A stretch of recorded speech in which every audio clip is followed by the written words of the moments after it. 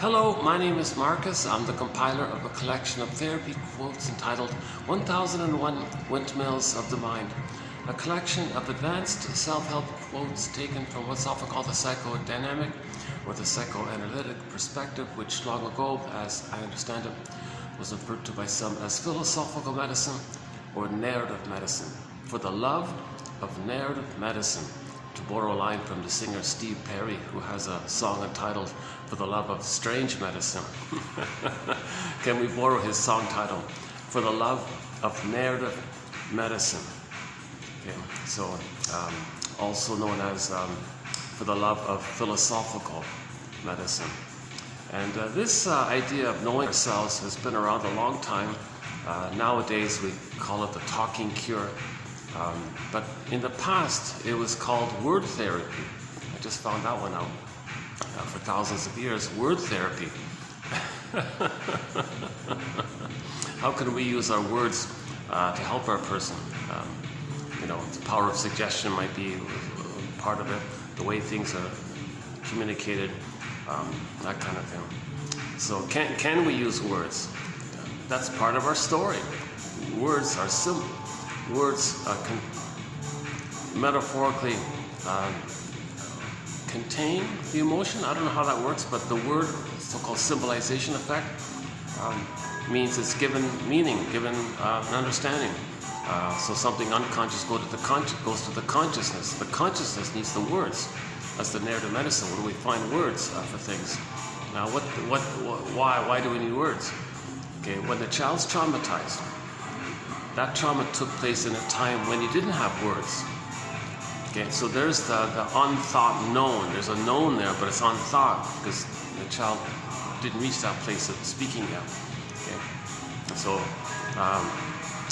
now there's a huge irony here. Why doesn't somebody just say, okay, well, so what? The baby was traumatized in the past. Just forget it. Enjoy life in the present. Not that. No, it doesn't work like that.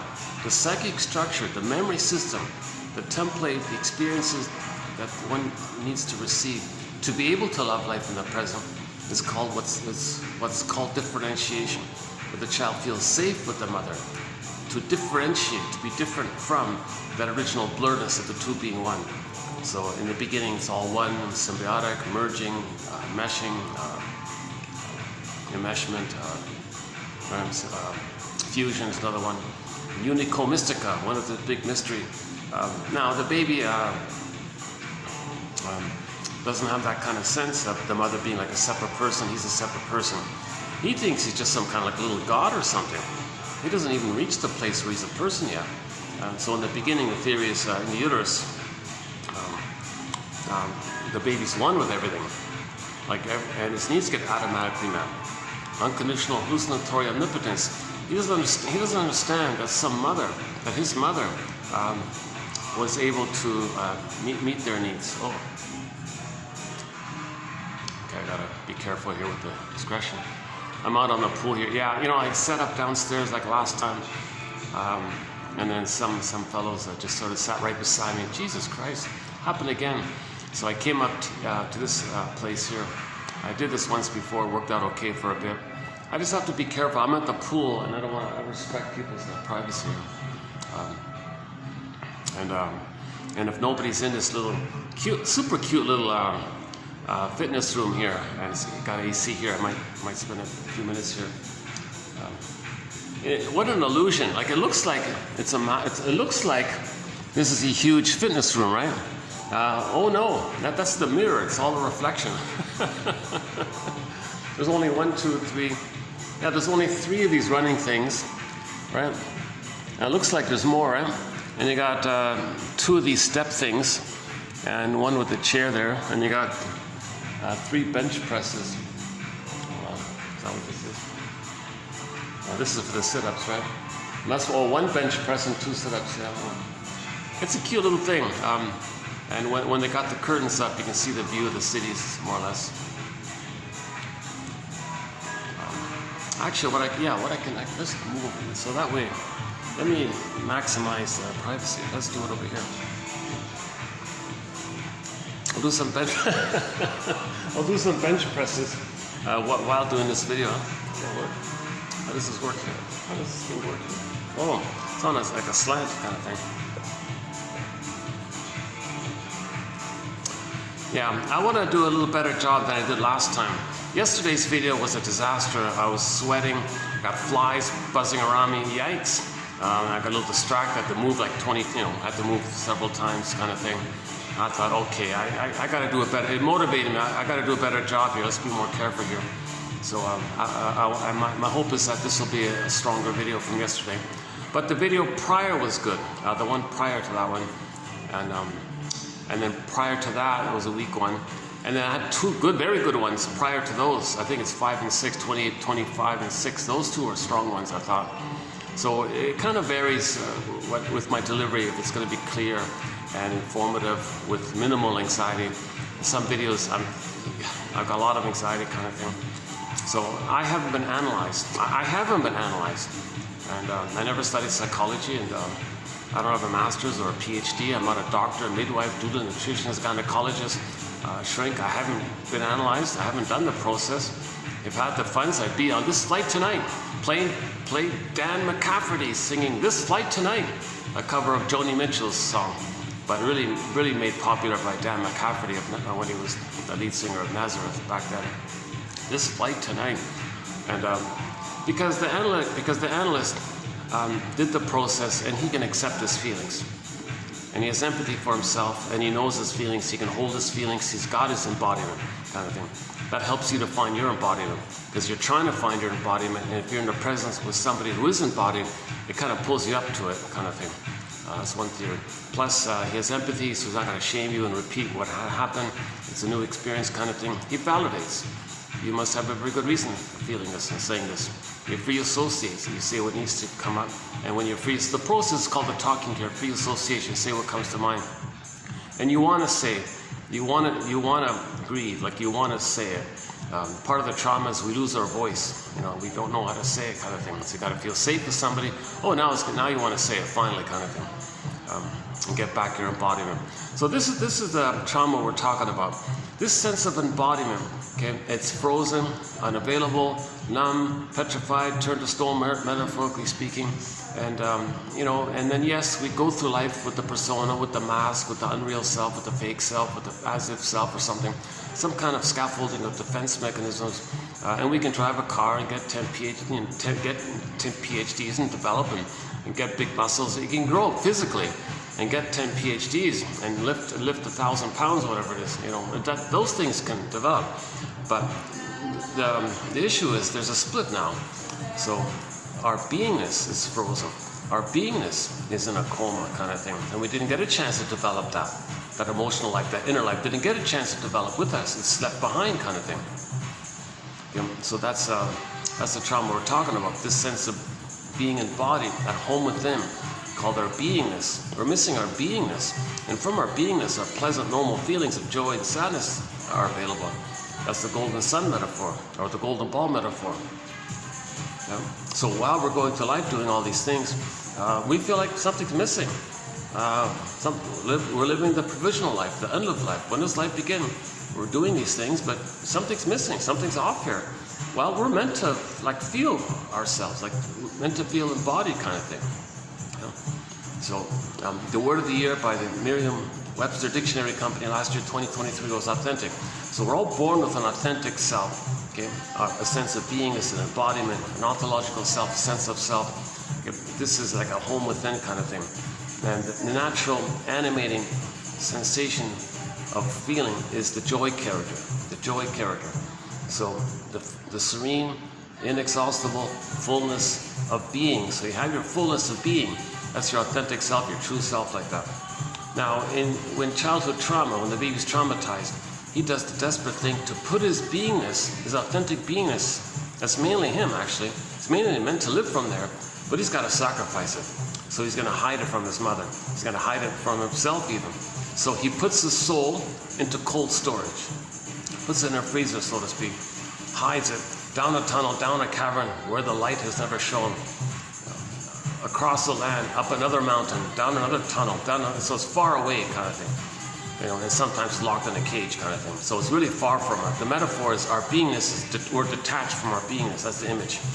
And I was saying in previous videos, I think my impression is that the most familiar image to represent how our beingness is not available to us is the Snow White character in the fairy tale. Okay? So imagine that image of Snow White in the glass box in a coma, right?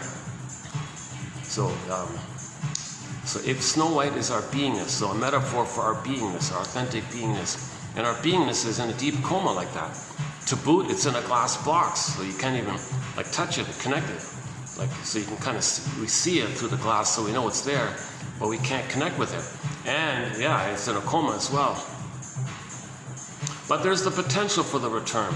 That's why Snow White, when Robert Bly and others comment on, Ulanovs and others comment on the motif of the three colors on Snow White, what is it, the white, red and black kind of thing. So that's the transformational process. The white's like the airiness of the trauma. Now you want to come to the red part, like this, like a earth kind of thing, reality kind of thing. And then when you get to that place, now you can go to the unconscious, which is the dark, the black part, where you're facing the unconscious, shadow, dark, unknown, metaphor dark. So you got to go from this blanked out, due to trauma, find some reality here, and now go to the unconscious, and then you can kind of wake up, kind of thing. You got to be nice to yourself and wake up. And that's a minor point. I don't want to focus on that, but the image is pretty clear. Snow White's in a coma in a glass box, and that means we're not touching, or we're not feeling touched by our embodiment. So we're missing something. Our embodiment's our home within. We live to the extent that we feel, and if the embodiment is frozen like that, that means the golden ball, okay, the basic primary feelings associated with our beingness, is down the well. So it's kind of implied. Sometimes they do the embodiment part, sometimes they do the feelings part. The feelings part could be like the golden ball down the well. Or in the Disney film I said, it was Joey Sanders getting zooped away, right? So it's kind of implied. If Joey Sanders is zooped away, the beingness is frozen like that. Or if the beingness is frozen, it's implied that the feelings are not available. The Iron John story is good because it shows both together. So the embodiment of the person, okay, that's the Iron John character, and the golden ball, they're together, but they're locked in a cage. So the protagonist searches for a soul, and he gets a glimpse of the soul. I think I get it. I got a glimpse of my soul. My embodiment, my feelings are kind of together. Oh my God, I want to get it back. But he can't, it's stuck there. It turns out that in the story, the cage is locked. He needs the key. Where's the key? Okay, so we learn, the storytellers tell us, that the key is under the person's mother's pillow. Yikes. So he's got, now that's a metaphor that the mother used the baby to meet her unconscious needs. There's a key, there's a secret, it's hidden in her unconscious. Okay, so you imagine, like under the pillow is dark, metaphor, unconscious, the key is there. If the mother used the baby in one of these old cunning tales that we're calling it, old cunning tale, okay, so if the mother does one of these old cunning tales, okay, Emily Dickinson, I'll come to that in a minute, meaning the mother used the baby, not there for the baby, somehow uses the baby in some agenda on her end, the old cunning tale, okay, then that child puts a soul in a cage and it's locked, okay, and the key's under mother's pillow. So in the healing journey, we got to get the key, find out this information, in what shape, way, or form, and why. Most importantly, why did the mother do this? Okay, you got to get the story, net or medicine. Hence, we need the words, right? Talk therapy, that's what I mean, words therapy. And they were saying, he was saying words therapy. It's not just like normal talk. It's like using words in a systemic way, like in an understanding way to make links. And so they were talking about like a preliminary form of psychoanalysis thousands of years ago. Now, of course, they borrowed it from the previous philosophers like Confucius or Lao Tzu and all those guys, you know. So it's kind of grown with us. And, you know, plus the storytellers and the fairy tale storytellers as well. So it's been around a long time. Psychoanalysis is not new. It just was given a kind of new life with the fresh jargon when Mr. Freud kind of synthesized previous material inspired by Goethe, he said. And his writings got the Goethe Award for literature, you know, so it was more, so he was heavily influenced. For him, Mr. Freud said he became a doctor, just a regular doctor to begin with, because of Mr. Goethe, and then felt unsatisfied, something missing here. So then he studied hypnosis and all these things, and that doesn't work. it makes you aware that it's unconscious, but the healing is the person's got to be conscious of the unconscious. See, the hypnosis thing, you're not conscious of what's going on. There's some trick that puts you unconscious, and then you might say something and you're unconscious, and when you wake up, you forgot it. Kind of thing, like you don't, it doesn't work like that. You need a consciousness, a basket, an awareness of your feelings. And that's how you reintegrate, re-own, or re-accept, and reclaim when you're conscious. If you're not conscious, it doesn't work. So they gave up this nonsense of hypnosis and that kind of thing.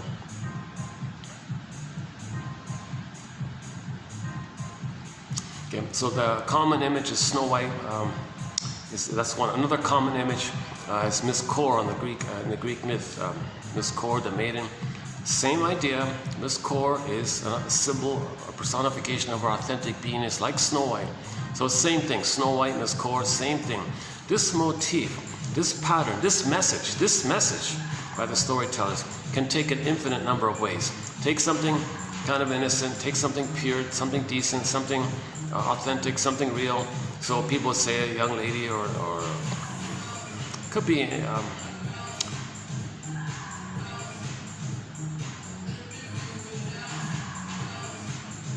like a baby. It could be even a baby or something kind of innocent and pure like that. And it doesn't matter what gender. It could be a guy like that as well.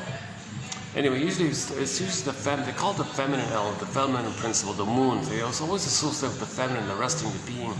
So usually it is a young lady image. So the personification like Snow White, Miss Kor, and all that. But sometimes no, it could be the other way. So then just make it unavailable to the person. They're lost, damaged, wounded in a far-off forest. Okay, the baby's exiled to some other land. Okay, in the Pied Piper story, the children were up the mountain, hungry, starving, tattered clothes, and crying, and all this. So that's our wounded inner child of the past, and we're not aware of it. We can a little bit hear it. But remember in the Pied Piper story, they ignored it. Who cares about the past? Okay, then the mountain opened up and those children got locked in the mountain and you couldn't hear it anymore. That's a deeper pain, a deeper repression. Then the things got worse for the person. Only when you heal and grieve and admit the truth that babies are human beings. You gotta say that, babies are human beings. And then they came back at the end of the story. I'm talking about the 57 musical fantasy film called The Pied Piper of Hamelin that most people know about. Yeah, that expression the popular expression, he's like the Pied Piper, it doesn't mean, in the fairy tale doesn't mean that. In the fairy tale, the Pied Piper is an emissary of unconscious processes. He's not punishing anybody. He's just a personification of what goes on.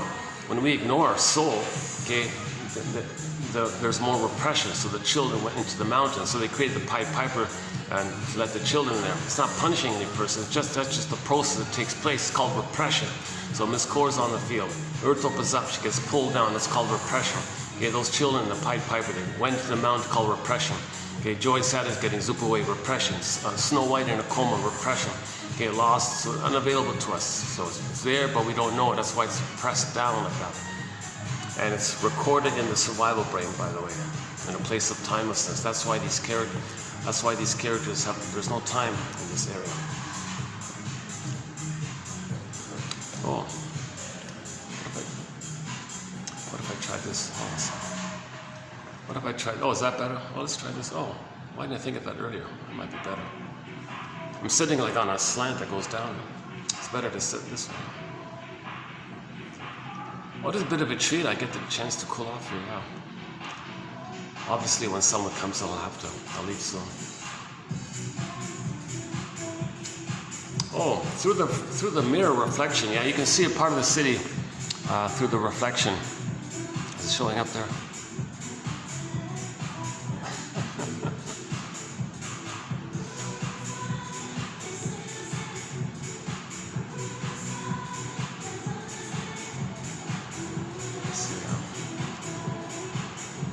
The dumbbells range from, let's see, 25 kg is the highest one, and the lowest one is 2.5. This little guy here, 2. Yeah, they got 2.5, 5, 7.5, These are 10. Oh yeah, okay. These are 10. 12, 5, 15, 17, 5, 20, 22, 50, and 25. All right. Why don't we take that peek after all? Let's see.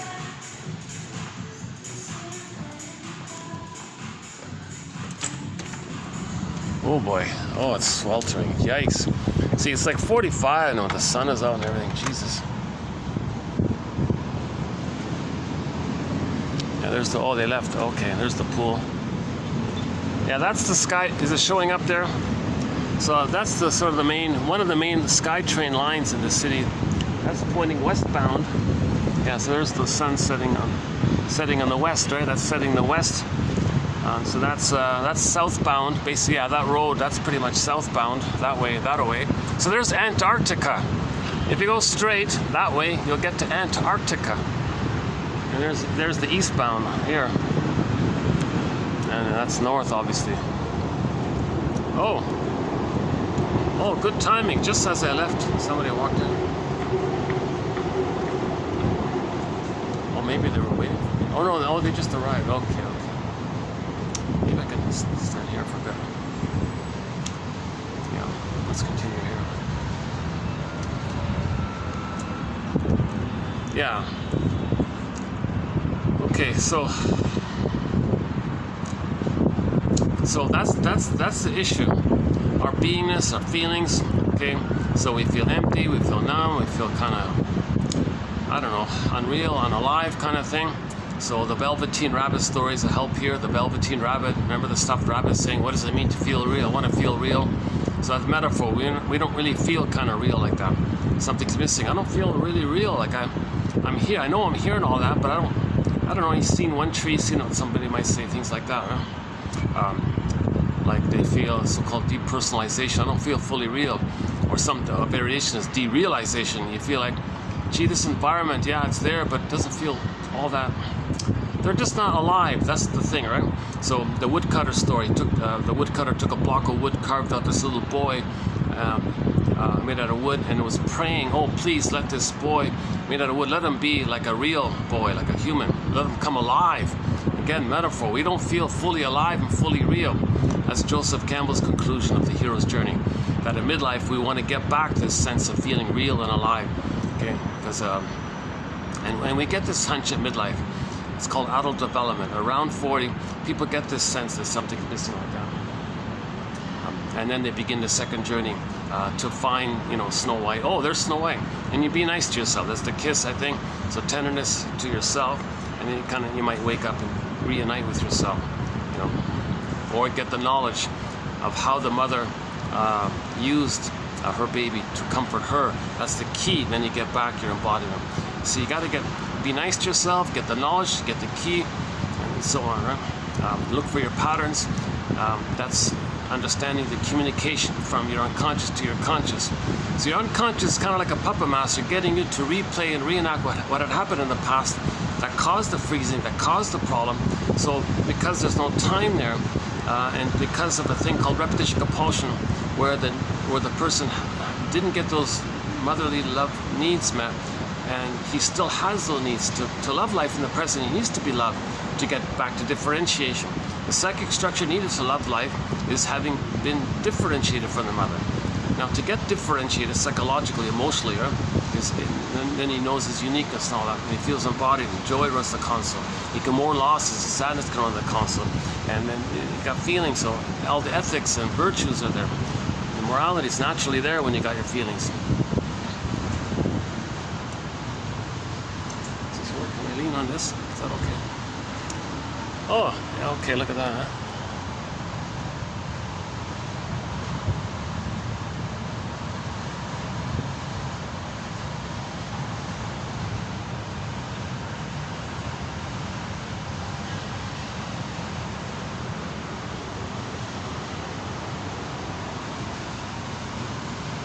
Oh, what about this way? Can we see through here? Oh, I haven't checked this end here. How about that? Oh, there's that fancy condo there.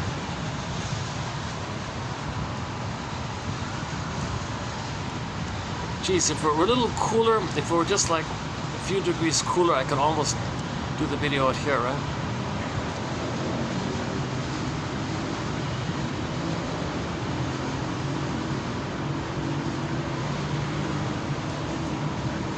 Yeah, I'm starting to sweat already. I gotta go back in. Let's see.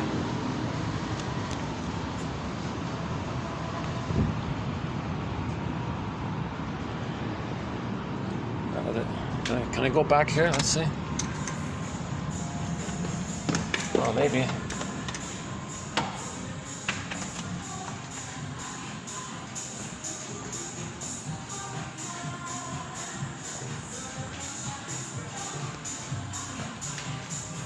Let's try this a bit.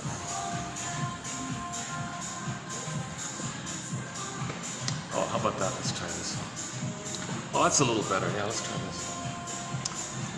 Wouldn't that be funny if I'm doing leg presses talking to you? A little silly, right?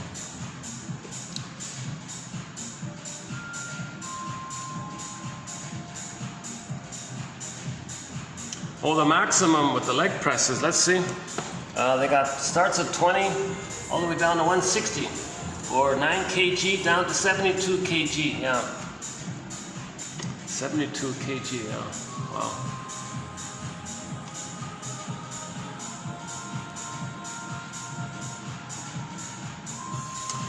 Yeah, okay. So imagine that, you know, we develop a false self, a persona, a mask to go through life and get 10 medals, 10 PhDs. I just saw a little clip about a famous celebrity who has a mansion. He's just like a mediocre sort of actor kind of thing. And then he has a dozen airplanes and 24 car garage, and he can fly in and out of his own apartment. Like he can take a jet from his backyard and fly to some place and fly back. He go anywhere around the world. He doesn't have to go to customs and things. It's quite a lifestyle, right? And it may be so addictive, it may be just so exciting all the time. The person might say to themselves, gee, I'm having too much fun, it's too addictive. So this false self can be addictive. In particular, if the false self is centered around trauma before 18 months. If it's before 18 months, okay, the narcissistic pattern, the entitlement, okay, the bully pattern, the aggro pattern, cynical pattern, okay, and psychopath, all those kind of disturbed areas. We don't cover that topic too much. Out of my zone there. I'm not a shrinker. But the commonality of the personality patterns that develop based on trauma prior to 18 months, that's a key area, 18 months. The commonality, one of the many commonalities there is that the person didn't separate from the mother. They're still one with the mother in some disturbed or missing way. Okay? So that's unresolved symbiosis, unresolved fusion. And there's a problem there, and because of that problem, they couldn't get out of it. So they're kind of stuck like that. Now, when they're stuck like that, they repeat the trauma that created that stuckness. Now, ironically, when you repeat the trauma that created that stuckness in whatever form or another, oh, hi. That's the staff guy.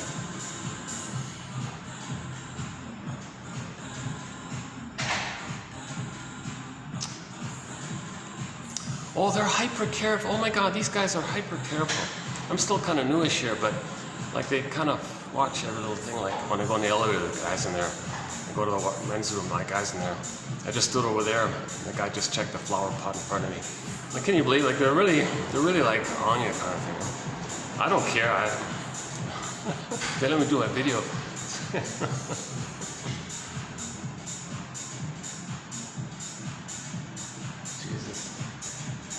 He actually went where I stood. There's a little tree in a pot, like a flower. Well, I'll show you, right? And he went to check it. Can you believe it? Is there anything in there, kind of thing? Jesus, yeah. Wow. I don't even smoke. I don't even drink alcohol. You're barking up the wrong tree if you're looking for something else. Jesus Christ. Yeah, this is a new hotel. This is a new venue for me, so they don't fully know me yet. It takes a while for them to know me. Yeah, same thing when I set up downstairs. Sure enough, one of the characters sat right beside me, kind of thing. Jesus, man.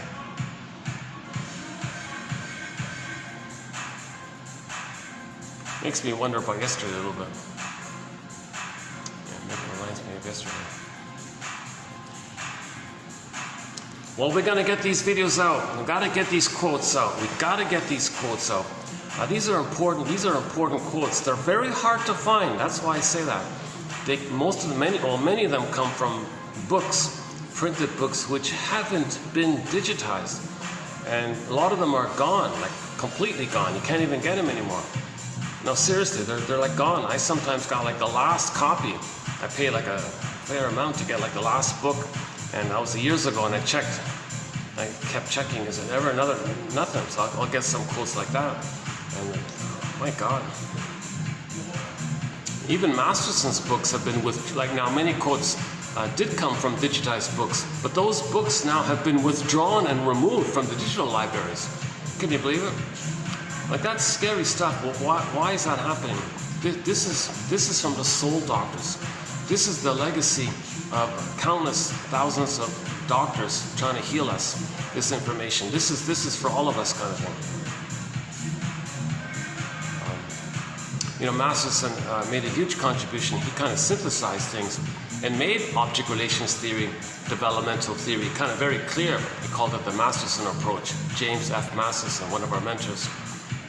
Luckily, Karen Hornight's books are available. Another one of our mentors, Edmund Bergler, he's also one of our mentors. Most of his books are available. His articles are very hard to find, though. That's the problem. Mahler, Klein, and Fairbairn, you read those later. Those are harder materials to read, I think. I still haven't even really fully read those ones.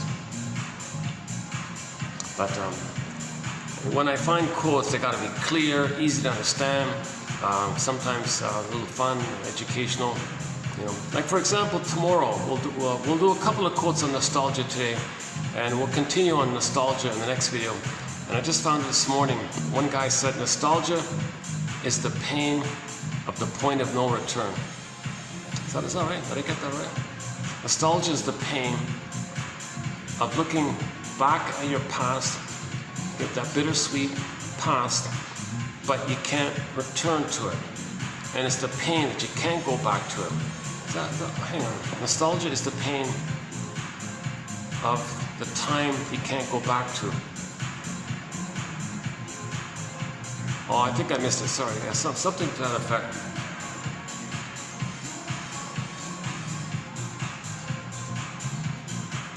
Yeah, I'm recently interested in this because apparently in the Disney film Inside Out, the second one, the sequel coming out next month in June, the 4 new characters are anxiety, envy, ennui, boredom, and embarrassment. Somebody said he got knowledge that there'll be a new character called Nostalgia at the console, played by some nice, sweet old grandmother character. So if that's the case, let's get a head start and study more about nostalgia. A lot of nostalgia, just benign stuff, we get it for, but a lot of nostalgia is sort of considered manic or pathological, where you're using it as a defense to grow up and face your life and to mourn. So as a defense against mourning, we look back and what could have been, and gee, if this, if only that, and geez, I missed that, how nice that was. I just kind of go back there and just kind of have that. One of the, hang on, no, I'm just leaving. No, sit. No, seriously, you're not using this? Yeah. No, I'm just looking. Yeah, okay.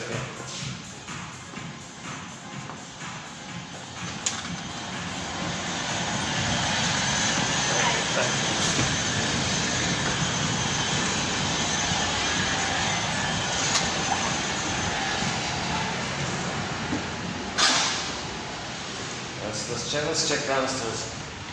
Let's see if that undercover. Okay, these guys need something to do, I guess, eh?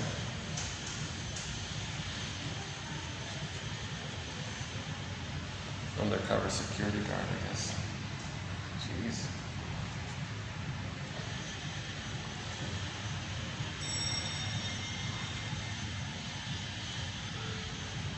This is the second hotel that has a kind of a hyper security kind of quality to it. There was another one I went to, sort of in a similar tone. You never know, maybe something happened, that kind of thing.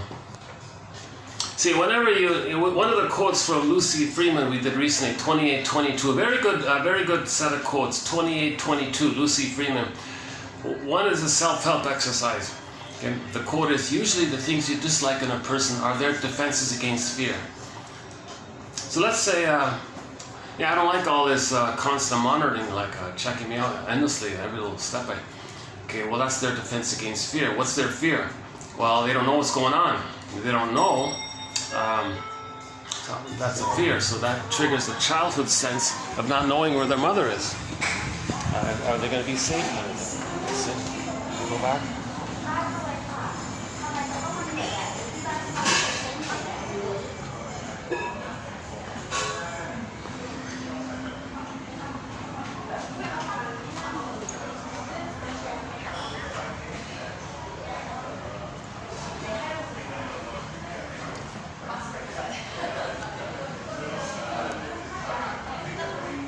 And I couldn't use that nice little section off. There's a meeting going on, a staff meeting going on there. I'm sort of in the main open kind of area. A lot of little going on. So. So while we're on the top, by the way, for the price of half a cup of coffee, half, even almost a third maybe, one can get this. It's a minimal admin fee. One can get this encyclopedia. So this encyclopedia we're talking about, imagine this page, okay, times 2,000. We've got 2,000 pages like this.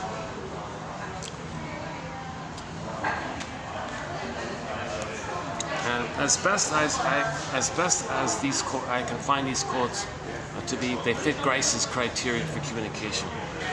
Okay, quality, quantity, relevance, and manner. Okay, so we mentioned the manner. These are the medical doctors. Are they just finishing? Oh, hey, if they're just finishing, I might be able to go back in. Might be able to go in. Oh, it's just a part of it. No, okay. So these doctors are embodied. They have their feelings, or they, to some degree or another, they're in that area. They understand this area. They have empathy for themselves. They understand the hurt of themselves, and that's compassion. So they're compassionate. These are medical doctors. These are soul doctors. So most of these quotes are written by soul doctors. Think about that, soul doctors. You know. Now some are written by psychoanalytically minded self-help authors. Like Lucy Freeman recently covered. We did 5 videos of her work, 5.5 videos of her work. Hi.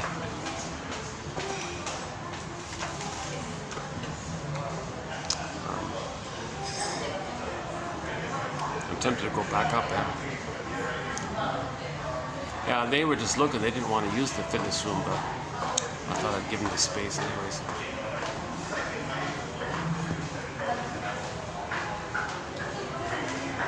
Hi, Heather. Yeah, everything's good. Thank you. Yeah, hi. Nice guy. He's a good guy. Nice guy. Yeah. They've warmed up to me, these guys here. This stuff here. I just gotta get friendly with the rest of them.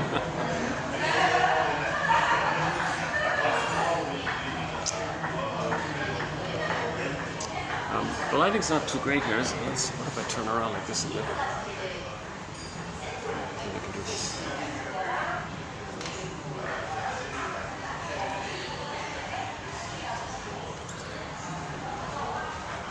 Yeah, hang in there. Well, I'll settle down and get into some kind of flow at some point. Even despite all the faults of yesterday's video, it was very choppy for the first, like 2 hours kind of thing. Almost 2 hours. Finally, towards the end, it picked up a little bit. So that often happens when I get a rocky start. So the image is, we're going through life with some kind of psychological mask called the unreal self. Now, people don't like that. That's real. Well, consider what's truly real. Yeah, yes, it's real because you're living with it, so it's a part of you, so it's real in that sense. But when we say real, we mean, do you feel the serene, inexhaustible fullness of being? Do you feel the bluebird of happiness? Do you feel meaningful in life? Do you feel that there's a kind of relaxed, playful spontaneity in your life? Do you feel affection and tenderness and feeling badly when there's a mistake? Can you make I statements? Intimacy. Can you for your associates say freely? Can you trust someone? That's a clear one right there. Can you trust someone? Do you have gratitude? Okay, so that's real. That kind of stuff's real. So when we say know thyself, yes, you got your mask and all that, but most of who we are is that authentic self that's frozen, which we don't know. That's called the unconscious. All the energy there is called the id. So all our life force is in this area of the survival loop memory. Okay, so our energy is repeating the traumatic memory. Oh, let's see, more light here. Yeah, I'm gonna need to change it to put the light up.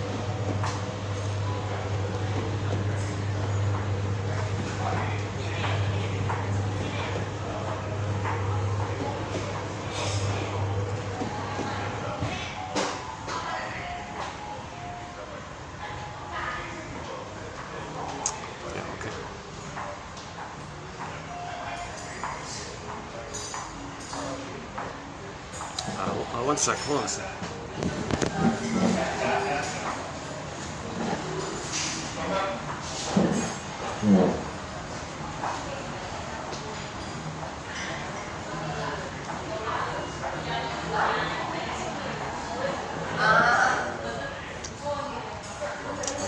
Let's keep going, give it a try.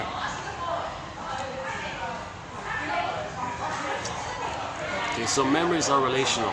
Memories are relational. Okay, memories are relational. The baby cried in a relationship to his mother, and the mother shamed him and said no, due to her old cunning tale. Okay, so there's a whole topic about the old cunning tales. So whatever's going on, whereby the mother doesn't meet the baby's needs, that's an old cunning tale for the child. So Emily Dickinson, she has a very good poem about trauma, several actually, but one of them is called A Great Hope Fell. The baby had a great hope that his mother would be there. No baby expects to be betrayed by his mother. That's a very strange alien thing to have to be betrayed. And he might literally believe in aliens as a code that he was traumatized, and trauma is a strange alien thing to a baby. The baby's world is the sweetness and the oneness of the mother. And suddenly she hurts him. Is that like an alien now? Like this strange thing even makes him alienated from his own feelings. So that's Janov's theory. When people are fascinated with these strange, unknown things, that's code for some uncanny feeling that as a baby we had this strange experience called betrayal trauma. And then the pain of that makes the person believe in that to try to get you to unpack it, to know what it's about. That's a symbol of the trauma. So we create this belief like that as an intermediary step to know that it's a symbol, a representation that there was trauma, and again, for a baby to be traumatized, that's like an alien thing in his world. That's out of his world. That's out of his world. That's out of the baby's world to be betrayed by his mother. Now he has an image of the mother as a monster, alien kind of creature, some kind of scary creature. So later on they read novels about aliens. I don't know why I'm fascinated with this. Well, in the brain they got something like that going on. You know, like when the baby has an image of the mother as a strange, frightening character. It could be an alien, it could be the guy with the horns, it could be a monster, it's in infinite forms. If it's enraged and dangerous and hurtful and enlarged and powerful, take any kind of form, infinite forms. And then of course he denies it, it's repressed. And then they go to the store, oh, let me read these stories about aliens. I don't know why I'm interested in them. They don't even know why. But they're getting closer. First, they got to analyze why they're interested in those stories. Then you think, wait a minute, is this code that I was a baby and that from my baby world, something out of my baby world occurred, like an alien thing like that? And to boot, I feel alienated from my feelings. That's just a coincidence by that. Like estranged from my feelings because of this strange experience. So now you're feeling estranged from yourself because of this strange experience. Well, how do we know this strange experience? Well, first, you project it onto these stories, these ready packaged made stories for you. Hold on a sec. Sorry.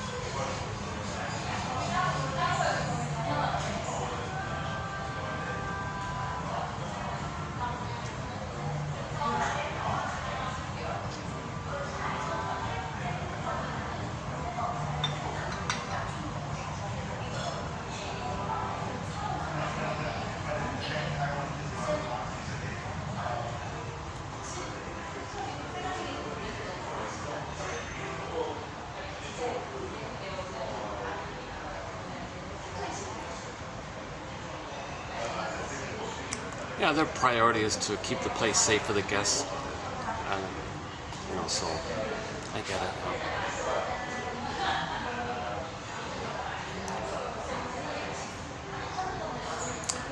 Okay. Yeah, sorry about the lighting. Yeah, I'm not getting good lighting here. I do this.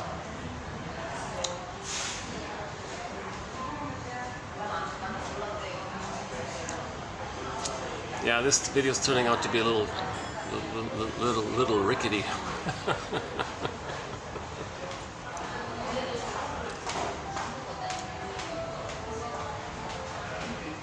Oh.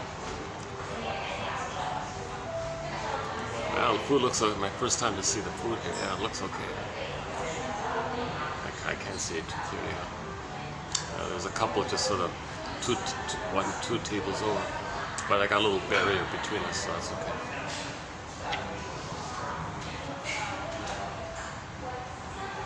Oh, the undercover guard, he must have left.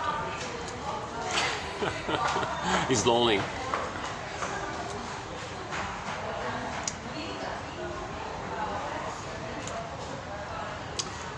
If that's what it was, I don't know. Anyway, okay, let's get back on track here. Jesus. So intuitively, people might think that it would be a pain to not be at home within, to be estranged from yourself, to not be able to feel pleasure. So the false self gives you pathological pleasure, the addiction of either recreating the trauma bond or the trauma experience with the mother with others, or imitating the mother, finding proxies to play you which you shame.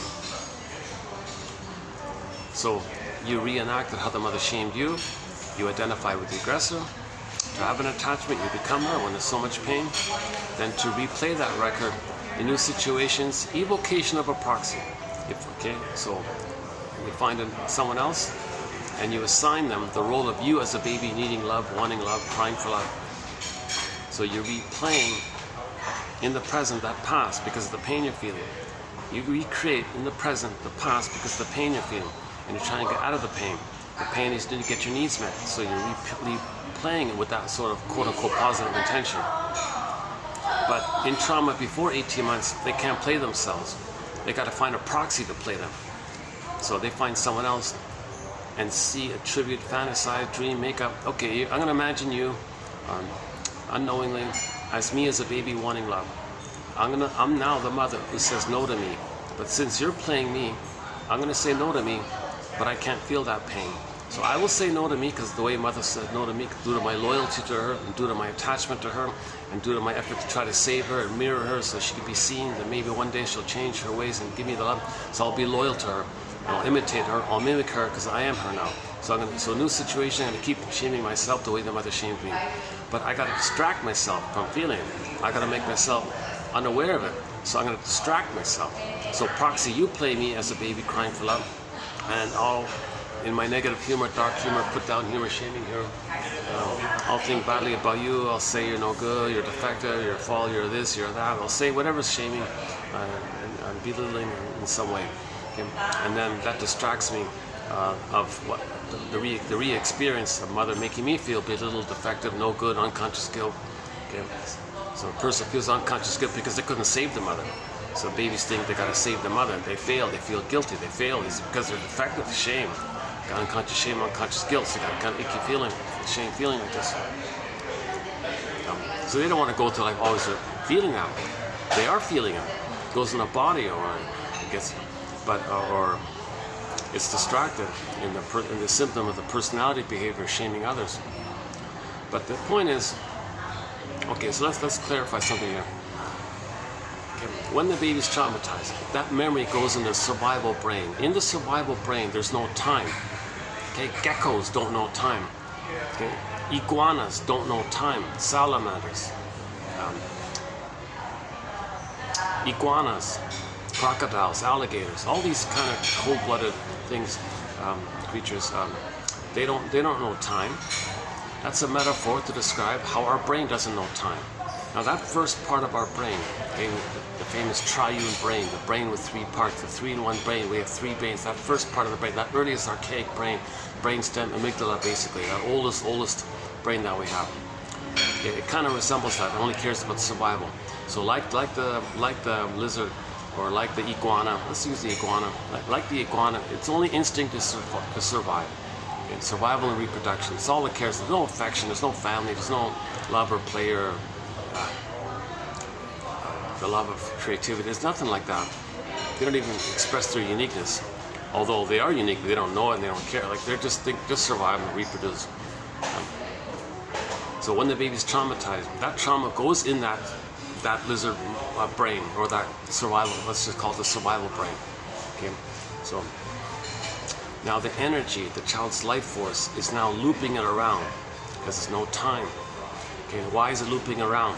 Because he didn't get mother's love. He can't be himself unless he gets mother's love. So mother, I need your love. Mother shamed him. Ouch, mother. Okay, so he didn't get his needs met. There's no time. He still has to get those needs met. He still needs to get mother's love. Okay. Now the pain makes him afraid of it, but the need is still there.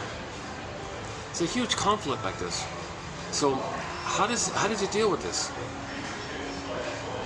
Let's use one of our mentors as a metaphor.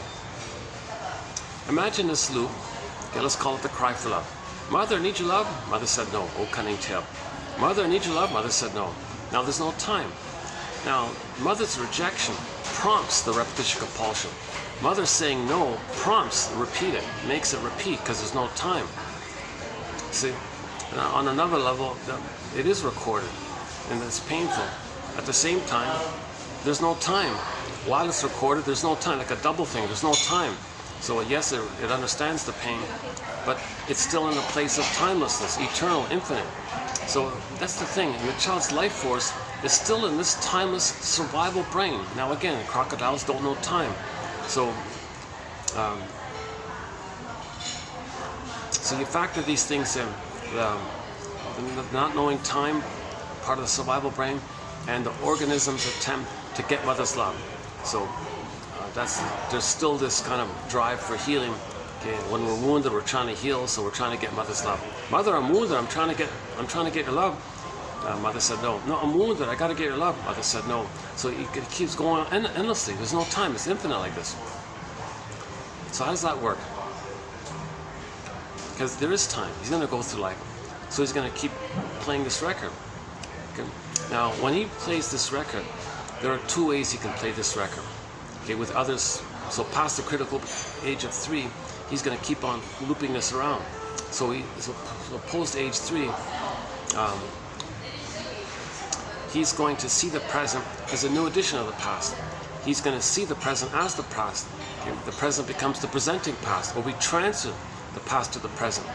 Due to the repetition compulsion, we transfer the past to the present and reenact and recreate that loop, that's what we're talking about.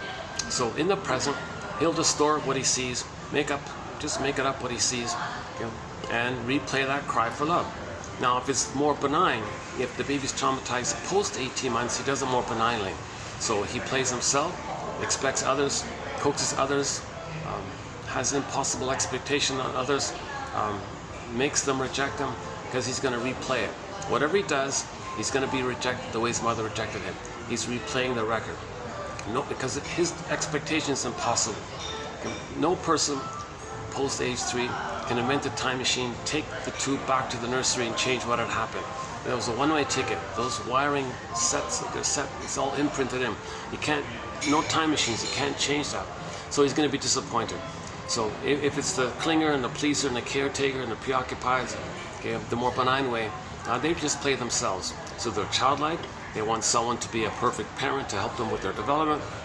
No one can devote their life to take them back to the child time, between 18 months and 36 months and do that.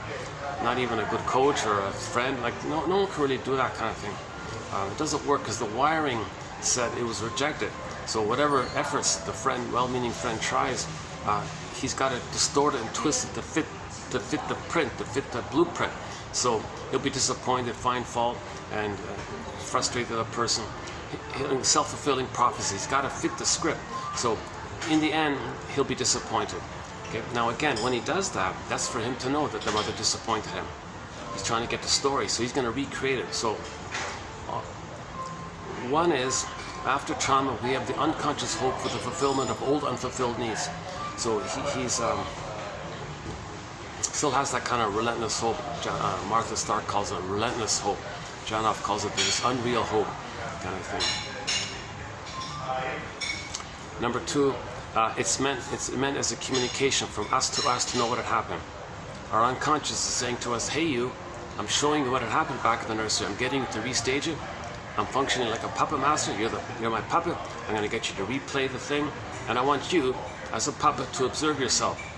I want you as a puppet to observe yourself. Well, you're not fully a puppet, but you're kind of like, I'm treating you like a puppet, but I want you to be conscious of how you're being treated like a puppet. So then you can say, oh my God, thank you, unconscious self. Now I see what happened. Thank you for letting me know and communicating to me. You're very welcome. So now you don't need to repeat. Once you get the story, memory, feeling, belated understanding, belated release of the feelings, you stop repeating. Okay, we repeat in an attempt to get the story. We're going to keep doing this until we get the story. Narrative medicine. When we get the narrative medicine, the story, the narrative, then we stop repeating. We got to be our own story doctors. We got to be our own detective, psychological detective, existential detective, emotional detective. Okay, so if the trauma is post 18 months, when they replay the record, that cycle we're talking about, it's more benign, it's considered direct. So yes, they're childlike. They're like naive and childlike and hopeful, and they think they're no good and everyone else is amazing. And they idealize others. So they're still in that childlike place, and they overtly see it that way. But they're still in the human realm. They're still on the emotional human track of the original setup of in the beginning it's always I'm not okay, you're okay.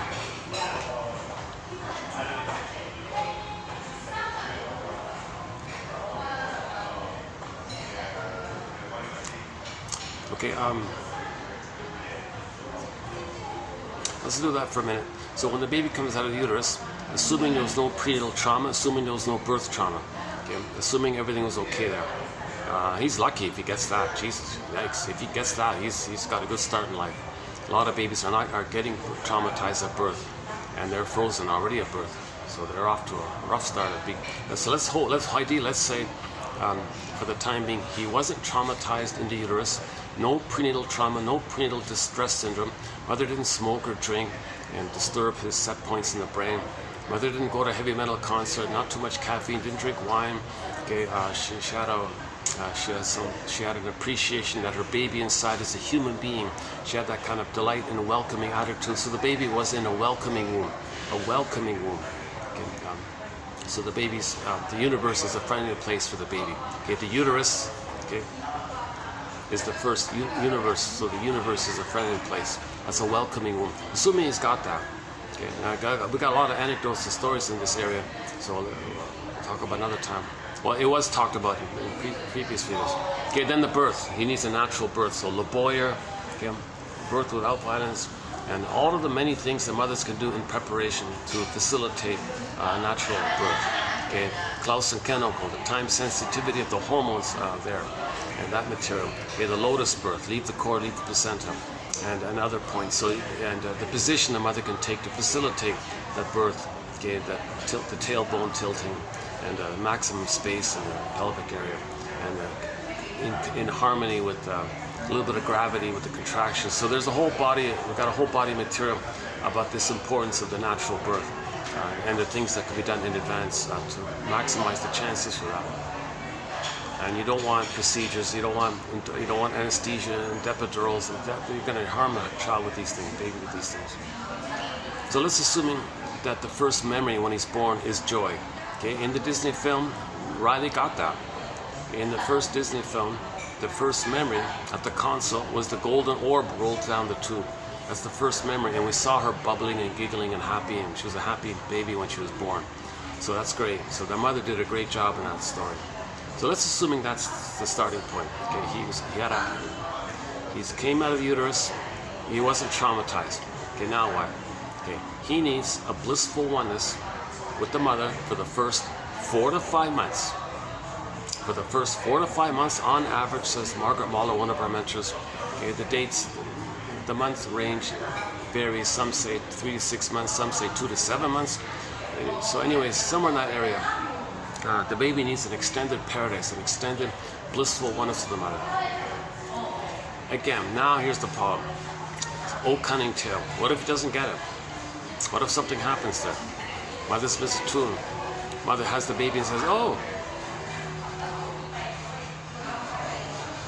what do I do here? I'm confused. Okay, so sometimes the mother plays her repetition compulsion.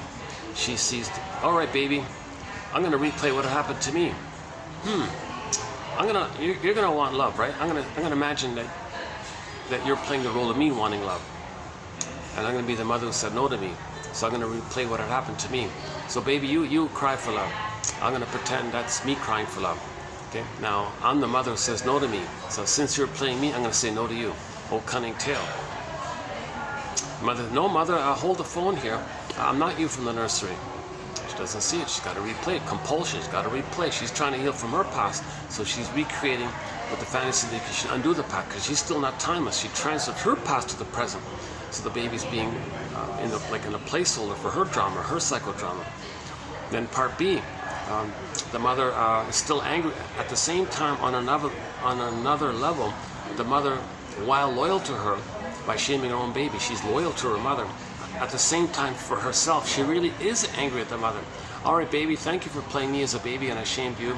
That makes me loyal to my mother. But you know what? I am angry at my mother. So baby, I want you now to play my mother who hurt me, and I'll play myself. And now I'm gonna want to control you and I'm angry at you. Baby says, hold the phone, mother. I'm neither you from your nursery nor your mother from the nursery here. Mother says, well, I'm sorry, because when I was traumatized, I was helpless with my mother. Now I'm older and I got more power. And if I see you, this helpless little baby, and I see you as my mother, I have more power. I have a greater chance to control you. But wait a minute, I'm not your mother. I'm your baby here. I don't see that. I only see you as my mother, and I got power. I'm going to control you. Mother, you're really hurting me like this. Okay, so that's another example of old cunning tale. And then she'll make an excuse. Somebody observing this. What are you doing to your poor baby here? Oh, mind your business. Mother knows best. The father might say, what are you doing here? No, mother knows best. Don't worry, dear. Go read your newspaper or whatever. Watch the game, whatever. No, seriously, I think you're hurting the baby. Well, you're hurting me. You're insulting me. You're questioning my judgment here. No, I think you're really hurting me. Okay, tell you what. Have you heard the phrase, spare the rod? Oh, come on. Well, it's confusing now. Really? So she's trying to control the baby, thinking the baby's the mother. Now, if she rejects the baby, she's doing what her mother did to her. So if she puts the baby in a crib, makes the baby cry at night, father says, look, the baby's crying at night. No, let him cry himself to sleep. That's child abuse. That's child abuse, right? Well, she's replaying what had happened to her. Maybe that kind of thing had happened to her, so she identified with the aggressor. All right, baby, you're going to play me crying and no mother coming. So I'm going to replay that. I'm not going to come. So I'm going to replay that. See, mother, I'm just like you. I'm imitating you. We're one. We're simpatico. We're one. I'm mimicking you. I'm acting like you. I'm doing everything to my child what you did to me. So do you feel seen, mother? Do you feel satisfied that I'm the oneness for you? And do you feel loved like this? We're not making sense. This is perverse thinking. This is perverse logic. This is psychotic logic, sick logic, pathological logic. Mad. Cat and Alice, the one I said, it's mad like this. It's disturbing stuff here. So let's say this poor baby in this dilemma.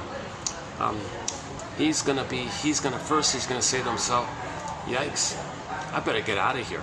This mother's wacko. She's dangerous. I gotta go. Flee. Run. Take off. Get out of here. Hit the road. Whatever. Take off. Get out of here. She's dangerous. She's wacko. She's dangerous.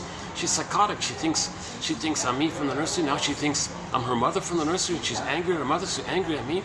I gotta get out of here. She's dangerous. This is a dangerous woman here. What a betrayal. What a disturbance here. I better find safety. I gotta run for safety here." Yeah, so his adrenal glands, his survival brain is sending him cortisol to flee, to flight. It's not fight or flight. It's flight or fight. So the fear is first. The fear is first. The baby's afraid like this, so he wants to run or flee. But here's the problem. How does he run? How does the poor helpless baby? No motor skills. He can't run. He can't. Where's he gonna go? He can't. He can't even crawl or anything. He can't pick up a phone. He doesn't know anything. How is he gonna run? All that fear is going on. All the adrenaline. Run. And, so now imagine a dialogue between the baby and his own brain, the mammalian part of the brain. Hold up, mammalian part of the brain here. I know you mean well. Yes, I gotta run. Thank you for sending me this adrenaline and cortisol and noradrenaline and these stress hormones. I gotta run. Thank you very much. I want to run, but you know what? I got a problem here. What's that? I got no motor skills. I can't run. Really? That's strange. You gotta run. You gotta get out of here. I know. I agree with you. I gotta get out of here, but I have no motor skills. How am I gonna run? So the mammalian part of the brain says, "I don't like this." Well, neither do I. The mammalian part of the brain says, "Oh, geez, in that case, oh boy, in that case, I'm going to send you more adrenaline, more stress hormones." What? That doesn't make sense. Did you hear me? I said I can't run. Yeah, I know. Well, I see you as backed in a corner, and you better fight with the mother. What? I can't fight with this giant in this nursery. I'm so powerless and helpless, and she's this giantess in the nursery. Can't you see how many times bigger she is from me? How am I going to fight with her? How am I going to control her or change her, make her change her ways? What am I going to do like this? I'm sorry, baby. You're going to have to try. Well, I can scream and all that, and flail a little bit or something, or maybe if I can bite, maybe I might be able to bite the gums, the nipple with my gums. But she's using a rubber nipple. It doesn't affect anything. I can't change her. Well, I'm going to send you more adrenaline to fight. Well, brain. What if I'm already not okay? I'm in fantasy land now. I have a fantasy that I'm going to control her. Well, what's your fantasy? I'm going to gobble her up. I feel like a hungry wolf. Maybe if I gobble her up in my oral, because he's an oral phase, right? Maybe if I gobble up the mother and I possess her and control her, maybe she'll change like that. Like a manager, control her like that. So I got that kind of fantasy. But that's the limit, that's the extent, and that's the limit of my ability to use all this adrenaline. Please stop sending me more adrenaline, because if you do keep sending me more adrenaline, something's going to go kaput in my organs. I might have organ failure. I might go kaput. Some cells might attack other cells. I might have an immune problem. You're going to make me sick here. And the mammalian part of the brain is pretty simple, right? Survival brain is pretty simple. Well, what do you want me to do here? I want you to either run or fight. You got to do something here. She's scary. She's hurting you. She's treating you like this. She's shaming you like this. You're in hell here. You feel a lot of shame. Okay, so hell is a metaphor for the emotion of shame, this burning, biting feeling. Remember Miss Core when she got pulled down? Okay, the underworld, the hell scene, that's a metaphor for the emotion of shame.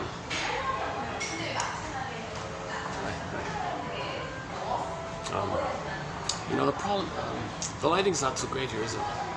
Okay, never mind that. Yeah, sorry about the lighting here today. Problem is, it's like the only spot where I don't see the group there and that couple there and the staff there. It's like my own little corner.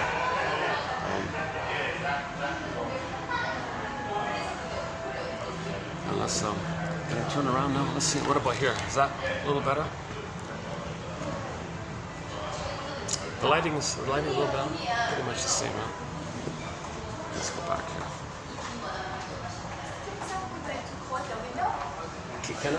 Yes, would you like to call? Yeah, that'd be good. Yeah.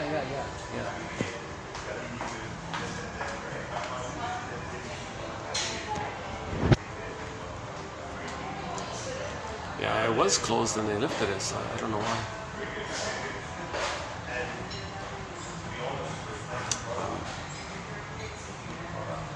Okay,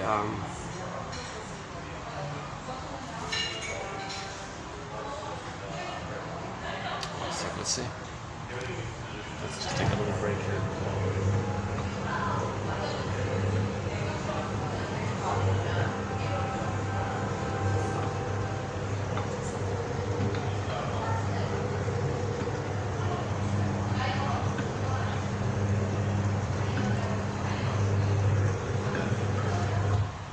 Thank you.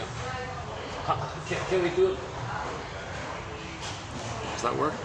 Does that work? Let's see. Oh, that's better. Yeah, okay, I think that's better. Is that better?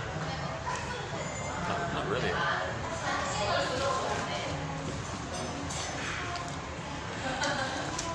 Not really, eh? Maybe we can... A little better, right?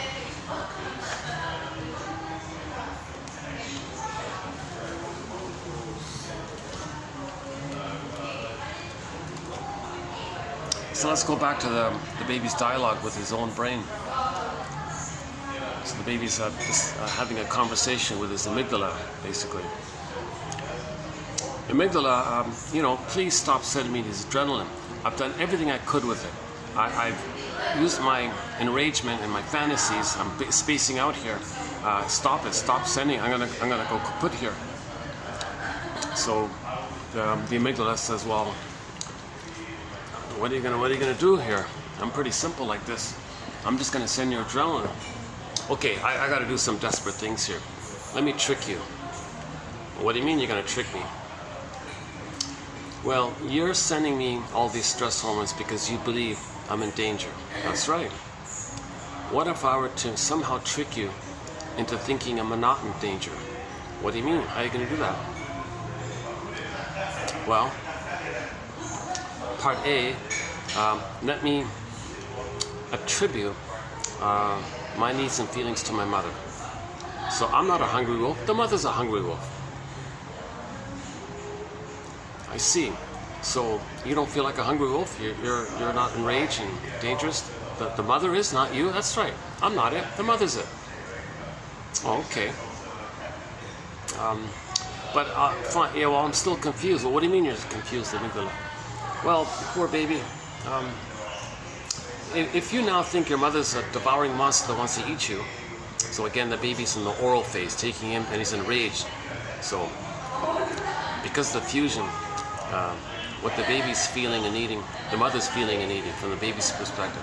So he tells the brain, focus on that. Don't look at me like that. So the amygdala says, okay, fine. Now, if you think your mother's a devouring monster that wants to eat you, okay, this primary mentation, Alice in Wonderland, it's mad in there. Primary, things are exaggerated, topsy-turvy, flippy-floppy. Doesn't make sense like that. So the baby creates an imago of his mother like that, okay, because he feels like a hungry wolf. The mother's a bigger hungry wolf. So the amygdala says, yeah, so okay, fine. Your mother's a hungry wolf who wants to eat you. So how are you going to feel safe to take in the powder stuff or whatever you're being offered? I don't get it. How are you going to survive here if your mother's going to eat you? Or this image that you made is going to eat you? How are you going to survive? Okay, good point, amygdala. Step 2 here. Like the thirsty guy in the desert who hallucinates an oasis trying to survive, I'm going to hallucinate a goddess breast. A divinely, supremely beautiful, perfectly aesthetic, perfectly smooth, all bountiful, good breast, the mother, good breast mother. It's made up, it's an illusionary thing. And amygdala, I'm gonna imagine I'm connected to this good breast and I'm safe and my paradise is there. And I'm gonna be one with this good breast. It's a lie, it's all made up. This is called a splitting mechanism, okay? Splitting mechanism, he keeps it separate. The monster mother, okay, he denies it, puts it in a separate bin, then hallucinates a goddess and has his attention that he's relating to this goddess. It's a trick of the mind called the defensive mechanism, splitting defense. See, amygdala, look at that. I'm with this goddess breast, and I'm special, and we're one, everything's good. And in reality, he's being fed the rubber nipple, and some angry mother is doing it wrong, but he'll split it off and hallucinate something different. He's lying to himself, right? But he's trying to survive, like the guy in the desert trying to survive. So the amygdala says, Wait a minute, so you mean you're with this goddess breast? That's right, and you see we're safe with the goddess breast. Okay, well fine then, I guess I'll stop sending all these hormones. Whew, okay, so this comes at a huge cost. Okay, because in the psychic structure now he's got goddess and demon now. Okay, that later on, that's a problem because that prevents differentiation. He can't differentiate if there's no human mother that he's relating to in his memory system. If there's no regular human mother, again in fairy tale there's no good mother, right? There's always goddess and demon, right? Good witch, bad witch kind of thing. You don't see fairy tales with good mothers, right? You just see them as good fairy godmother and a wicked witch kind. So this is the splitting mechanism. Fairy tales talk about splitting. Say fairy tales are metaphors for psychology. So this comes at a huge cost. He won't differentiate. The only way to differentiate from the mother is to have a mother. He doesn't have a mother. He's got a goddess and demon. So in effect, he kind of created two false mothers. Okay, this monster mother, which is closer to the reality actually, because there's some link to reality. The mother rejected him, shamed him, and all this. So some sense of reality. And then the goddess one is all made up. Now some people quibble. Maybe the baby took some good parts of the mother and separated it and managed to do it like that. I don't know. It doesn't matter about the splitting hairs here. The end result is he's got goddess and demon in his brain. That means he's relating in this hallucination, that he's safe in this hallucination. There's no real mother. How does he differentiate? The baby can only know himself if he's relating to a loving mother. He doesn't have the loving mother. This hallucination of a goddess, that's not a loving mother. This is fake stuff here. That's just to trick the amygdala to stop sending him the hormones so he can survive and not go kaput inside. Maybe I can ask her to lower it further.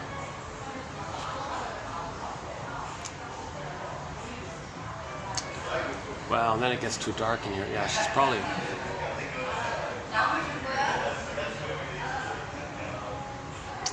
Yeah,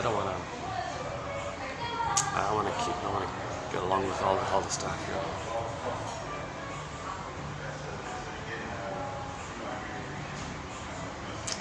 See, I don't want her to get in trouble too, right? She might go, why'd you lower the curtain so low like that?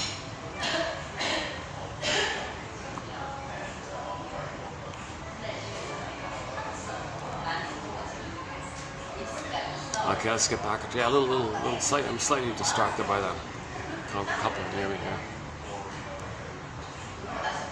So let me get back on track here. Hang in there. We'll be doing a 28:30 on this video. Some good quotes. So stay tuned. Yeah, I did a partial preview in the last video of these quotes, so we'll spend more time on them today as well.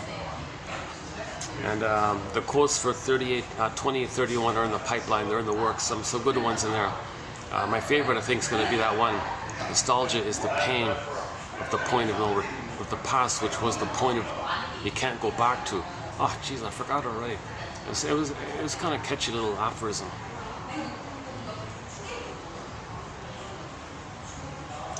Okay, so the splitting mechanism, right?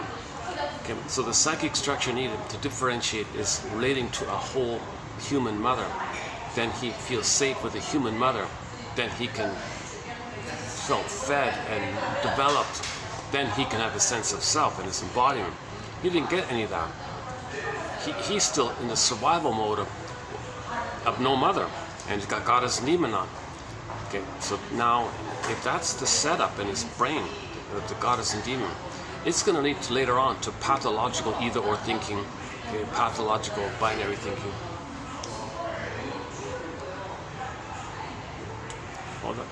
Well, that couple's having the works, eh? They got fancy wine. They had two big fancy dinners, and now the wine's coming in. Wow. They got a window view.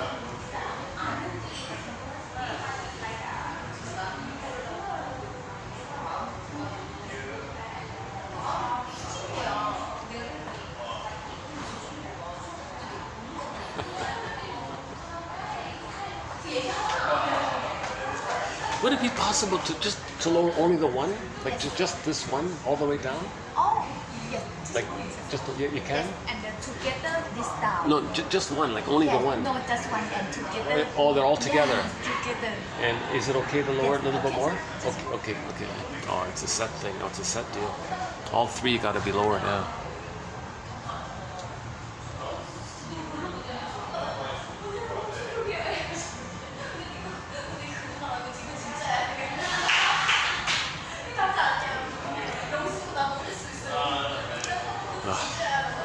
Yesterday I had a lot of these kind of interruptions. I'd set up and there'd be some group beside me, and it's hard doing these in public. Like I once in a while I get lucky.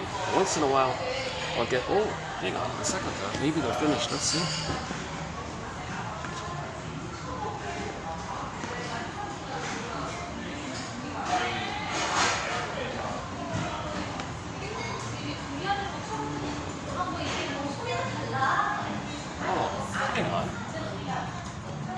Maybe I can go back here.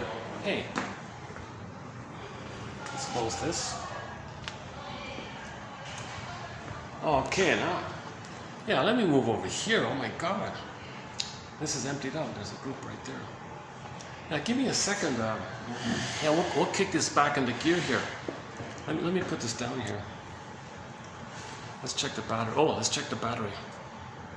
Battery's holding up, 421. Yeah, battery's like. Yeah, hold on a sec. Give me a minute to shift over here. Yeah, hold on a sec. Sorry, not much of a view, but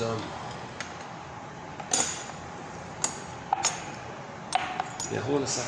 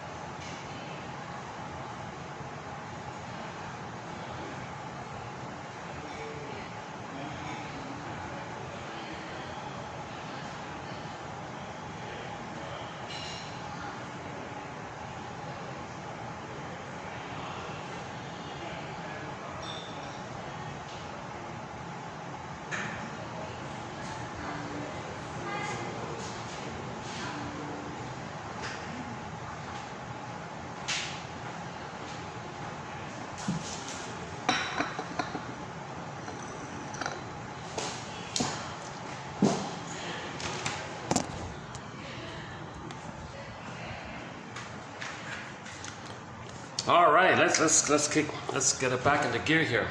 Yeah, okay. Great. This is a very common pattern with my videos. Things get choppy for the first hour to 2 hours, then things pick up a little bit for some reason. Yeah, so yeah, that's a huge. There's a self-help book entitled "Do I Have to Give Up Me to Be Loved by You, Mother?" Like, whoa. So the child, he gives up his development. Okay, so his soul is frozen. Okay, he's got this either-or thinking going on, and he's disconnected from his embodiment. Snow White's in the coffin, right? It's a glass coffin, and he can't differentiate with this either-or thinking. See, in the healing journey, you see, you got to look for the two sides of the coin. That helps towards healing that splits. If you're always idealizing something and thinking in either-or terms, like many stories of goddess and demon, the fairy tales are telling you this dilemma. So you're meant to know that in the healing journey, you got to understand things. When you understand things, you're getting into the human realm.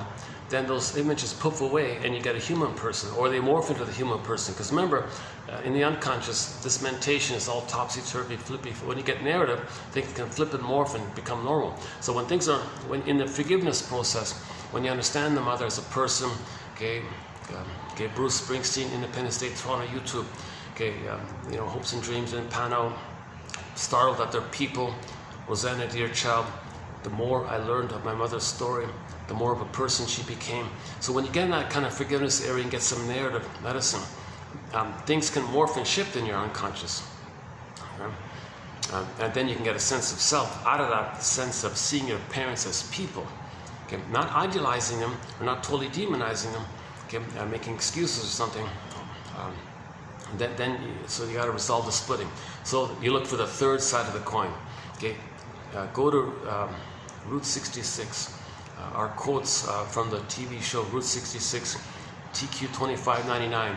Okay, the fifth one there is about the third side of the coin.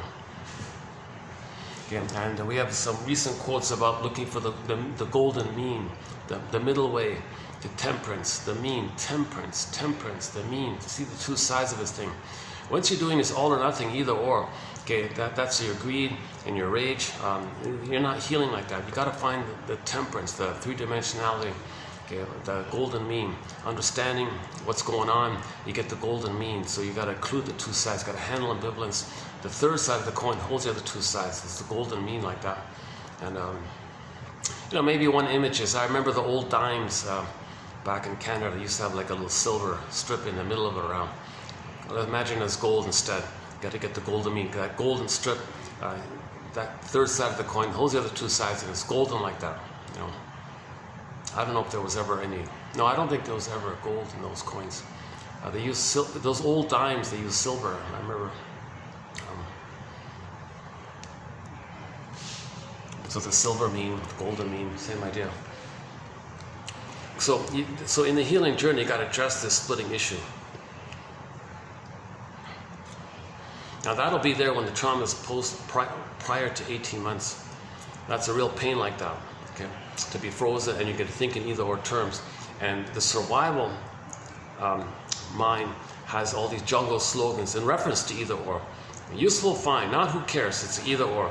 Okay, one lady, Miriam Minerbo on YouTube, talked about her client. She said that, when I dated a fellow, if that fellow doesn't give me everything, nope, he gives me nothing. Like she had this either or kind of attitude, right? So that's a graphic, that's a little exaggerated, but it makes the point. She couldn't see the humanness. She was looking for a perfect mother. He's got to give me everything. If there's a little mistake, which there always will be, then she's disappointed. Nothing, forget it. Nope, you're not the one. Nope, it goes on like this. So then that woman's brain had the either or thing going on. Psyche, in the brain, body, mind, brain.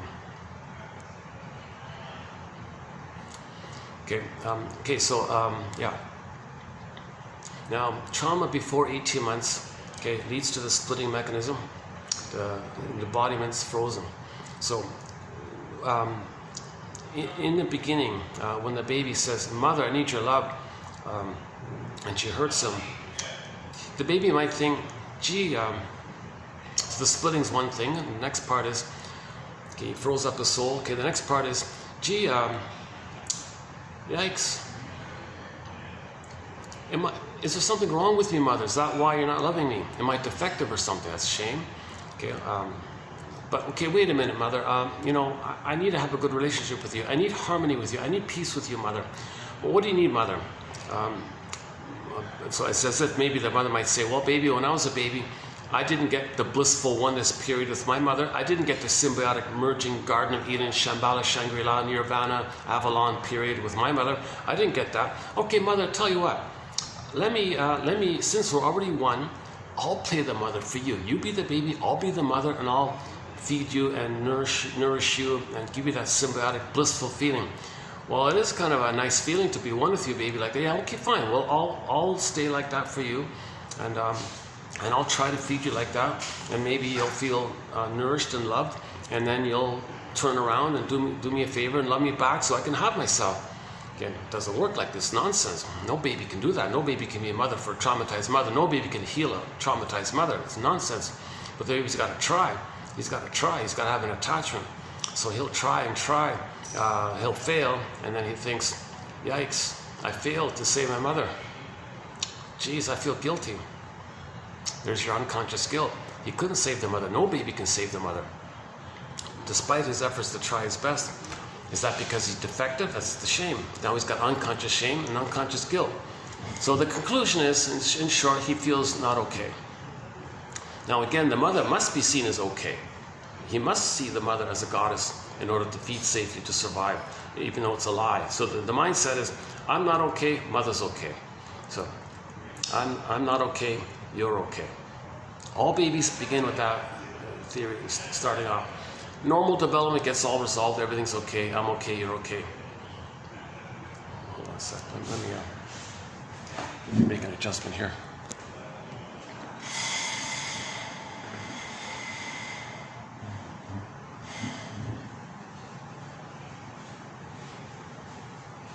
Oh, there's a mirror here. Is that a mirror? What's that? Okay.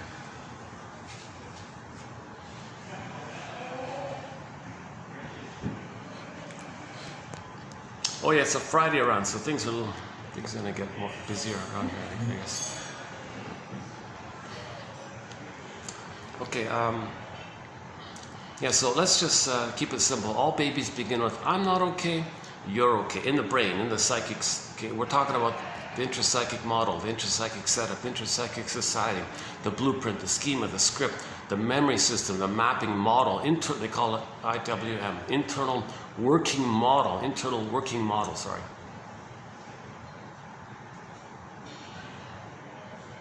I think that's Mr. Paging Dr. Bowlby. Dr. Bowlby, is that right? Is that your phrase, internal working model? Paging Dr. Bowlby. Father of so-called attachment theory. So the baby's not getting a secure attachment style. The baby's not getting a secure attachment style, so he's trying to cope and adapt. Remember, he's trying to adapt, he's trying to manage himself. He can't leave his mother, he's got to do some tricks in his mind to get along with this abusive woman here. Okay, he doesn't have a loving mother, so he's got to call her mother. It's a big lie, the mother's hurting him.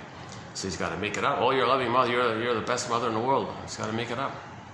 He can't know the truth. He can't know the truth. He can't handle the truth. You got to be kidding.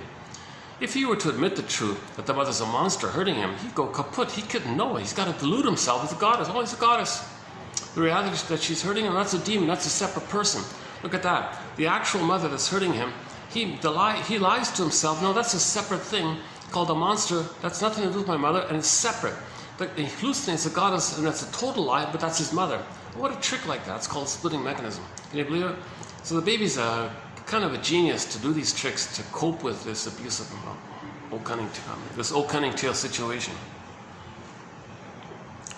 So in the beginning, all babies begin with "I'm not okay, you're okay." Fairbairn, another one of our mentors calls it the moral defense. The baby's going to be like a little moral judge and make this moral decision. Gee, what do? I got to be like a little judge here, a little infantile little god judge here. Okay, mother must be seen as okay, stamp. Mother, you're okay. Gee, well, I guess there's something wrong with me, so stamp, I'm not okay. So the baby stamps it in. I'm not okay, you're okay. The moral judge, a metaphor. So now, if this goes on, if this is continuous, mother's, they call it like a strain. It accumulates. She does it again and again, day after day, week after week, month after month. Misatune, malatune. Okay, mother, uses the baby as a proxy for her, shames her own baby because she sees the baby as her and she's the aggressive mother. So she's replaying her record. And then she sees the baby as her mother, and now she's fighting with her mother. She's doing this again and again. What's the baby going to... Another O'Kenning tale is sometimes the mother has another idea. She says, "All right, baby, at last." So the mother as a baby says, "At last, I have someone who's going to help me find myself. I'm gonna use the baby and parentify the baby, brainwash the baby to always be dependent on me, so I don't feel alone. I feel the blissful oneness. I never always feel seen. Somebody's there. I feel supported. I feel nourished. I feel present. I feel the support of the mother." So she parentifies the baby, making the baby a good mother for her. Okay, oh cunning tale. What?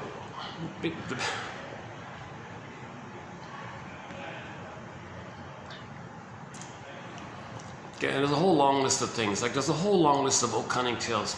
Some mothers don't want to breastfeed because she thinks the guys at the office, she wants to fantasize that she wants to control them because she uses them as a proxy for her mother.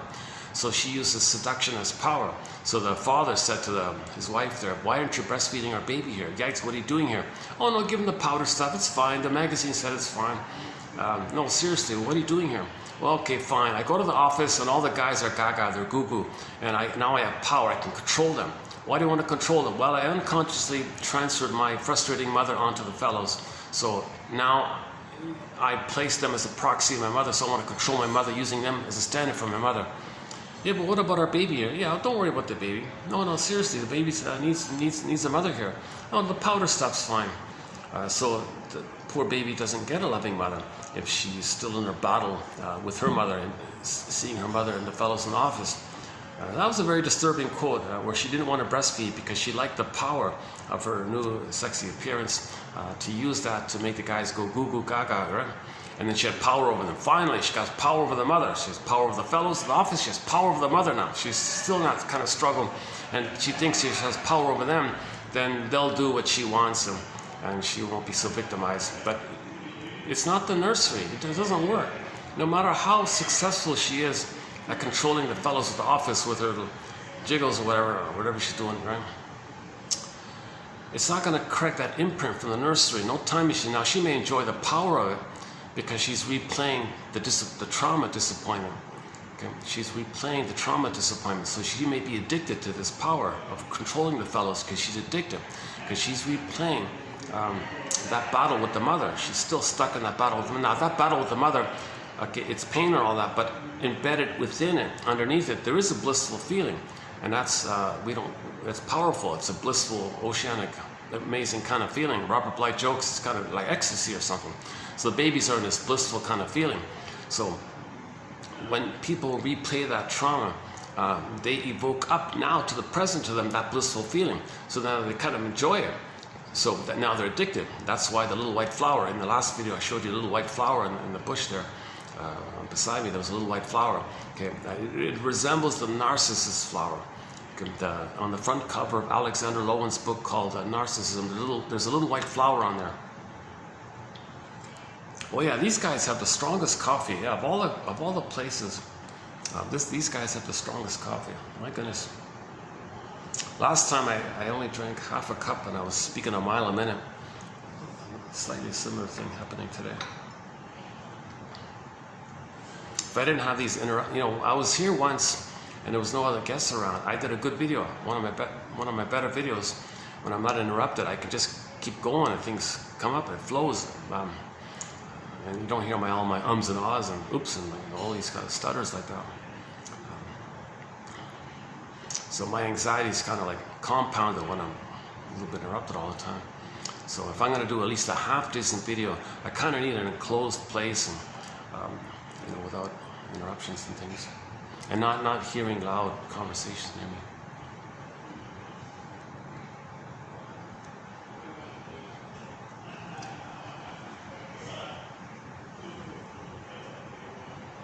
Maybe hearing loud conversations near me is a trigger. When I was a baby and my parents were arguing, maybe it triggers some kind of fear like that, maybe unknowingly, right? See, little things in the present, and you feel something and brings up the past, that's an attempt to know the past. So you kind of self-analyze yourself. Geez, look at what's this about? What may have occurred in the past that this present is analogous to? So this present might be analogous to something that resembles the past. So this present triggers the past. So what's in the past kind of resembles this? It's nothing to do with the present. They're just customers, nothing to do with me. But it might remind my brain, my body, my brain can remember. Gee, when you're a baby, parents are arguing, or there were arguments in the apartment next door or something, fights next door or something, and you were scared and you were alone, and maybe when I hear that kind of thing, maybe if I feel some physiological response, some shame or embarrassment or fear, right? So the old fear, now it's called anxiety, and the language of anxiety is physiological responses. So I might blush a little bit and look a little sadder or something like that, right? Yeah, come to think of it, it wasn't so bad in the park after all, even with the flies. I don't know what's better, the sweat and the flies, or something like this with conversations around me like this. Depends on my mood, depends how rested I am, kind of thing. Oh, more people are coming in. Yeah, okay, it's getting busier already. Let's see, what is it? What time is it? 4:40. All right. So we got almost 2 hours to go here, yeah. So hang in there, stay tuned. When my mood picks up, we'll get into the quotes. Maybe I can go upstairs for a little while, just to get away from this kind of thing. Or if let me just stand up or something. Let me just change something here.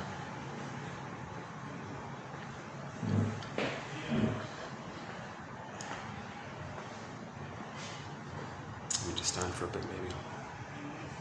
Oh, what about this little table here? Let me see.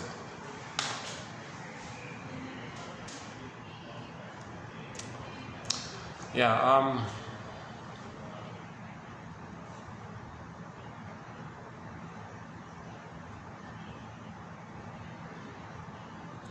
yeah, it's a nice little spot, nice little cozy spot.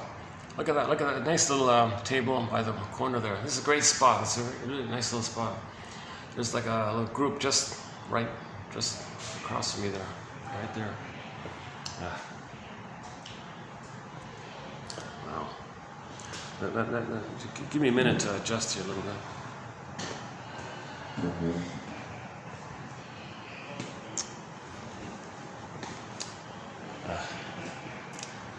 Okay, hang on. I'll get back on track here. Hold on. Stay with me. Don't turn the channel. What did they say again? Don't turn that channel. Leave that channel. What do they used to say? Don't turn that channel? No. Stay tuned? No, hang on. Don't turn that dial? Oh, don't turn that dial, is that it? Don't turn the dial? Forgot. Well, we have a quote from, speaking of nostalgia, we have a... Oh yeah, so when we do the nostalgia quotes, in case I forget, I'm thinking maybe one of our songs on our soundtrack is the Santers Band. Okay, lead singer was a guy named Rick Santers, a band from the 80s, 4 albums, classic rock band. They have a song called Dreaming, but I like both the studio, the original, but he's got a live bootleg, that live one. So look up Santers live bootleg or just Santers bootleg and listen to Dreaming. Okay, that's a little bit like nostalgia. I'm dreaming of who I could have been and geez, you know, the good old days, like that kind of. I'm dreaming of once upon a time how in the past things were like this, and I wonder who am I gonna become. And he's kind of caught in this nostalgic mode. I was thinking that might be. I'm thinking that might be a song, one song we can play to associate to the topic of nostalgia coming up. Yeah, Dreaming, Rick Santers. Yeah, we got several songs by Rick Santers. The most recent song of his is called Lovesick. Very good song, Lovesick. Actually, Lovesick has a lot in common with, a little bit in common with Dreaming. It's a good song. So we got Mistreating Heart, Time After Time, Winter Freeze, the rapper, yeah, the original, the studio, and the bootleg. The bootleg, oh yeah, the bootleg has a live version of the rapper, if you want to hear that one, about the Don Juan syndrome, about a guy with the Don Juan pattern. Okay, manipulative, liar, deceiver, that character. They call him the rapper. Watch out, ladies, that guy is a real rapper. He doesn't care about you, he's just greedy and angry, blowing up tension or something.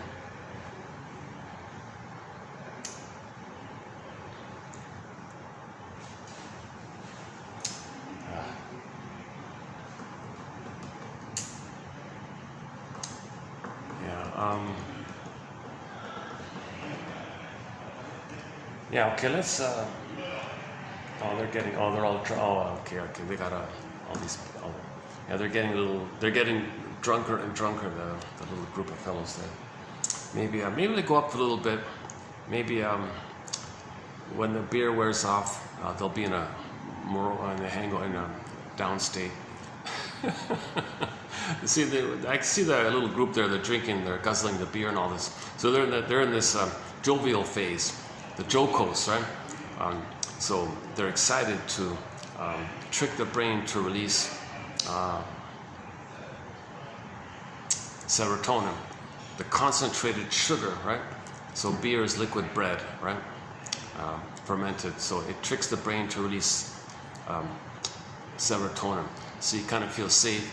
And then people say, oh, they feel warm and soft and all that. So this drinking stuff, okay, that's trauma, that's code. That's code. They didn't get comforted. They didn't receive the comfort. I'm not talking about the occasional social kind of little thing, but I don't know what degree, I don't know anything about them, but just so I'm not talking about the occasional social thing, but I'm talking about the more compulsive area. So if a person is a compulsive drinker, and they depend on it kind of thing, or they refer to it all the time easily, that's code that they didn't get the comfort. They didn't get the comfort, and they're repeating the disappointment. Okay, we repeat. So baby had a great hope, disappointed. A great hope is jovial, disappointed, morose. Jocose, morose. Enraged, bellicose. Okay, endorphins, comatose, the numbing. So, okay, so you can see people boozing up. You know, jocose, the brain gets a little serotonin. The concentrated sugar tells the mammalian part of the brain, look, we got all this food here. Oh, all this surplus food. Okay, we're kind of safe by that surplus food. Oh, so when you're safe, it sends serotonin, a level of serotonin that a baby maybe would have received if you were loved by their mother, felt safe with the mother. Well, you get a detoured way to feel safe. Oh, here's an abundance of food. Okay, I'll get you serotonin. Well, that process is a few minutes later. That's not last. That's not psychic structure. That's just a trick. It's synthetic. It's a synthetic trick. So you got that little excited feeling, and the serotonin, you feel good, and then it disappoints. Oh, it disappoints. That's the morose. So you kind of feel sad like that. The way the baby felt sad when the mother didn't nurse properly. So you feel sad again. Now the boozers can be bellicose and complain about something and make rants about something, or you know, and so on. So that's the bellicose phase. Next morning they got a hangover. Berger calls it the comatose phase. Bellicose, morose, comatose, bellicose. Oh no, sorry. Jocose, morose, bellicose. Oh yeah. So that's a repetition compulsion of the original thing. Okay, baby was jocose. Mother, oh, how exciting! Are you gonna nurse me? Oh, sad. I'm angry. And then endorphins. The brain releases the numbing called endorphins. Okay, so the replay mimics that. It's analogous to that kind of thing. So I'm gonna wait. I want to wait for that jocose phase to pass when they get to the morose phase, and then but if they get to the bellicose phase, they might even be louder, right?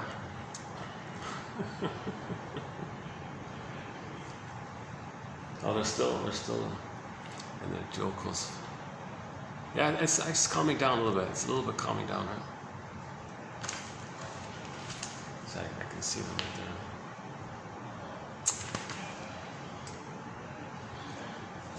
Where else can I go? What a pity. I got the nice room here, but it's just I can't. I'm kind of distracted with that.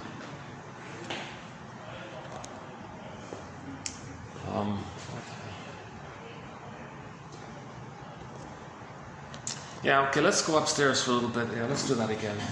We'll come back.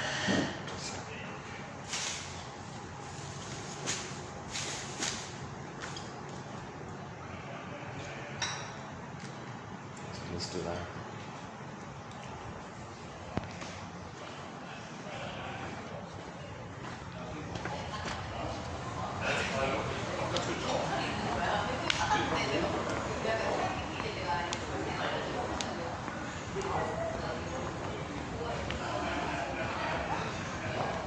Can I just leave my bag there? I'll be back in a little while. Okay.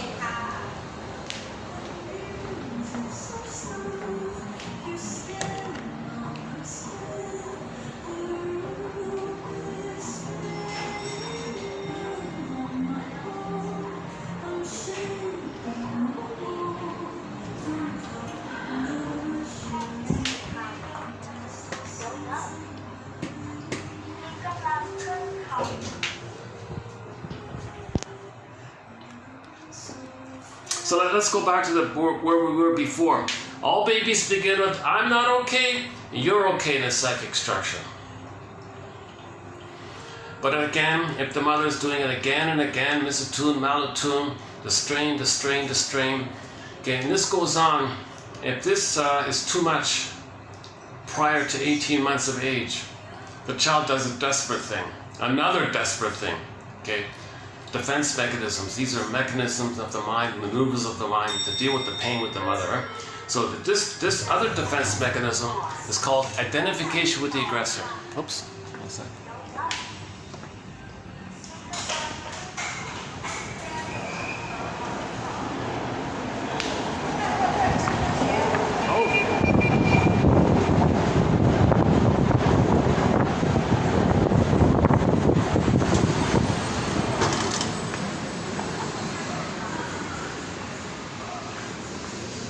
Nice little room here, right? Yes.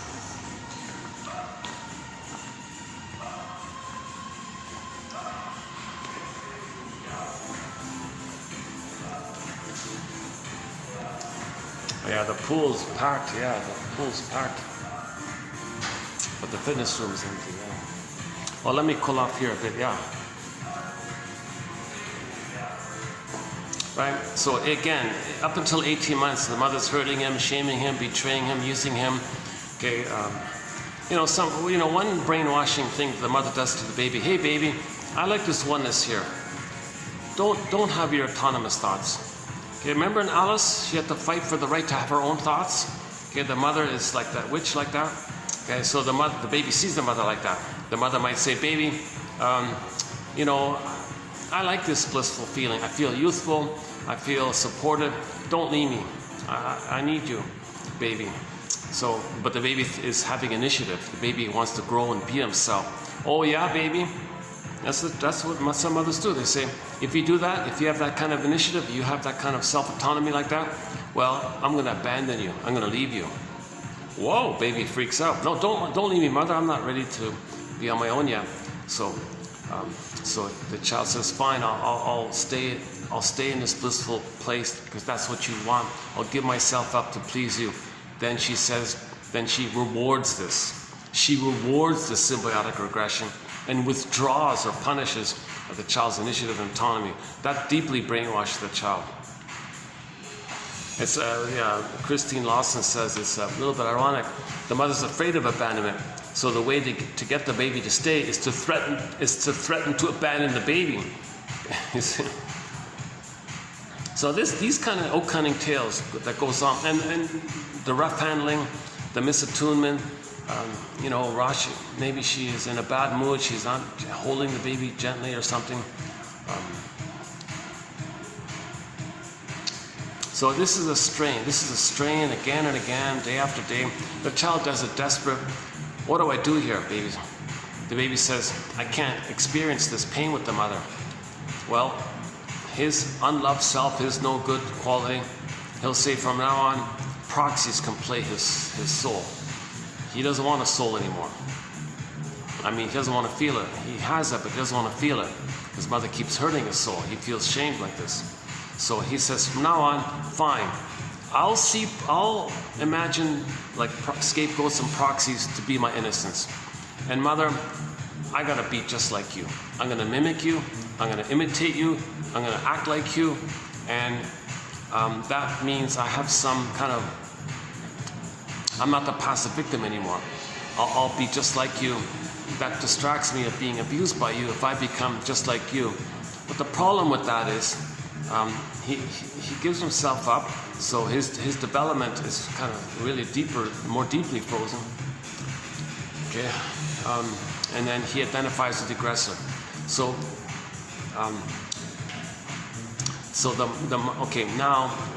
first of all, when he rejects his soul and finds proxies to play his soul, he's so emptied out by this. So what has he got left for himself, like for his actual self? What has he got left if he has to always say, proxies, you play my soul, I'm going to shame it because mother shamed me. What's left about him? Okay, he will regress to the old archaic, once upon a time place when he was in the uterus, when he was on the throne. Infantile megalomania, the glorified self, special, entitled little king, little god like this. All babies think that theory, right? So he'll regress to that, revert to that, and take that illusion which is the blissful oneness of the mother, which is addicted. When he does that, he's addicted now. Narcissism is addicted. Again, that little white flower, named the narcissist flower. When he does that, when he thinks he's a self-sufficient, superior little god like that, don't need anybody. I'm selfish. I'm solipsistic, self-sufficient, all on my own. Don't need love or trust or anybody. Then he reverts to that. That's his narcissistic identity. Now, for his attachment needs, for his need to have a mother, he's got to imitate her. Now, for the repetition compulsion. Okay, now, for the repetition. Oh, I might have to leave here. Let's see.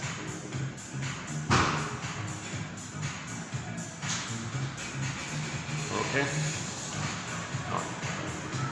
Okay. I see. Oh, they got a little drink. They got a little a cooler there for some water, ice water. Yeah, I'm kind of hoping when I go back there, I'm kind of buying time for that party. I got a feeling they're kind of set there.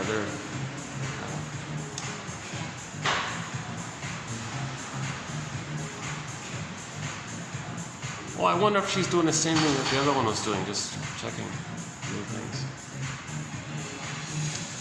Oh my God, it might be, it's possible. It's theoretically possible.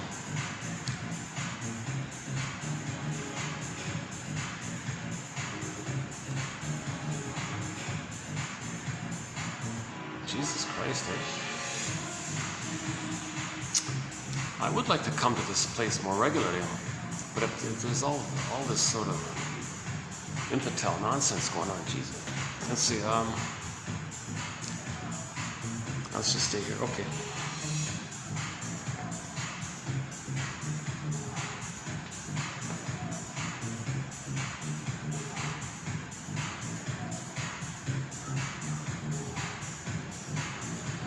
Okay, yeah. So the baby's identity is he takes refuge in that grandiose infantile self. So with that mindset, he'll say, "I'm okay." He'll say, "I'm okay." It's a fake thing, but he'll say, "No, I'm okay." The narcissistic, entitled, okay, self-sufficient, superior, okay. Now his unloved self, his shamed self, which is not okay, he's onto others. So the mindset now is, "I'm okay, you're not okay." It's a disturbed, twisted, perverted kind of thing. When he says, "You're not okay," he's talking about his own soul, which he projects onto proxies and says, "You're not okay." Now, by the way, sidebar here, him saying others are not okay is an attempt to stay in touch with his wounded soul. So he's actually having a little thread there. When he shames others, he has a little link to his wounded soul. The idea is to know that. So when you project like that, that's the means of bringing repressment to. Oh, okay, I'm just going to finish. Yeah, you're going to use it? Yeah, okay. It's all yours, yeah.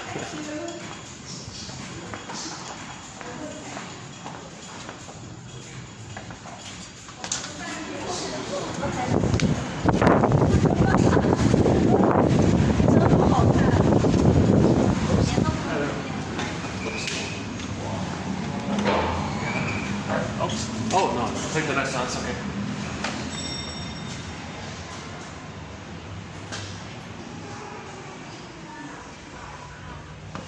Oh, it's too busy.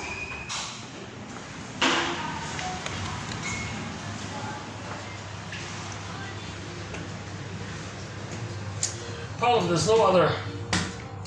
Yeah, there's no. Oops, oh, what happened here? Problem is, there's no other options there.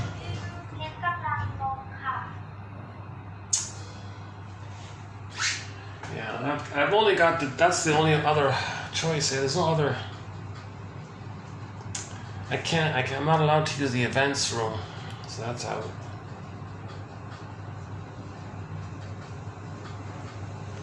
The lobby's always too busy. Okay, let's just go back to where we were. Yeah.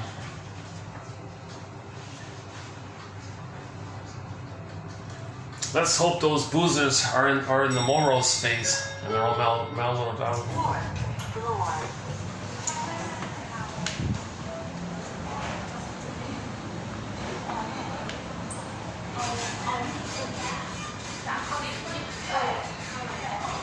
It's still there? Ah, it's still there.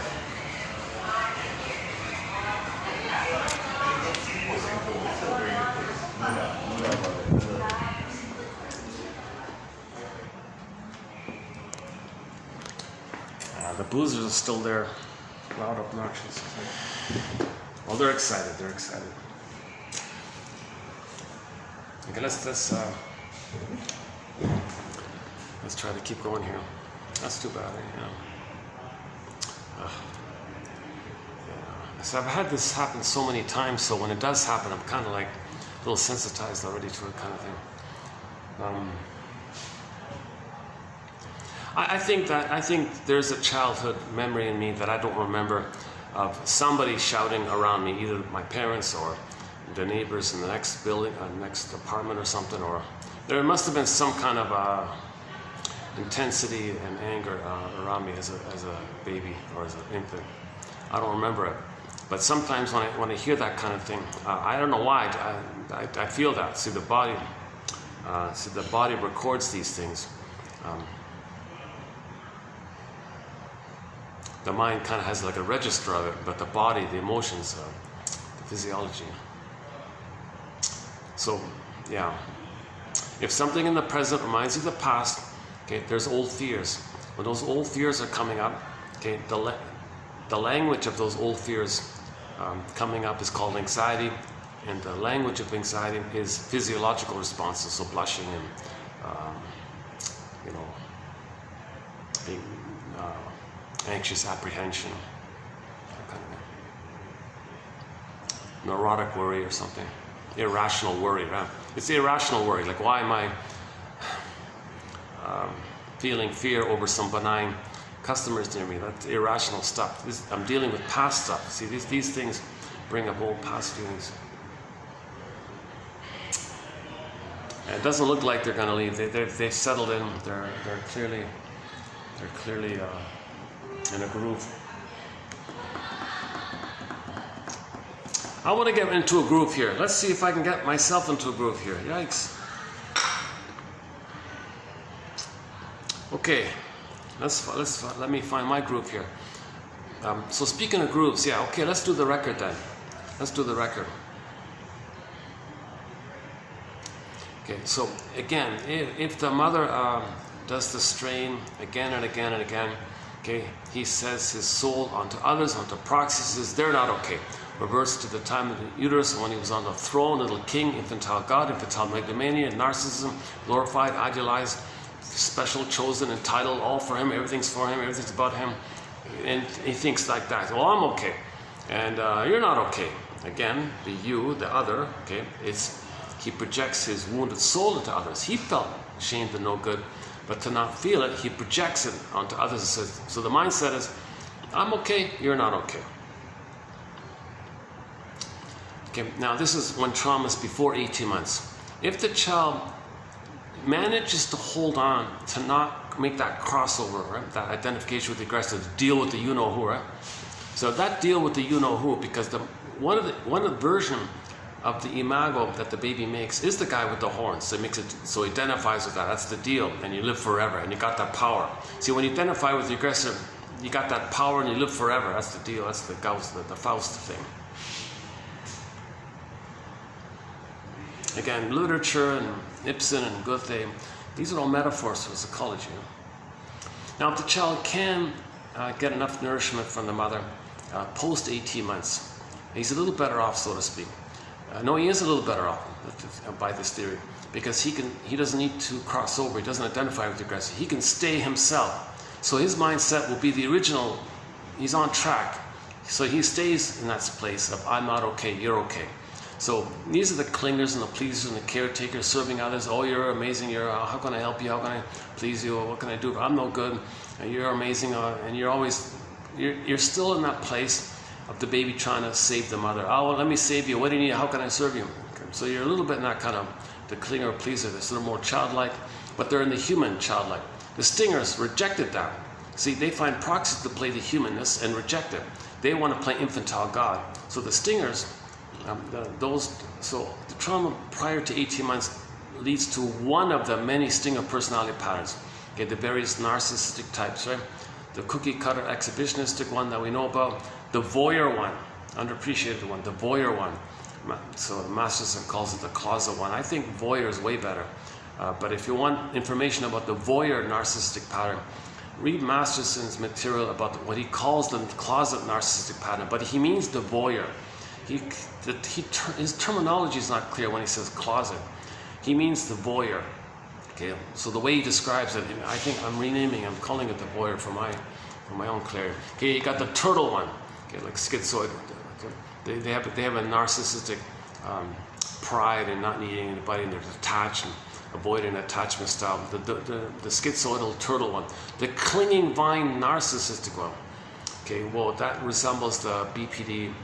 If the BPD woman hurts others, that can be in that. It can be in that area. So they're narcissistic, infantile, narcissistic, and they're doing the BPD amalgam, hysterics and tricks and dramatics, but it's all about them.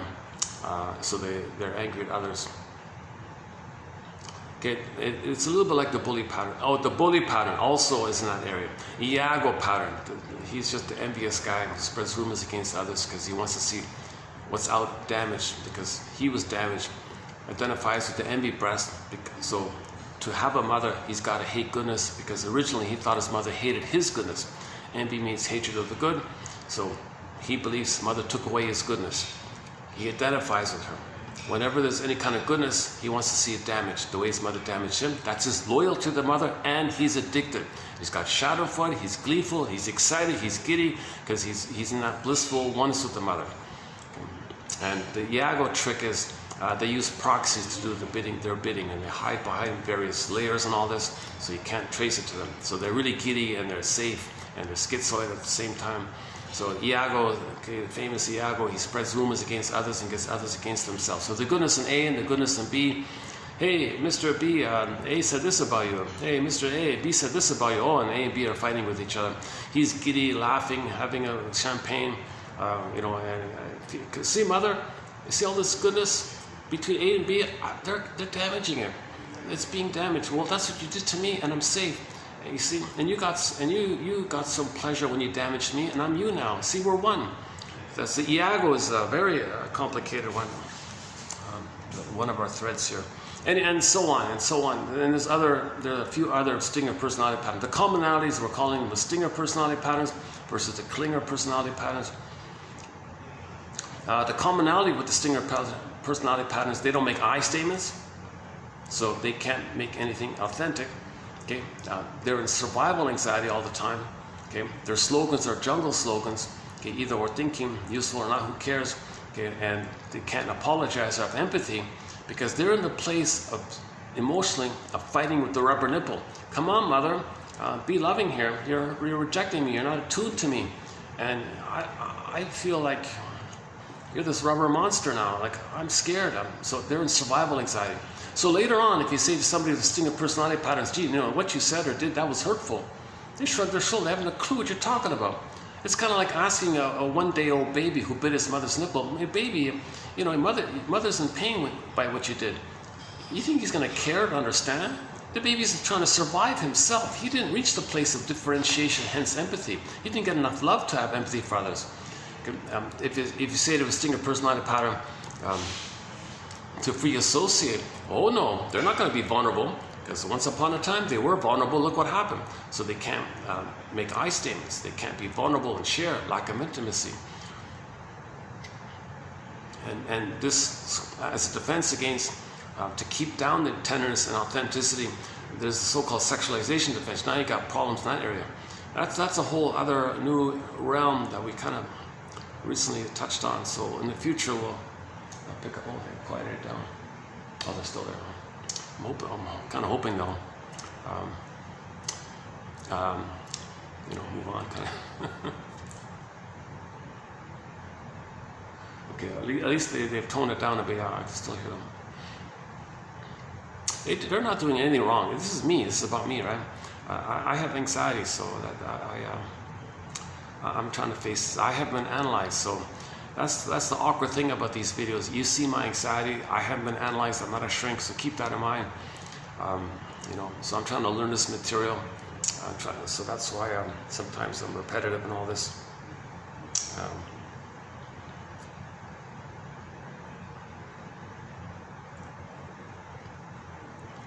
When I did the quotes about dreams, it was helpful because I did get a dream, And I did the exercise we discussed earlier.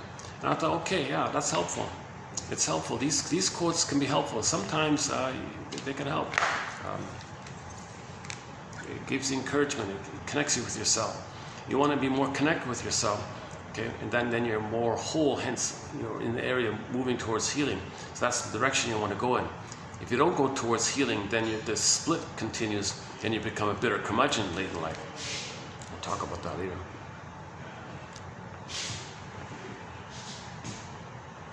Okay, so trauma before 18 months leads to one of the distinct personality patterns. The commonality is hate, of course. So when joy and sadness got zooped away, so when needs are not met, the joy and sadness zoops away. That's the feeling brain, the mammal area, the main one, the second brain, the second mind, the second line of consciousness, the second memory system. Okay, remember 3 brains, 1, 2, 3. The middle, the main one, that's us, the mammal, we're feelings, body, that whole area. Okay, the pleasant feelings of joy, sadness, and all the associated basic feelings in that area. The quote-unquote human side of being human. Okay, empathy, reparation, making amends, and delight in creativity and play and spontaneity, and the joy of expressing your uniqueness, which the Great Spirit gives everybody, and that's pleasure, loving life, meaning, and everyone's better off like that. And there's the bluebird is there, and the pleasure is there, and the authentic joy is there. So that's all zooped away, represented by joy and sadness getting zooped away, that too. Then you go back to the first primitive survival brain, and anger flares up.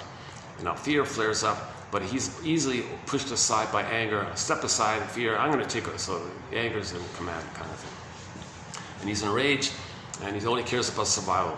And hypervigilant, hyperreactive, PTSD mode, hypervigilant, hyperreactive, and impulsive, and not cares, doesn't have feelings, sarcastic, very cynical, very sociopathic, I guess. He's like a little bully character kind of thing.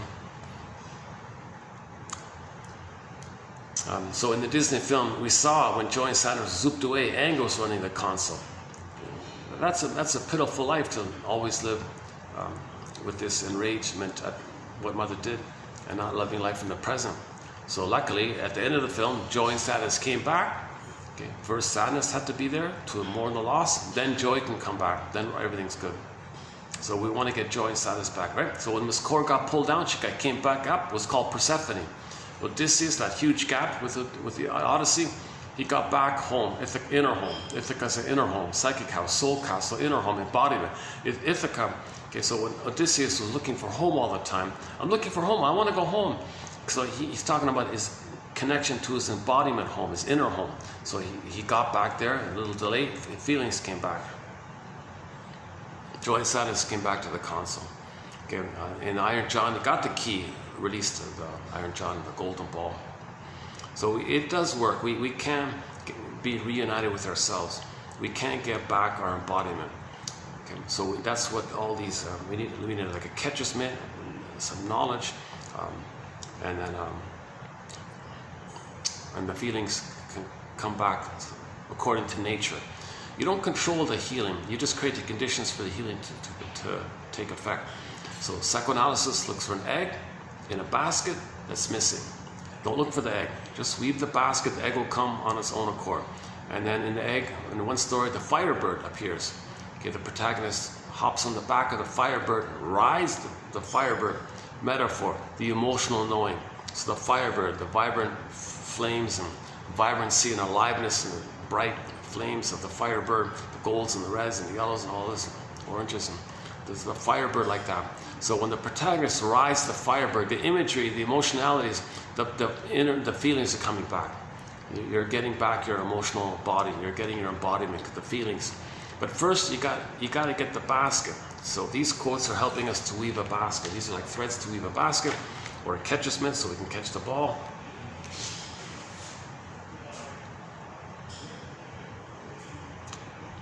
Okay, now again, the commonality with distinct personality patterns: hate, greed, envy, envy, spite, vindictiveness, schadenfreude.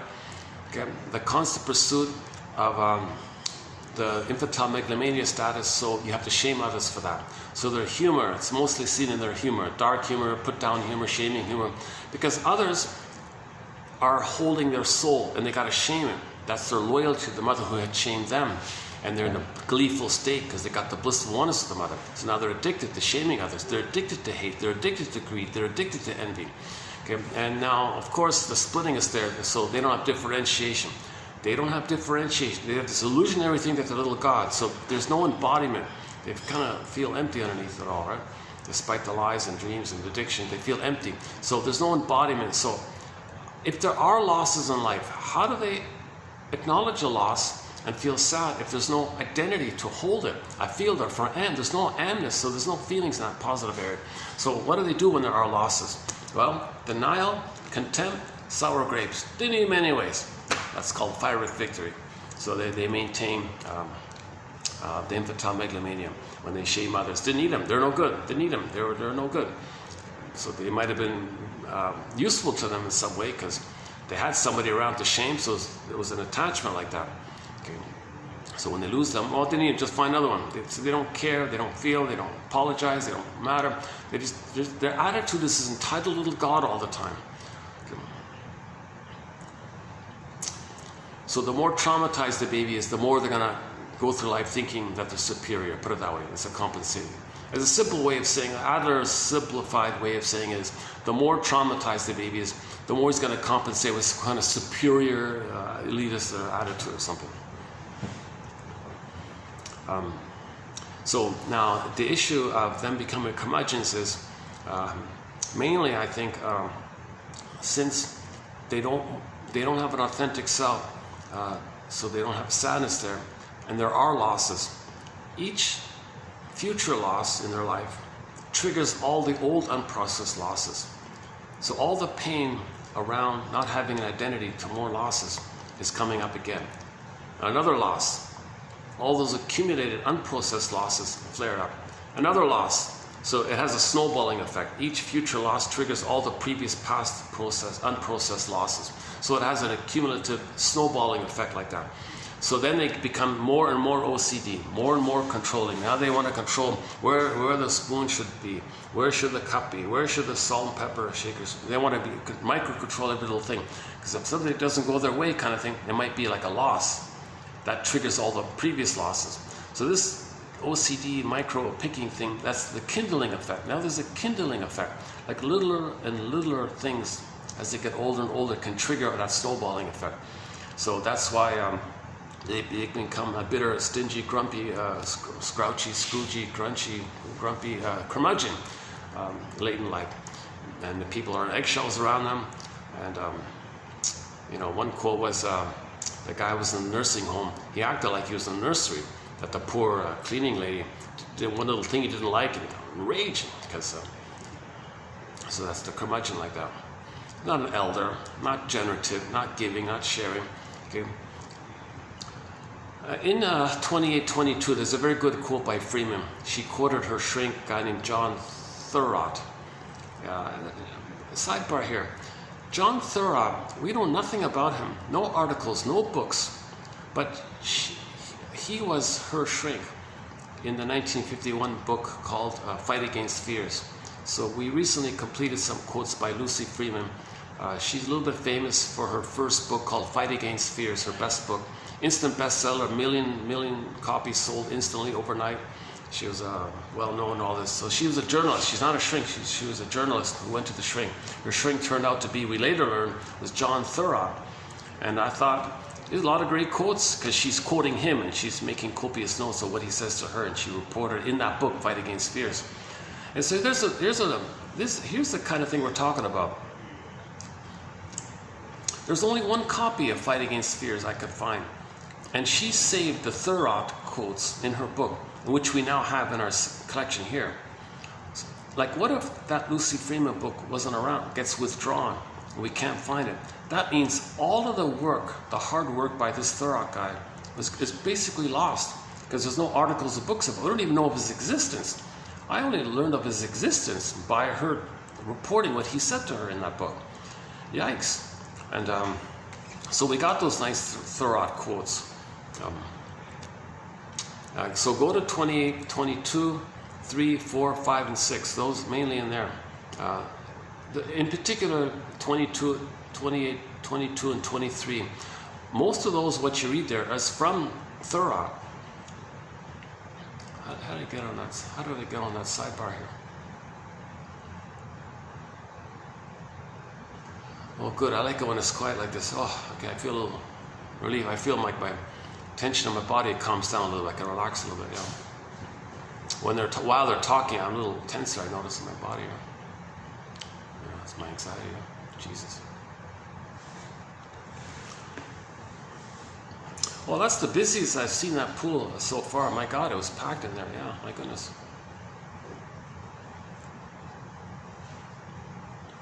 Just a little pool, yeah.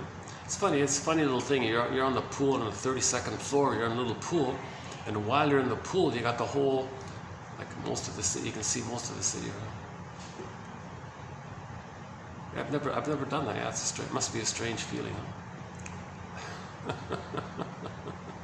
The pool is on the ground, under the ground, instead of being on the top of a skyscraper.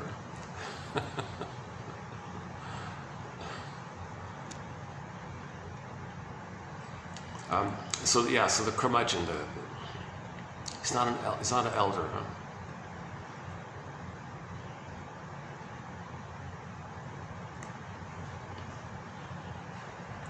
That means he was so traumatized, he ignored all of the calls, all of the knocks. Come on, at midlife, come on, something's wrong here, come on, listen to me. So his unconscious was knocking it, he ignored it. No, don't, leave me alone. Just give me more beer, give me more cookies, give me more holidays, give me more travel, give me more manic behavior. Let me be manic. Knock. No, be quiet, don't want to hear that. Psychosomatic symptoms. Oh, doctor, just play whack-a-mole with my symptom. Another symptom, just give me a pill. Just push it down, repress. So it becomes he can become a curmudgeon by that.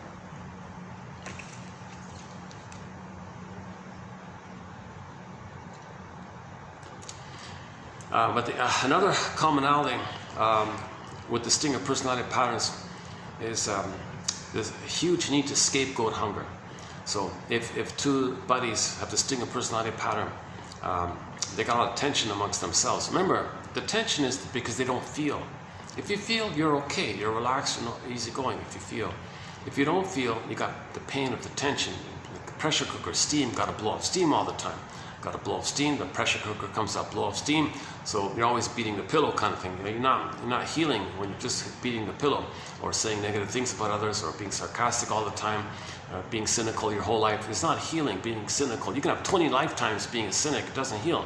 So you're just blowing off steam all the time. Just the pain keeps coming around not feeling. Once you feel, what a relief. Now you get back in your embodiment, joys of the console. Okay, and now you got the soul is its own source of unfolding. So now you got that kind of regenerative, positive energy from the, like a kid in his humming. You got that kind of inner humming kind of thing going naturally. But if the feelings are missing, that's pain because you can't feel. So pain means you don't feel. Now if the pain builds up, that's called tension. Then you got to blow off steam all the time. We're back.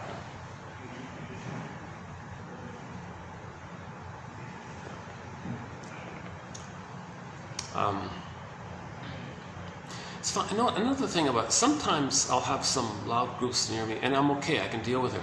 It just depends on the tone. Sometimes it's the tone that triggers me a little bit. I noticed that. Yeah. So who in my childhood had a kind of like a lower, deeper, booming kind of tone, right? Yeah. So you can think in those terms too.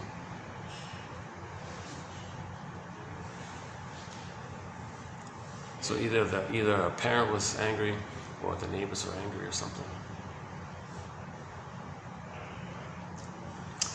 Yeah, and then so what's the hardest thing about being reminded of your childhood fears and not having someone to talk with and process it? What's the hardest thing about it? Well, they don't have that caring witness. So what's the hard thing about not having a caring witness? So that it's called upon me to, I got to find some ways to create a life raft kind of thing to carry me over at least. Okay, well, so what about that? What other life rafts are there? Well, I can go to the second floor. I can go to the lobby for a while. But I know it's worse there in terms of noise. I got the other guests all around. Yeah, I got the guests all around. Okay, why don't I just go for a little stretch then?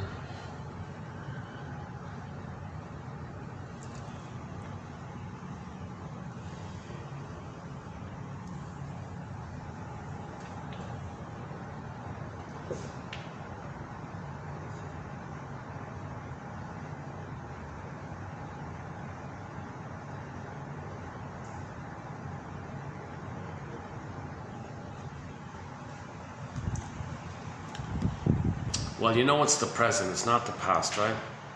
Yeah, that helps, yeah. So you separate the present and the past. So the present isn't the past, right?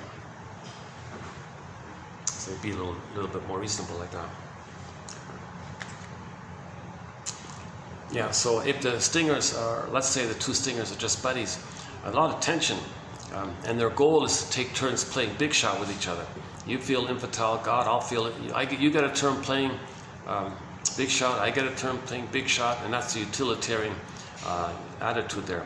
So there's no I statements, there's no like real emotional intimacy, but there's a lot of pain and shame and rage like that. So when there's two stinger buddies get together, the first thing they do is, all right, who are we going to hate? Scapegoat. Who are we going to discharge our attention onto? Because we don't want to discharge our attention on each other, so we find a non-threatening third, make it up, just make up some third. That's the emotional triangle theory that Murray Bowen talks about, this triangling effect.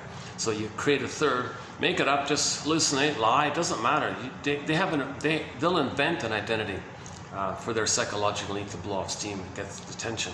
So they'll just say, oh yeah, well, the guy who lives in unit, whatever, fill in the blank, yeah, that guy there, yeah, we'll pick on him. Okay, so anytime they're angry, they'll just say how terrible he is. And you agree? Yeah, so we'll both agree to hate the guy in that unit or whatever.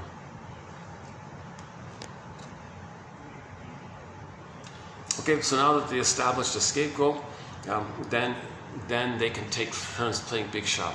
If a real feeling comes up, well, then they'll quickly, oh yeah, let's hate that guy. Remember that guy in that unit there? Yeah, see what he said? And, ha, and put him down. So on and so. Then they feel better. Okay, you play infantile, you play big shot, I play big shot. It's kind of utilitarian like that. They help each other in a utilitarian way to feel better and addicted. And they're addicted. They're kind of addicted to the cynicism towards that innocent person. So that's. Now, if any time somebody wants to be authentic between them, what you did, oh, you broke the deal, woof, the thing can suddenly break up. They leave each other and don't talk to each other anymore. Because they don't make I statements, so there can be like a sudden ending of the so-called quote-unquote utilitarian arrangement like that. Now, if it's a couple and they get, so what I'm talking about is scapegoating. If there's a couple, they might do that to one of the children. So the mother will not love the child, make them naughty, to give the parents an excuse to say, look at our naughty child, we got to protect ourselves. Then they use the slogan, the rationalization. So they create a camouflage. Okay, spare the rod camouflage. Shall I compare thee to an onion? Under the camouflage is the real agenda to blow off steam. So they just hide it over with the so-called rationalization. Something you say that makes you sound reasonable. Something that, like plausible, like, it's reasonable. You want to give the appearance of being reasonable to deny the real issue that's going on. The real issue going on is the parents want to scapegoat one of their children. So if the father's angry, he'll shout at the child or something. The mother does the same thing.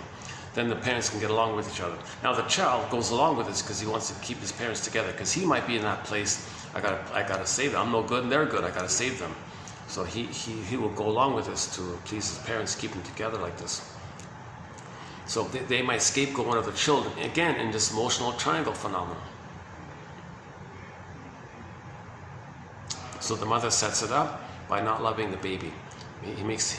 Make him enraged. So the mother wants the child to be enraged. She wants it. She creates it. She wants the baby to be naughty, to give her and the husband a reasonable sounding excuse. Look at our dangerous child. We got to teach him a lesson here. So now spare the rod. So, So they created that, so they have the chance to discharge their tension. That's the point. Okay, a lot of the slogans. Now let's quickly do the BPD amalgam. In the survival, because they're in the survival mode, everything they do is about survival. They just want to survive. They're not feeling and loving and empathy and gratitude and sharing and tenderness, affection, and the warmth and the kindness and tenderness and the caress and the tenderness and that kind of quote-unquote more human feelingful area. That's rejected. In fact, if they see someone else, they shame it. If they see it, they mock it, belittle it. Oh, don't be vulnerable, no trust. So they have a very jungle. That's why they call it the jungle slogans.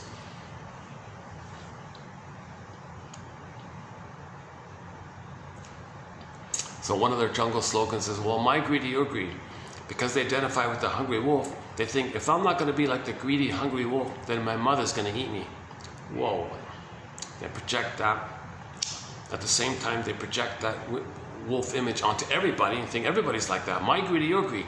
If I'm not greedy, you're going to eat. My mother's going to eat me. And they see their mother image onto everybody. They think that they're going to be a victim of other people's greed. Well, my greedy, your greed. And that's actually official. That's an official slogan of one of the pillage and the plunder of the pillaging system. Well, my greedy, your greed.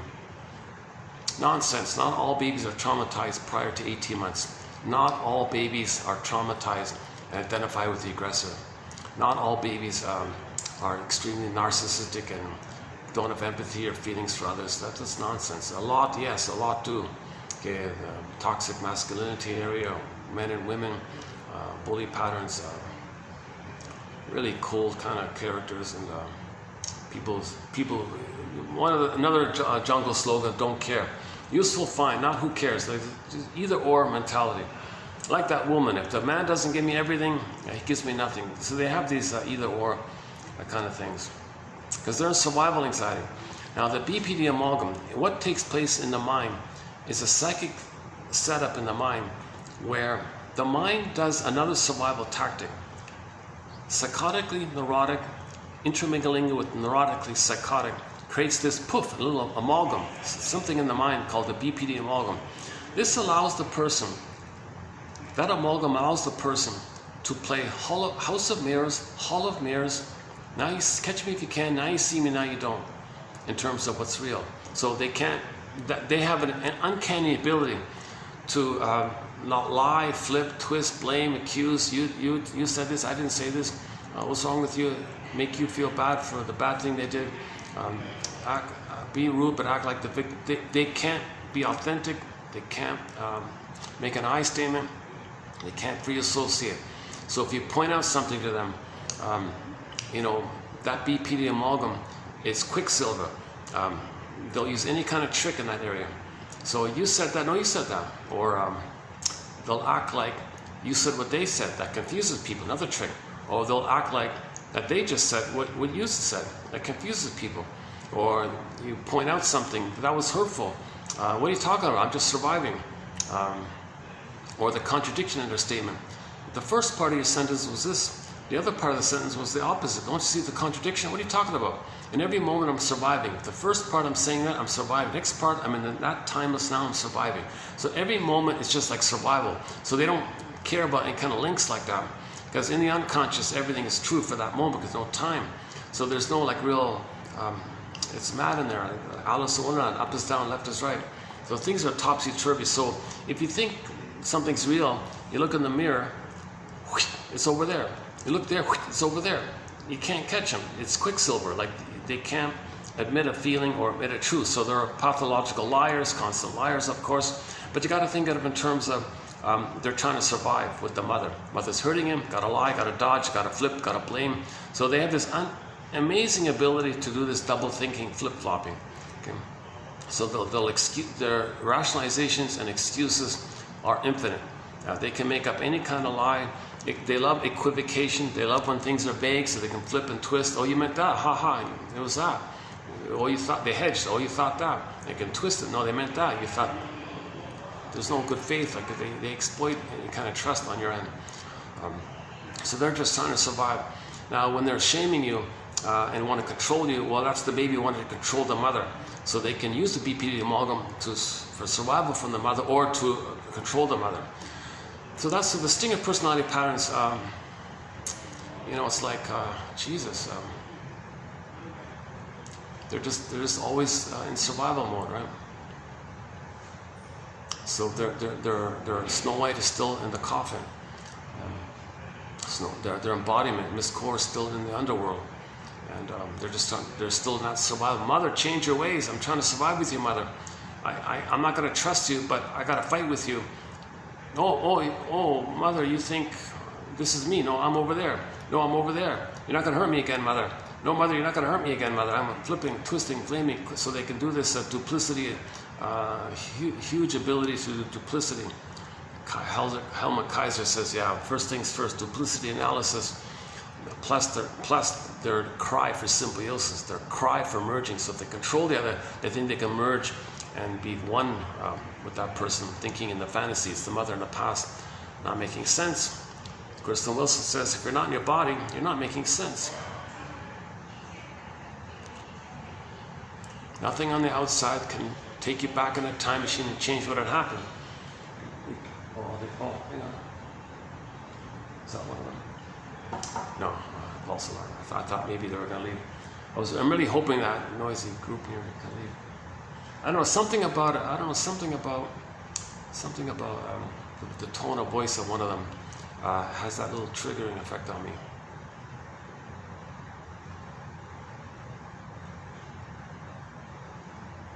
Oh, but if one of them left, then the other two is quiet. Okay.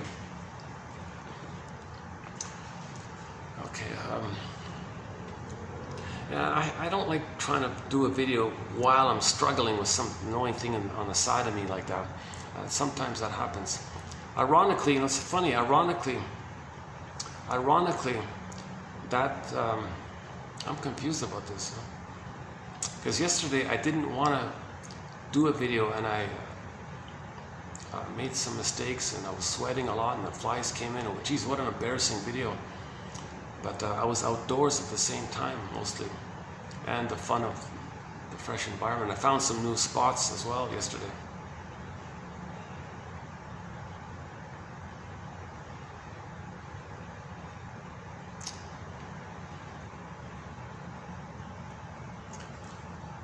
Yeah, what I could have done was gone to the other place. No, but I got a late start, so. I'm just personally trying to figure out the best way to, with the timing and the time it gets here and the sweat issue.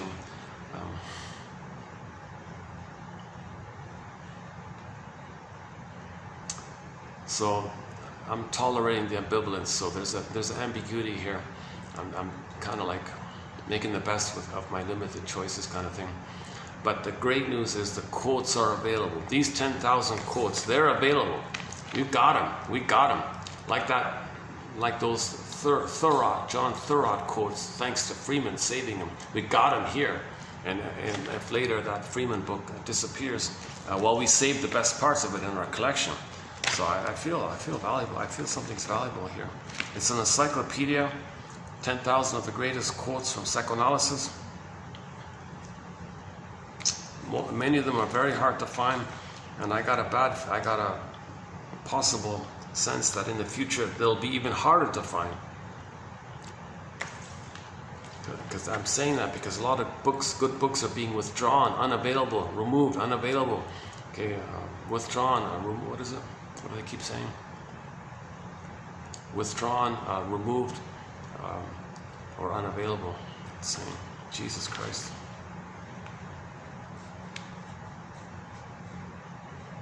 There should be like a further acceleration of more books being digitized, but it's kind of like turned around a little bit, where they're withdrawing good books. And while they're withdrawing the digital books, then you clamor to look for the printed books. Oh, printed books are totally gone. Or you find one copy, it costs, you can't afford it. No, nobody can afford it, right?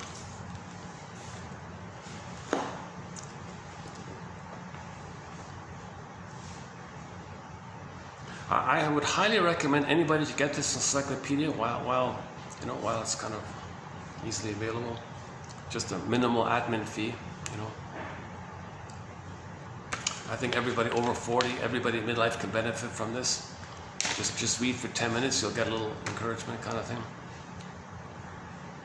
Everyone's got their own unique little kind of journey, so everyone's going to pick their own quotes that are unique for them. So no one has a carbon copy journey. Everyone's got to pick around the quotes for them. And, okay, so we've been talking about the Stinger personality patterns. And there's cynical humor, jungle slogans, BPD amalgam, House of Mirrors, that one. So yes, they're very cynical, negative attitudes.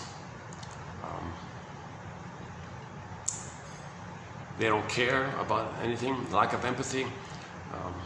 See, if the clinger marries a stinger, see, the clinger does the I'm not okay, you're okay. Stinger says, oh, fine, wonderful. That's great, of course you're not okay. I'm okay. So the stinger uses the clinger as a proxy for the wounded soul.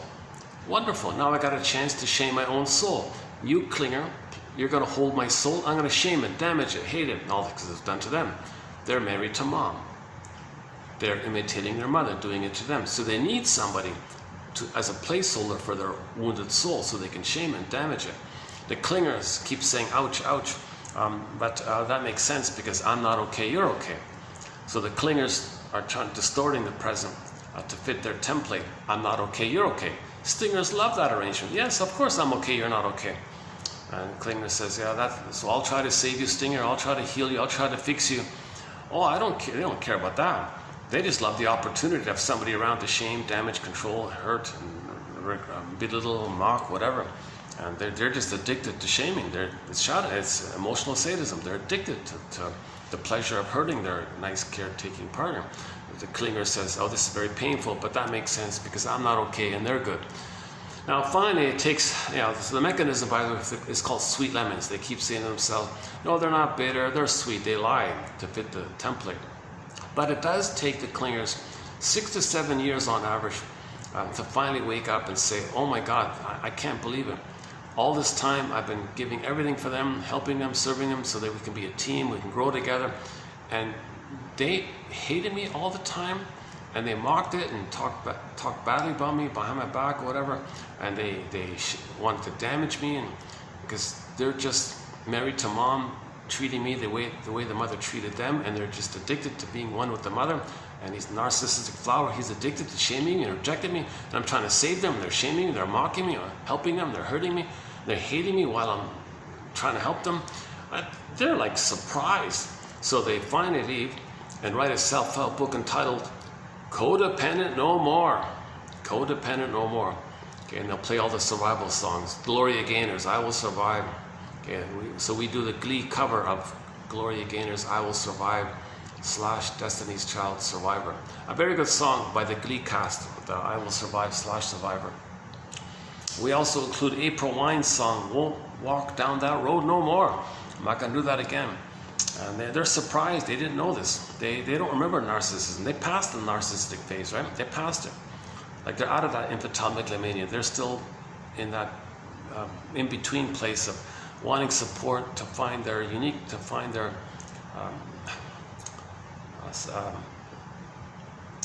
to express their uniqueness like that. They want that kind of support to be successful in expressing their uniqueness. And they thought the stingers could help with that. Well, the stingers take advantage. They don't care. They're in survival anxiety. The way they survive is to shame the clinger. That keeps them safe with the mother who did that to them. So that's how they have a mother. So the clingers, right? So codependent no more. And they're surprised by this. And they feel pretty badly by this, right? They might want to go to a waterfall thinking they're desperate to clean from being shamed by the shaming person all the time. Because the stingers have an immense amount of shame, which they see onto others and reenact and recreate. So they shame others to replay the mother shame them.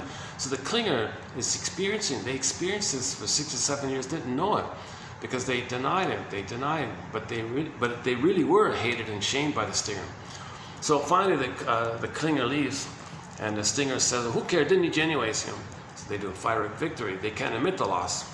They can't admit the loss. Stinger just finds another sucker, so to speak, meaning clinger, caretaker and clinger. So the clingers are naive, they're childlike, but it's human. The clingers are in the human realm. Stingers don't care about the human realm. They only play infantile God, and they shame the human realm.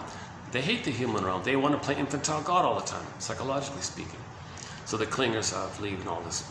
So the clingers are in a dilemma, because the clingers, if they marry another clinger and they're both unconscious of that status, they're going to both compete to say, okay, you be the good parent to help me find my autonomy. No, you be the good, strong parent to help me find my autonomy.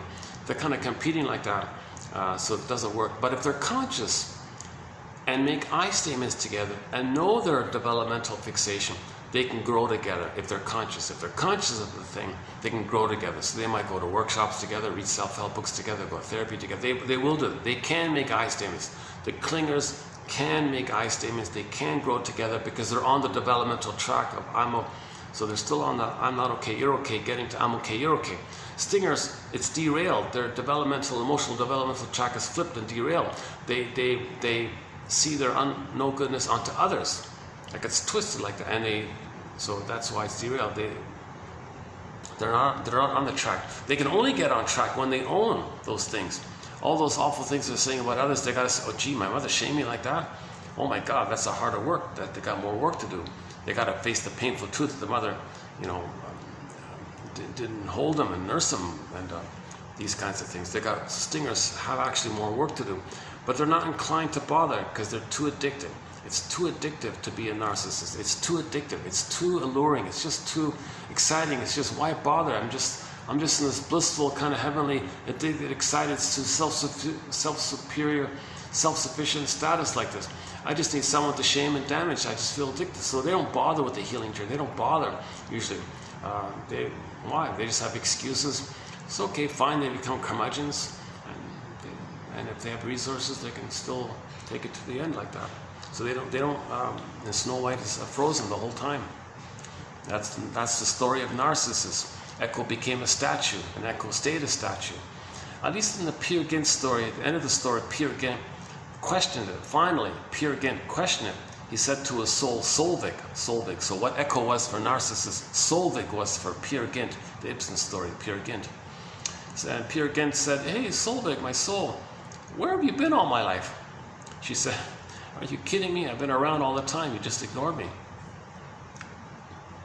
So then the story ends. So we don't know, question mark, is he going to accept his soul now? So we don't know. In the Narcissus story, it was clearly, he never looked at it. He never looked at it. Echo became a statue at the end of the story, so he never looked at it. And he became the little white flower because he was still stuck in that addicted place. And his soul was petrified, turned to stone. Echo became a statue. Echo became a statue. The one good thing about the Peer Gynt story, there's a park. Oslo, right? Oslo, Norway, right? Ibsen was Norwegian, right? In Norway, there's a park called the Peer Gynt Park. And you can walk around the park and you can see images from the play. Like the Peer Gynt, the troll story. And then of course there's the famous music, Edward Grieg's famous class. So there's an opera and the music, nice music by it. My favorite rendition, the best, in my humble opinion, the best audio-visual rendition of the Peer Gynt story is the one done by Vadim Krzyzewski. Very hard to find. It was on YouTube. I looked for it recently. I couldn't find it. It's a 30-minute animation of the Peer Gynt story by a guy named Vadim Krzyzewski. I think it's 1969. Now it was originally done in Russian, but there are English subtitles. Its translation is very good. You can follow the story easily. And so, the quality of the film was a little shaky, but it's okay. You can still follow the story. They did a good job presenting a summary of the story in only 30 minutes. You get a really good feel of what that story is all about, and with the subtitles and all that. Okay, so again, Peer Gynt, 1979, Vadim Krzyzewski. He was a big, famous animation specialist back in the day, kind of thing. Back in his day, 1979, right? And then, in the Peer Gynt story, read Karen Horney. So Karen Horney discusses that story at fair length. She does a great job. Karen Horney does a great job going through that Peer Gynt story.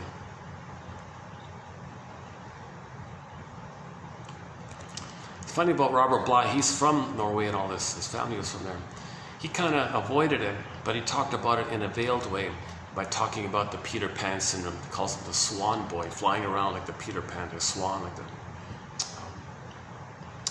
yeah, another expression was the flying boy, swan boy, the Peter Pan flying around. So the Peer Gynt's like this narcissistic, greedy, ambitious psycho. Some people call him a psycho because he didn't care about anybody. He never cared about anything. He just wanted to be on the throne. And the pinnacle for him was in the lowest of the lowest, the lowest of the lowest. The troll king said, well, you can marry my daughter and be a troll king. Well, I don't care, I just want to be king. I just want number one. I don't care about feelings or anything. And you can see the disturbance of the whole troll world, right? So when he had to marry her, he really hit rock bottom. He really, that was a turning point. He hit rock bottom.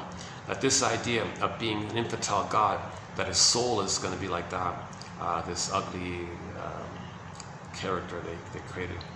So he freaked out and had to escape. You saw him running and running. And then interesting, whenever he's in trouble, he always goes, Mommy, Mommy, help me. Where's Mommy? Where's my mommy? Because he's a mother's boy. He's always running, like always crying for his mother when he's in trouble. And then he finally escaped. So the famous music, there's a very famous music. Da-da-da-da. No, hang on. No, that's not it. No, sorry. Okay, I forgot. If you look up Peer Gynt, Edward Grieg, that one, G-R-E-I-G, is that right, Edward? The Peer Gynt, that one. So the first song, the overture is famous, escaping from the troll king story. That's very dramatic. Another very good song on there is called Solveig's Song. Now Solveig, the soul, they made her sing a song. Here I am, lonely. You know, I'm not being accepted. Solveig's Song, a very sad kind of song. And I looked around for who sings that song nicely.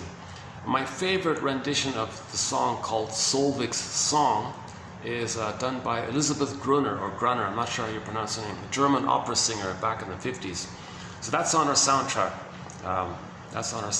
Elisabeth Gruner's rendition of Solveig's Song. Very nice, nice touching that song.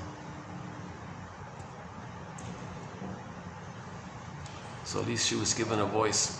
Echo, yeah. Echo didn't have a song, right? No, there's no musical of the. Oh no, there's Don Juan musicals and Don Quixote. Yeah.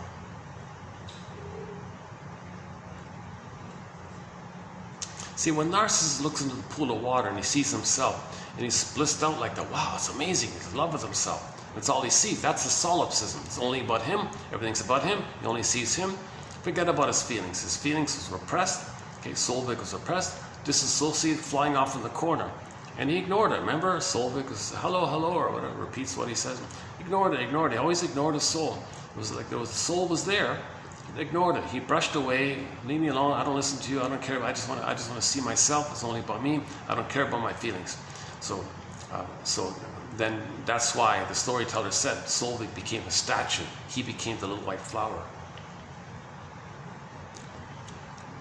By the way, the jargon for this phenomena of the not having access to our feelings is a Greek word called athymolexia. No feelings for my words. I have these words, but I don't have no feelings for them. Variation, Peter Siphenio 73, alexithymia. No words for my feelings. I can't find the words for my feelings because athymolexia. I can't find my feelings for any of my words. So that's the condition we're trying to heal. So we need emotional literacy. Pete Docter, the director of Inside Out, is a soul doctor. He's teaching emotional literacy. Hold on a second.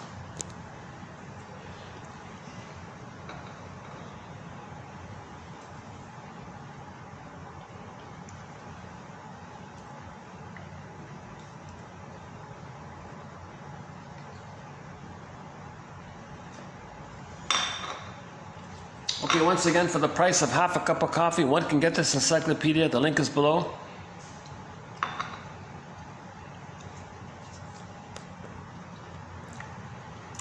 Okay, so now let's go back to the record. Okay, every neurotic is a music enthusiast, but he only has one record. So back to the song. Okay, so back to that loop we were talking about before. Baby cried for love, mother said no. No time. Needs mother's love. But the pain, the wish and the fear, he's got to replay that dynamic. He's got to cry for love, but mother says no. Cry for love, mother says no. No time. Still has those needs. Crying for love, mother says, it's skipped. It's like a skip, like, because the pain was no, but he's got to cry for love, but the skip was no. He's stuck in this broken record kind of thing. Imagine this record as a metaphor being grooved on a 45 disc record. Okay, those 45s only have one song. Let's call it this cry for love. Everything's love or cry for love. Cry for love. Okay, so either side B is the same as side A, or there are no grooves on side B. Just the one. The point is, the 45 is just one song. That's the only song he has. He doesn't have other songs. In every new situation, he replays that same old song. He recreates that interaction. Okay, so Edmund Burglar, our mentor, says, every neurotic is a music enthusiast, but he only has one record.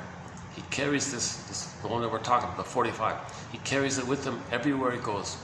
Every time he sees a turntable, record player, Victrola, phonograph player, record player, turntable, with never-ending fiery ardor, Burglar says.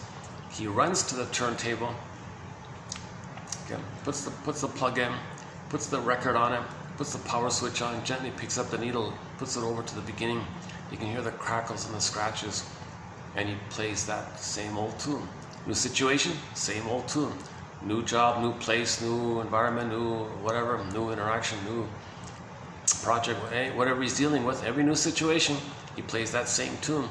Next situation, same tune. Keeps playing that same old record. He's got the same old record. He doesn't have any other records. He only has that same old record. Mother, I didn't get your love. Mother, I didn't get your love. Mother, I need your love. Mother rejected him. So the metaphor is he recreates in the situation a melodrama, a psychodrama, like a play, like a theater thing.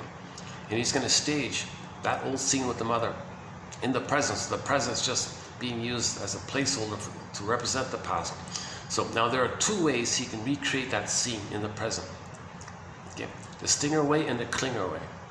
The stinger way is the more perverse, disturbed way.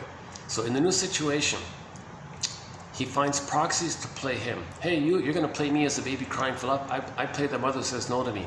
So you cry for love. So you be vulnerable. You need something. You're human and all this. I'm going to say no to you, shame you, or reject you with my dark humor, put down humor. Okay. Now flip flop, hocus pocus, auto hypnosis. Okay. In the unconscious, Alice in Wonderland, things can flip and shift and twist. Now the reality is he's angry at his mother. Okay, proxy, thank you for playing me as a baby, which I just shamed. Now I want to see you as the mother who shamed me. I'm going to continue my battle with my mother. So you play my mother, and I want to control you and dominate you. So I want to emotionally control you, thinking that you're my mother in the nursery, and I want to change my mother. Not making sense. New situation, same thing. Okay, so dark humor, you're no good. Oh, now you're dangerous. I got to... you're my mother, now I want to battle with you. Okay, so shame and hate, shame and hate. So he's just doing the same old thing again and again. When the clingers play the record, it's more benign. They play themselves. The human childlike place. Could someone support me to finish my development? I'm halfway there, but I'm not fully there. Could someone help me through that phase of giving me confidence so I can express myself? Because the clingers are frozen in the rapprochement phase.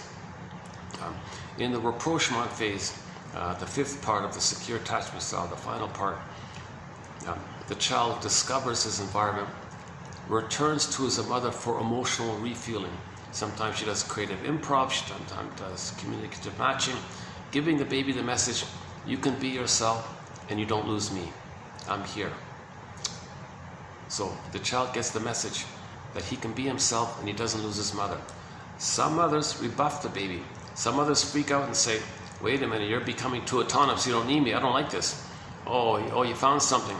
You're asking me these questions, I'm busy, don't bother me. Oh, okay, so he's frozen there. So he might be always a little bit childlike in that area, thinking highly in an idealized way with others, like the baby with the mother. And But no person in the present can provide that level of response that he needed, because the wiring is laid down. So he's going to pick people who will reject him in advance, or pick people whom he knows he can coax into rejecting him, because he wants to replay the record of how he was rejected, so he can get the narrative that he was rejected at that time. Now with the stingers, they got to observe themselves by saying, gee, the way I'm treating others, is that a communication for me to know that that's how my mother had treated me? And now I'm hating that person. That's for me to know how much I hated my mother for doing what she did? Yikes. So this is an attempt to get narrative medicine. So what the shrinks do is, in the therapy thing, I haven't done this, I keep reading about it. You got the shrink there, you got the client. It resembles mother and the baby in a way, because baby's helpless, needs mother. Okay, the client's in pain, needs the specialist to help him. So it's going to bring up that interaction. So he's going to transfer and recreate that scene with the mother in the therapy room in the present. The role of the shrink is to make him aware of it. Make him aware of it. It's called transference interpretation. Okay, one of my favorite quotes in this area is that woman who's going to have a baby. She said, hold the phone, let's not have the baby yet. She ran to the shrink. Shrink said to her, oh yes, you're letting me know what kind of childhood you had. What do you mean? She said. You're letting me know what kind of mother you had and how it felt being with her. Go on, she said. You're putting me in the role of you and you're acting like her, and I feel like kind of a push or a pull to maybe feel what you felt with her. Click, click, she got it. She understood it. She wept, and she understood that she didn't get mother's love. The whole time, she never knew that. She never understood that she never got mother's love. The whole time in her life, she didn't understand that mother failed her and betrayed her. She didn't know that. Now she admitted the painful truth that she didn't have a loving mother, okay, or that the mother didn't love her. She didn't get properly loved. Yeah, the Katie Lee song, properly loved. So she admitted the truth. Okay, then had this belated release of the quote-unquote strangulated affect, belated release of the old feelings with the belated understanding. Now she's like emotionally free, emotional independence kind of thing. Then later she had the kid. Okay, she didn't need to repeat. She didn't need to repeat. She was available to love her baby, because she didn't want to, she would never think to do to her child what her mother did to her. Once she knows what her mother had done to her, she would never think to do such a thing. Impossible. No, never. It's impossible. Once you have empathy and know the pain that you felt with your mother, there's no way on earth you're going to do that to your child. So now she's able to love the child and be a mother for that child. See, had she not, let's say she didn't do that and just jumped and had the child and didn't have the story, she just repeated. Okay, okay, child, you're going to play me when I was a baby. I'm going to play the mother who said no to me. You're playing me, I play the mother. Okay, child, you want something? I say no to you. Now, I'm going to see you, child, as my mother who hurt me. I'm going to play myself. I'm going to control you. The poor baby can't say, hold the phone, mother. I'm neither you nor your mother back in the nursery. Now, she'll get enraged at this, and she'll be insulted by this. A BPD amalgam. She's a survival anxiety. What do you know, baby? She only sees the past. She can't see the reality of the present, because when there's so much pain in the past, you only see the past, and you transfer the past to the present, or the present is still the past. You only see the past. When you're traumatized in the past, if you linger in there, you're stuck there. It's a relentless issue here. The baby needs mother's love to move forward, kind of thing. So he's still unresolved like that. So she's recreating the thing in the present to represent the past, still trying to undo the past, correct the past, change the past, get the love that was needed in the past.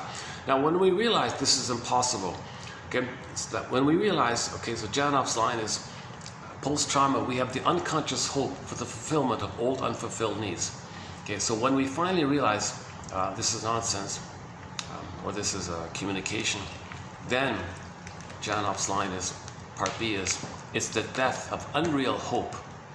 That's the birth of life, the new life. So when she realizes this, that the baby's not her mother, she's not in the past, now she's got the potential for new life in the present. So back to the anecdote, she was able to love the baby. That's new life. She didn't repeat the past, known as intergenerational trauma, the transmission of intergenerational trauma. Okay, there's more material in this area about the stingers and the clingers. the highlight of the stingers is identification with the aggressor, their unloved self, proxy, see others, shame others the way their mother shamed them. Hocus pocus, see the one they just shamed is the mother who hurt them back in the nursery. Now they play themselves fighting with the proxy because now they have more resources as an adult, thinking they have a better chance to control the mother. Okay, we're not making sense. It's like perverse thinking, psychotic thinking, psychosis-like thinking. And what hides it all is what's called rationalizations. So Janoff's line is like this. When in that record, in the survival brain, when the third brain comes online, the third brain receives the loop. Now the third brain, the consciousness, is being driven by this loop, but it doesn't know what the loop's about. But the loop says, replay the record. So the conscious person, I'm going to replay the record. Not knowing, and the part of the thing is, he's not going to know it, but he's going to repeat it. That's like the power of the unconscious, and all the energy in the id is in there. So the conscious person is like a puppet just following this loop from the childhood thing. Now the person's consciously doing this old repetition compulsion, and then part of the process is to not be aware of it. So in order not to be aware of it because of the pain, okay, he's going to create excuses.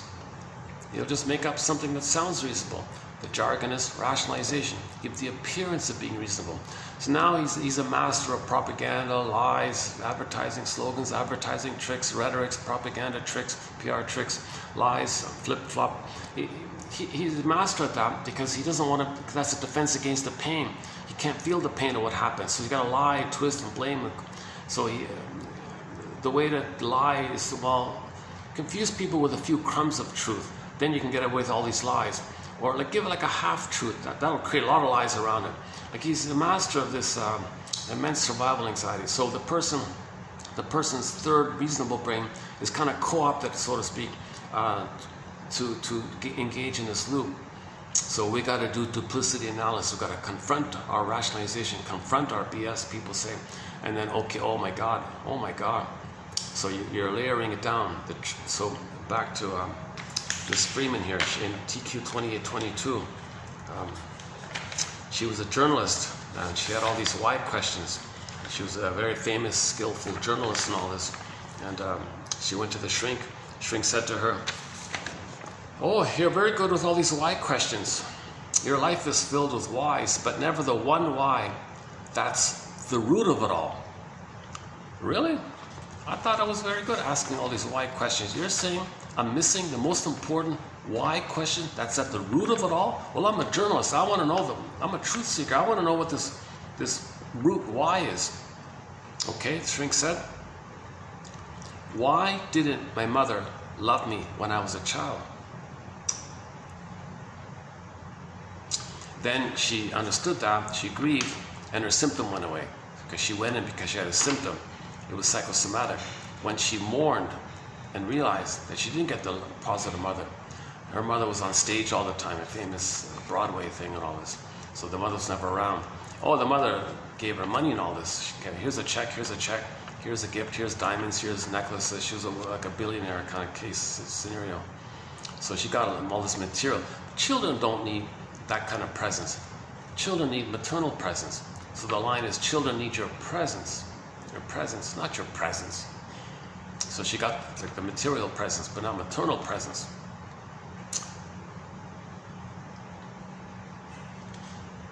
Yeah, again, that's 2822. This is an excellent batch of quotes. 2822. We got several really good ones here. For example, the hand that rocks the cradle rules the world. Women bring love or hate into this world. Again, the hand that rocks the cradle rules the world. Women bring love or hate into this world. So it's pretty obvious. If the mother loves the baby, he'll have his uniqueness, which he expresses. That's meaningful and pleasure and loving. Path with heart, love. Everybody's better off. He's bringing love into the world. Okay. If the mother traumatized the baby where he's frozen prior to 18 months, okay, hates at the console, cynical, sarcastic, bitter, hates, vengeful, vindictive. Okay, he's just filled with hate all the time. No matter how he cloaks it or camouflages it, He's just filled with greed and envy and all this stuff. So that's bringing hate into the world. Now the clingers are sort of in a half-half area. The clingers are sort of mixed. It's a mixed bag with the clingers and the pleasers. And when they're stressed, they can regress to the hate, the stinger place. Then they go back to the middle place. But they didn't quite reach the fully of the love place. So they're kind of in the middle like that. The clingers have gratitude and affection have sort of halfway into the psychological picture. But with the stingers, tenderness and gratitude, these things haven't entered into the psychological picture. They're just in survival mode with anger at the console, hopping up and down, enraged all the time. Infantile God. The high chair. Yeah, we got those high chairs. Oh yeah, the high chairs are there. Are they there? Oh, they're back there. Oh, the high chairs, yeah. So the baby on the high chair is like a little throne like that. He's a little king, little god. Gets everything he wants. And he thinks he commands it. He thinks everything's there to serve him. He feels entitled. And he is entitled. He's meant to have that phase. He's meant to be allowed to go through that phase. Others are not meant to rebuff him for that. If the baby is rebuffed for that, who do you think you are, baby? You think, I'm not your servant. I'm not just there. Wait, then he's stuck there. He's going to stay there all the time.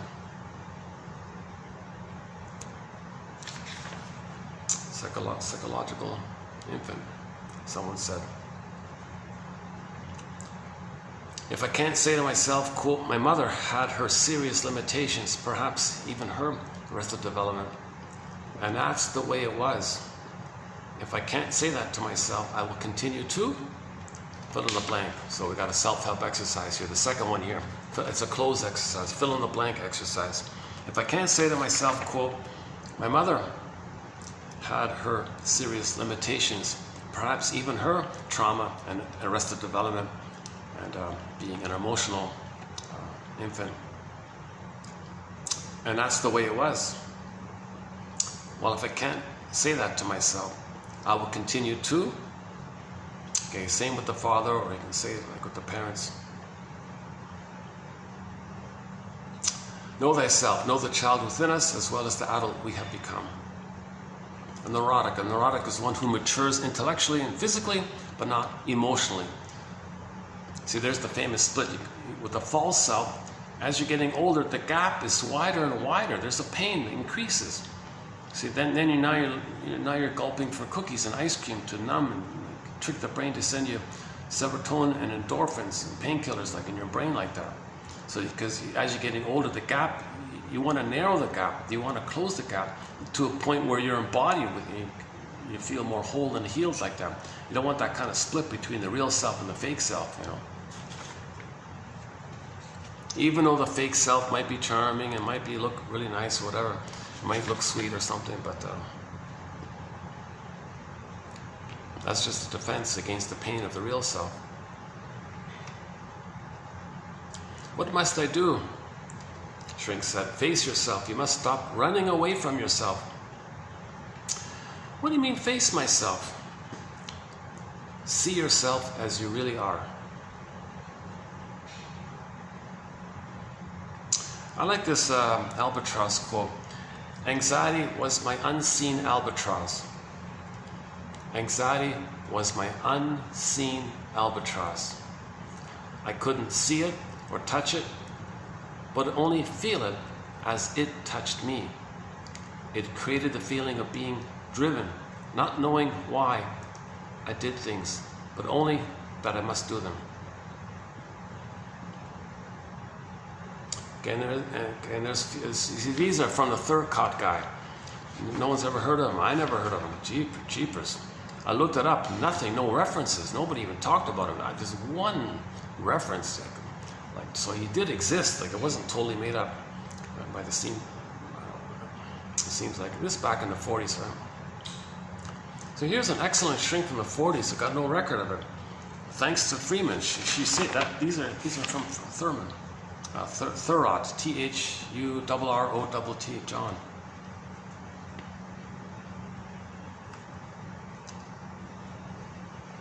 Why am I so unhappy, Shrinker Man? Well, because you felt like you weren't loved. Oh, really? Is that all, Shrinker Man? That's enough for anyone.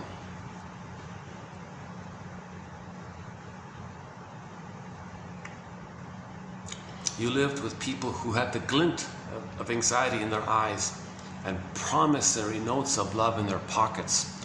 Those with the cold cash of love, you passed by.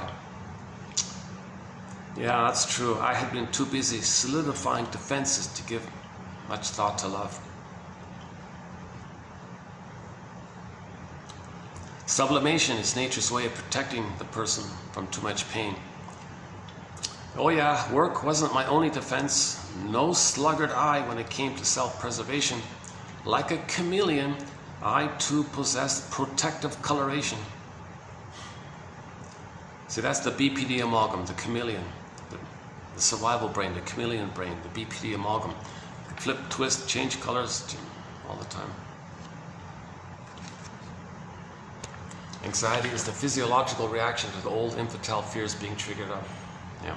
So the language of those old fears is anxiety, and the language of anxiety is physiological responses, bodily responses.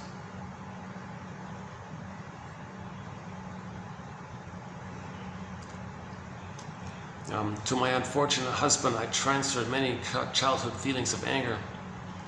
Unconsciously, I used him as a target of the rage that belonged between my parents and me. I was attracted to him in the first place because unconsciously he reminded me of my father. Often women hate their husbands for doing the very things their father did, only they never dared rage at their fathers.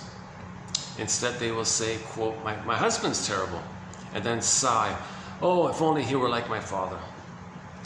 They are really angry because with their parents, how their parents hurt them. But by accusing but if the wife's accusing the husband, she can maintain the little girl idolatry toward the father and continue to be unhappy. So the mother is hurting the daughter. Okay. So she transfers this frustrating mother to the father.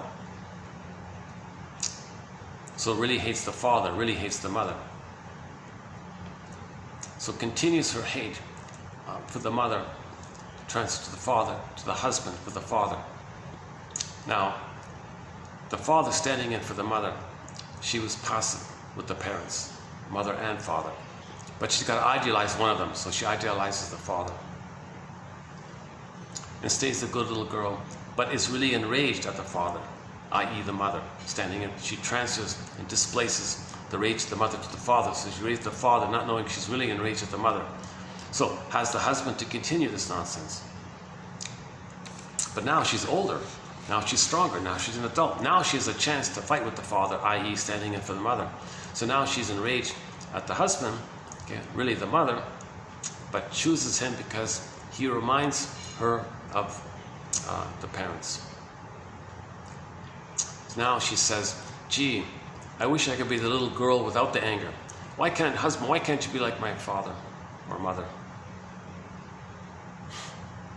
So she splits it around like that, right? Chameleon.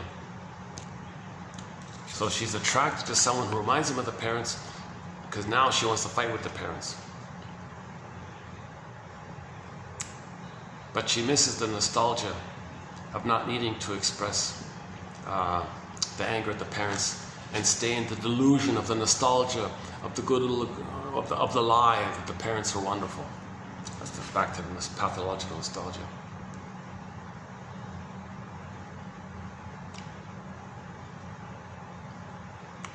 Usually the things you dislike in a person are his defenses against fear. That's a great one. So, okay, now post-projection. So you can do it for projection. You don't like something about a person. Let's say I didn't like the loud talking or something. Well, I can say, well, you know what? It'd be I wish I could maybe talk loud with somebody, maybe sometimes to be excited about something, or maybe I'd express some frustration or something, or so I deny it, right? So if I feel pain about not having that, let's say, and I see it, I might be frustrated. Well, that's projection. Well, don't you wish you could talk like that? Maybe. Oh, that's true. Maybe. Okay. Or part B, another version. Find empathy for that person. So let's say I don't like them talking loudly, that's whoever it is, whatever. Well, that's their defense against fear. What's their fear? Why would the person be talking loud? Well, he wants to be heard. He's afraid of not being heard. So when sometimes people talk loudly, they want to be heard. Well, maybe he's afraid of not being heard. Maybe he's projecting the parents onto the buddies there, and he's talking loudly. Oh, listen to me, hear me. I want to feel important. Hear me, see me. Because now he's older, and he projects his cold, rejecting, emotionally unavailable parents onto the other two there. So he's talking loudly. I want you guys to hear me, respect me, see me. So he's talking like he's afraid of being reminded of what happened. So maybe he's behaving in that way. So now you can have empathy for a person. Again, usually the thing is you dislike in a person are his defenses against fear. So you can think in those terms and have empathy for the person. That what he's doing is a defense against some old childhood fear that's still alive in him. Or the thing is don't like, it belongs to you as well. I might talk loudly like that. I might get carried away sometimes. And maybe I'm not aware of it, right? Maybe I'd be embarrassed if I were talking like that or something. And here well, I'm talking a little loudly here, so there's projection. Let's admit that. Like maybe I should notice that I'm talking a little anxiously, maybe a little loudly here. Yeah, it's been a really bad light day today. My goodness. Yikes, eh? Okay, these are just a sample from 2022, and the past, I don't know, 10 they're all good quotes. I'm telling you, right from TQ1 all the way to current TQ 2830. They're all excellent quotes. I still remember the first quote, TQ1. It's a short one. Therapy quote number 1, the first quote here in our collection. Quote, "The travails of the traveler reveal the traveler to himself." The travails of the traveler. So the second half of life, we're a metaphorical traveler, right? We're on the second journey in midlife, right? The second journey, the hero's journey in midlife. We're travelers like that, like inward travel, searching inwardly like that. So we're traveling in the unconscious force, or traveling through this forest, unknown lands. We're traveling to all this unknownness about ourselves. Where's our soul? So we're traveling, looking for our soul, right? So we're travelers. The travails of the traveler reveal the traveler to himself. Yeah. So if I have a projection, he's a loud talker. Well, maybe I also wasn't seen and heard. So maybe I might talk loudly, thinking, hey, could someone hear me and see me? Well, that's code to learn about myself. It's revealing myself to myself. Oh, I see. So when I was a child, I wasn't heard. So that's why I might talk loudly, because I didn't like him talking loudly. Well, maybe I want to talk loudly. Well, what's talking loudly? Well, the parents didn't hear you, so you're talking loudly. So the travails of the traveler reveal the traveler to himself. TQ1. So we're now up to TQ 2830. Now these TQ quotes, most of them have multiple parts into them. So we're at 10,000 quotes overall, give or take. Actually, we're a little over. Plus we got a whole bunch of honorable mention quotes, a lot of good quotes in the honorable mention. But for it to be in the TQ category, as best as I can see them, they got to fit Grice's criteria. Quantity, quality, relevance, manner. Well, back to that. So the manner is by the shrinks, the soul doctors. So the manner is loving. They're loving. They're empathy. They're helping us. They're generative. They want to heal us. So they have the pleasure of this healing journey. So the manner, the tone is warm and friendly. Okay. Relevance, yes, it's all on topic for healing and wholeness, getting back, reuniting with ourselves, finding ourselves, making the unconscious conscious. Where it was ego shall be, raise the ego to get back now your feelings and stop repeating. Narrative medicine, find your story so you can stop repeating. If you don't have your story, you're going to keep repeating. That's dysfunctional. Find your story, stop repeating, then you can be functional. So it's all relevant to this area of narrative medicine. So the manner, warm and friendly, relevant, narrative medicine. Quality, okay. If 1 out of 10 clicks, I'm calling that quality, highly subjective. So my personal idea about it is that they're clear. But if 1 out of 10 clicks, well, there's quality. Just like you buy a CD, you like one song, well, that might be pretty good. If you love one song on a CD, you might buy the whole CD just for that one song, right? Let's say. And the quantity, so not too short, not too long. Many of them are like short like this, but we also have some longer passages, a little bit longer ones, and sometimes they're even longer. On occasion, we have like like this one here. So sometimes they're longer like that. That's pretty typical. That's pretty much the range, like that, and the second one. So between the first and second, that's sort of like the range they're on average. But a lot of one-liners like this as well, yeah. And the occasional longer passage. So it's manageable. It's manageable, the quantity. It's manageable.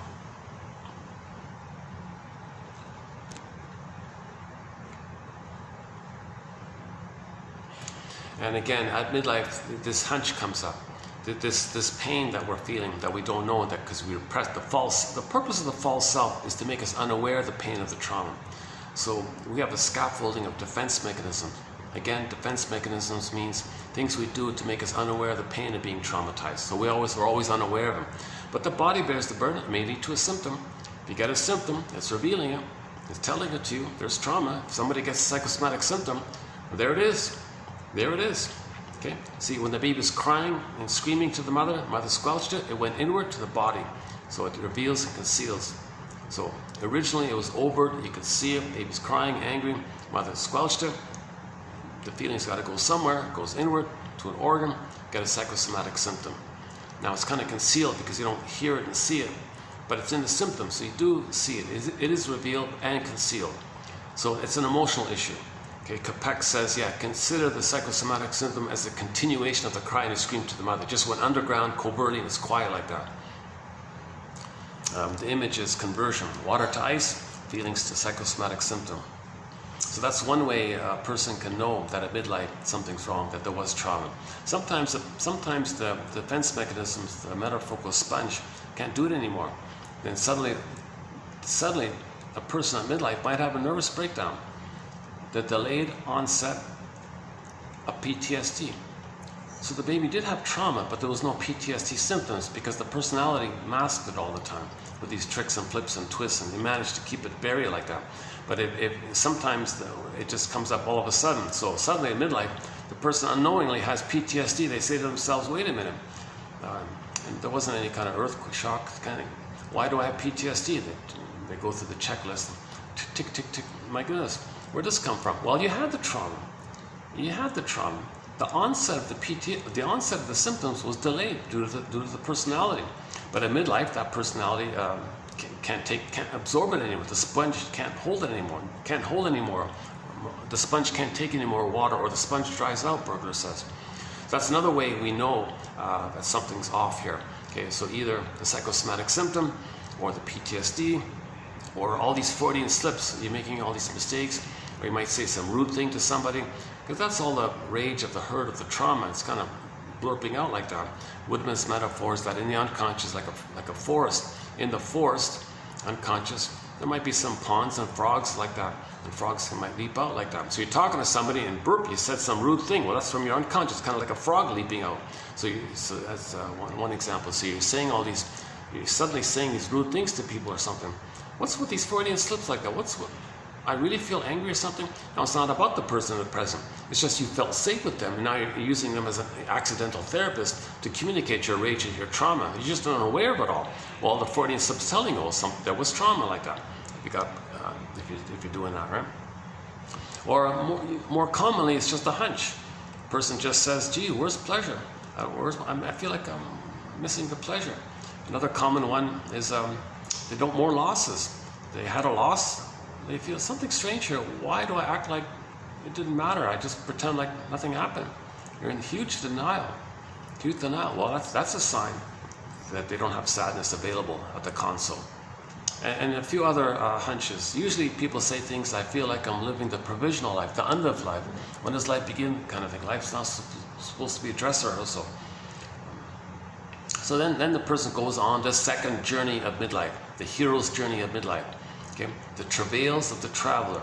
Reveal the traveler to yourself. So as you're exploring like this post-midlife, you're going to know yourself. The travails of the traveler. Reveal the traveler to himself. That's a great quote to start. I thought that was a great quote to start up with. It's in reference to the Odyssey, that one there.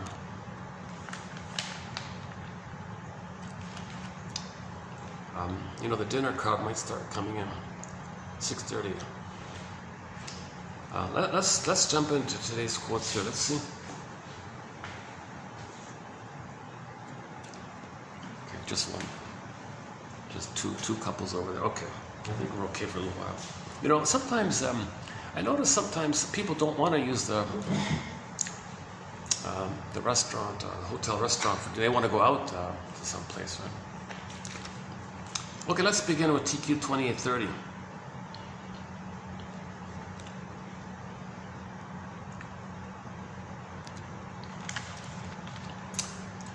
Okay, these first three come from a very old book.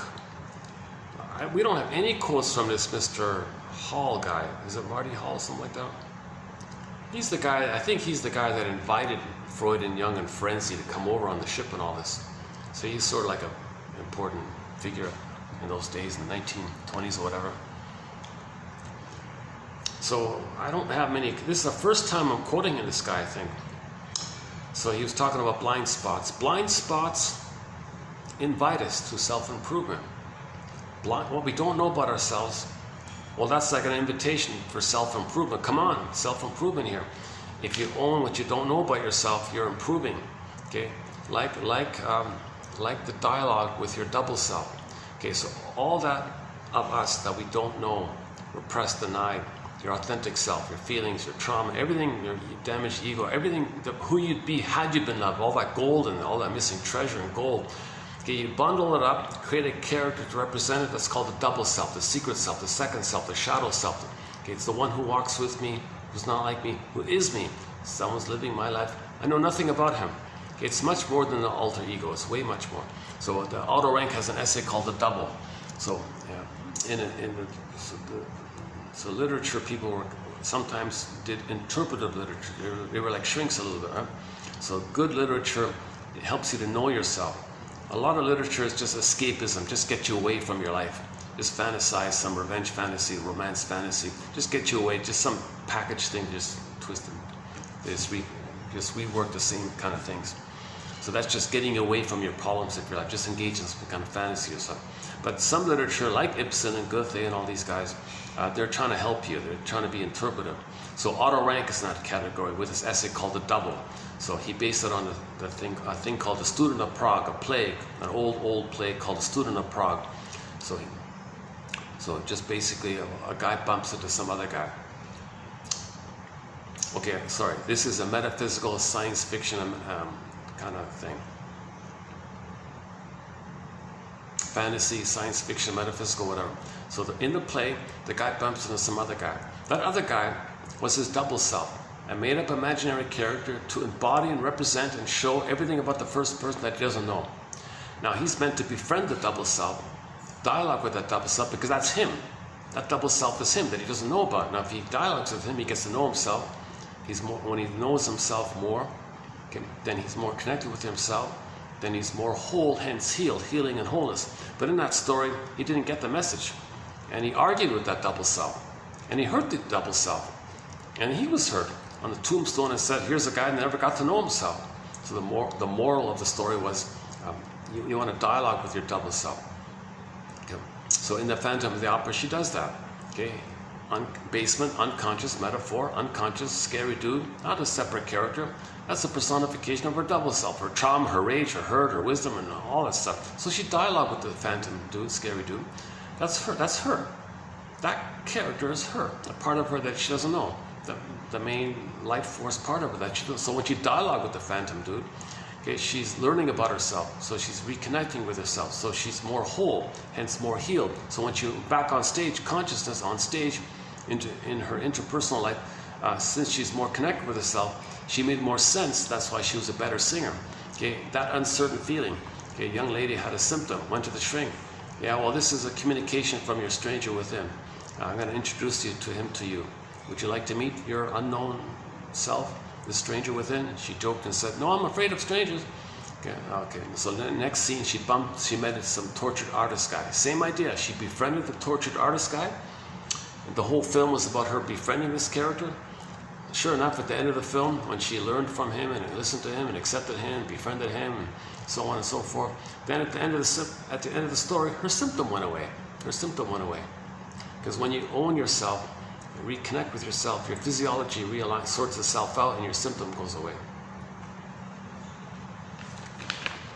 So blind spots is one way of saying something about you that you don't know. Now you might be projecting this content in your blind spot. And a lot of people might feel narcissistic injury, really? See, stinger personality patterns don't want feedback because they're addicted to playing infantile God, self-sufficient, perfect, addiction to perfection.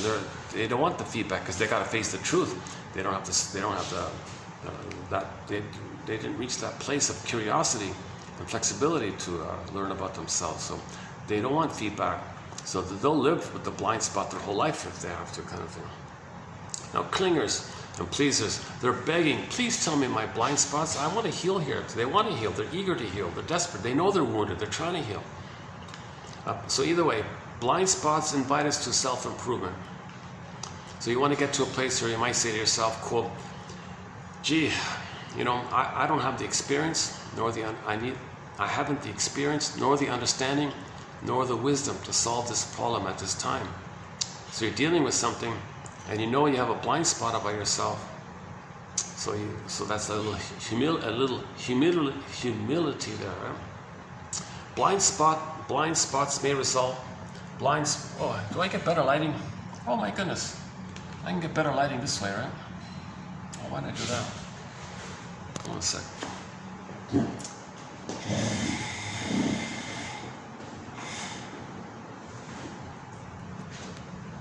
The lighting's better this way, right?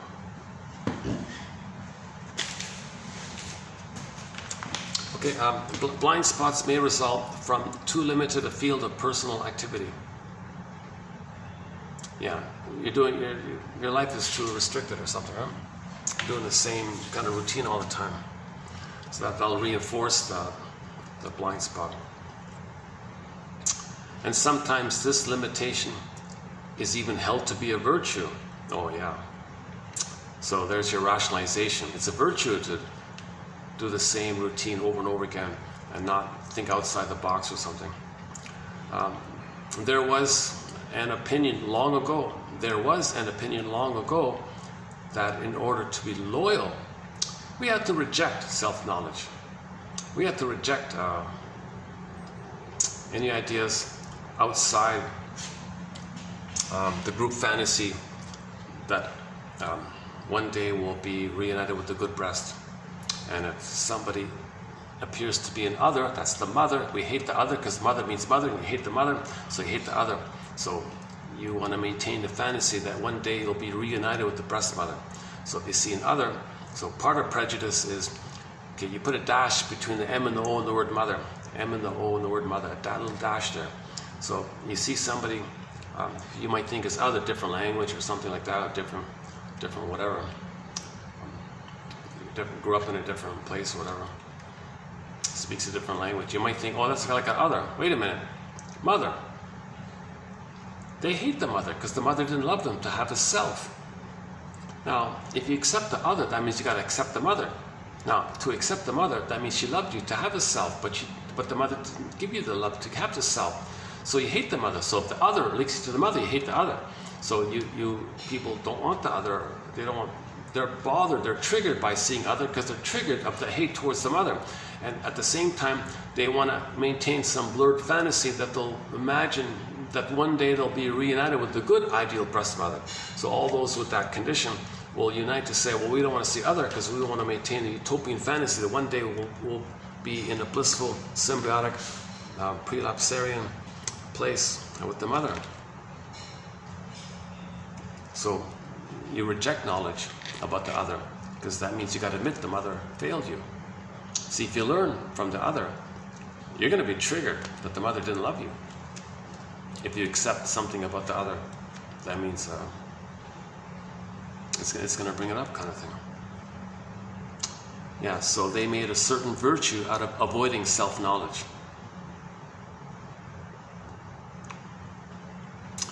The person with an isolationist psychology suddenly finds himself in a complex condition in which isolation Psychological isolation is no longer possible. He is confused by this, for he discovers that there are many things that he should have known, that he has never bothered to find out.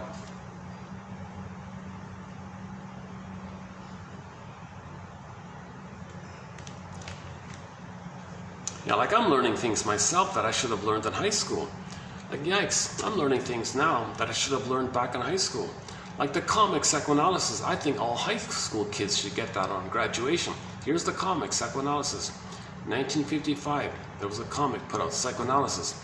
The best, in my humble opinion, the best introduction to psychoanalysis is that comic. Okay, 4 years ago, it got reissued into a hardback, the complete run in a hardback, plus there's a digitized copy, Dark Horse Publishing. I think all kids should be given that at least when they graduate, or better yet, study it in high school at some point. Oh, you graduated high school. Now it begins. Now you got to learn yourself. Or in high school, help people know about themselves or something. That's missing. Yeah, related to this is, people do want to better themselves.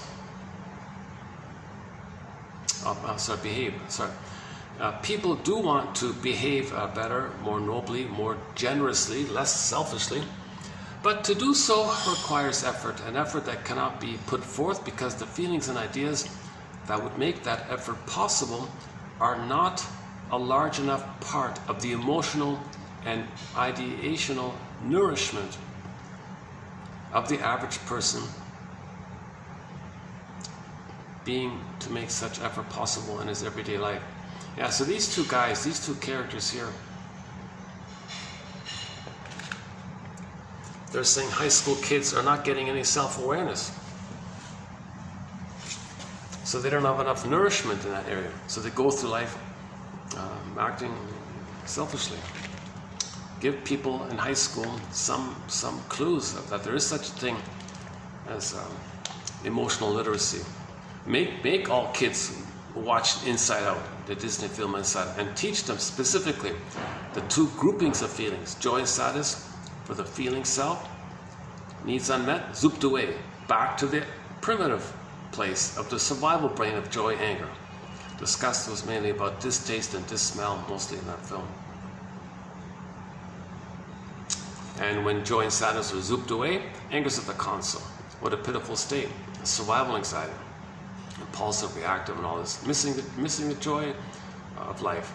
Joy's down in the unconscious. Luckily, joy and sadness came up. But first, it was sadness needed to be at the console to admit the loss, and then joy can be there. And in the trailer for the sequel, we saw Joy saying, sadness is in the house, hooray. So, all right. So she accepted sadness. That means the psyche admits it's great to have sadness available to the person. We're not talking about depression or melancholia, we're talking about the feeling you feel, a natural feeling that you feel when there's a loss, and you naturally feel sad. It's not a pain to feel loss. It's not a pain to feel loss. It's a natural response. We're talking like a healthy sadness kind of. In the first film, we saw Joy tolerating sadness.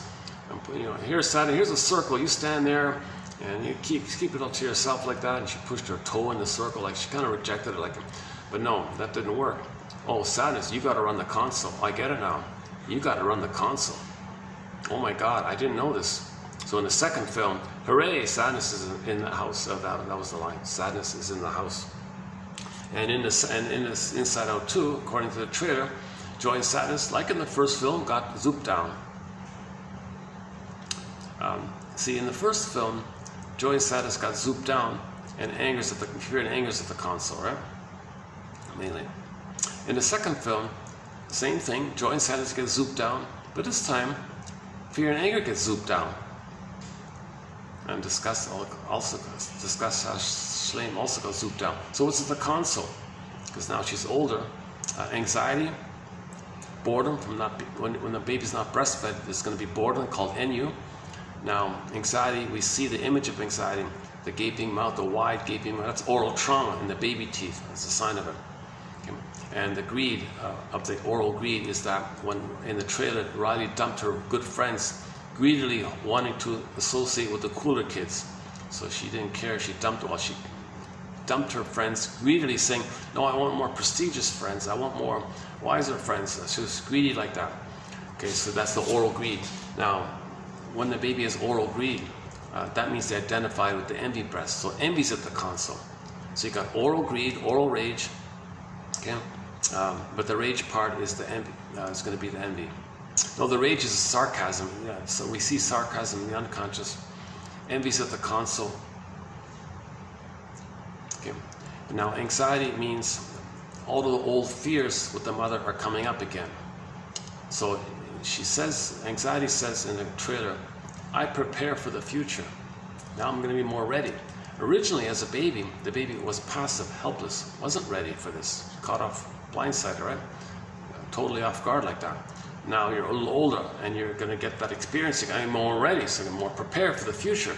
Meaning you're going to be prepared to face the past as it's triggered up in the future. That's what she means.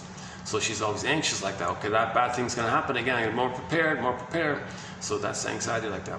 All the old fears, which we couldn't process, infantile fears, going through life brings it up. Because the mother's the world for the baby. So as they go through the world, it triggers up the first world experience. So now she can be more prepared. It's called anxiety, physiological, and the language is physiology. Okay, now again, the image is oral. She was traumatized in the breastfeeding time. It's the oral image. Okay, the teeth, broken teeth, the undeveloped teeth. Or we can say the gaps in the teeth. Maybe she was sucking the thumb all the time, hence the gaps for sucking the thumb. Another sign of the oral trauma, because when the baby can't find the nipple, that's child abuse. He's got to turn to his thumb for the mother's nipple. That's child abuse, and that can damage the teeth. So that might be another clue to the damaged teeth. I still think it's the baby teeth. Maybe it's from too much thumb sucking or something like that. So of course envy is at the console. Okay, envy is hatred of the good, because the baby thinks when the mother fails him. Remember, when the baby doesn't get love, he thinks he's a goner.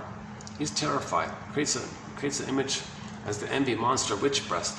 So he identifies with that. That's why envy's at the console. See, envy's at the console.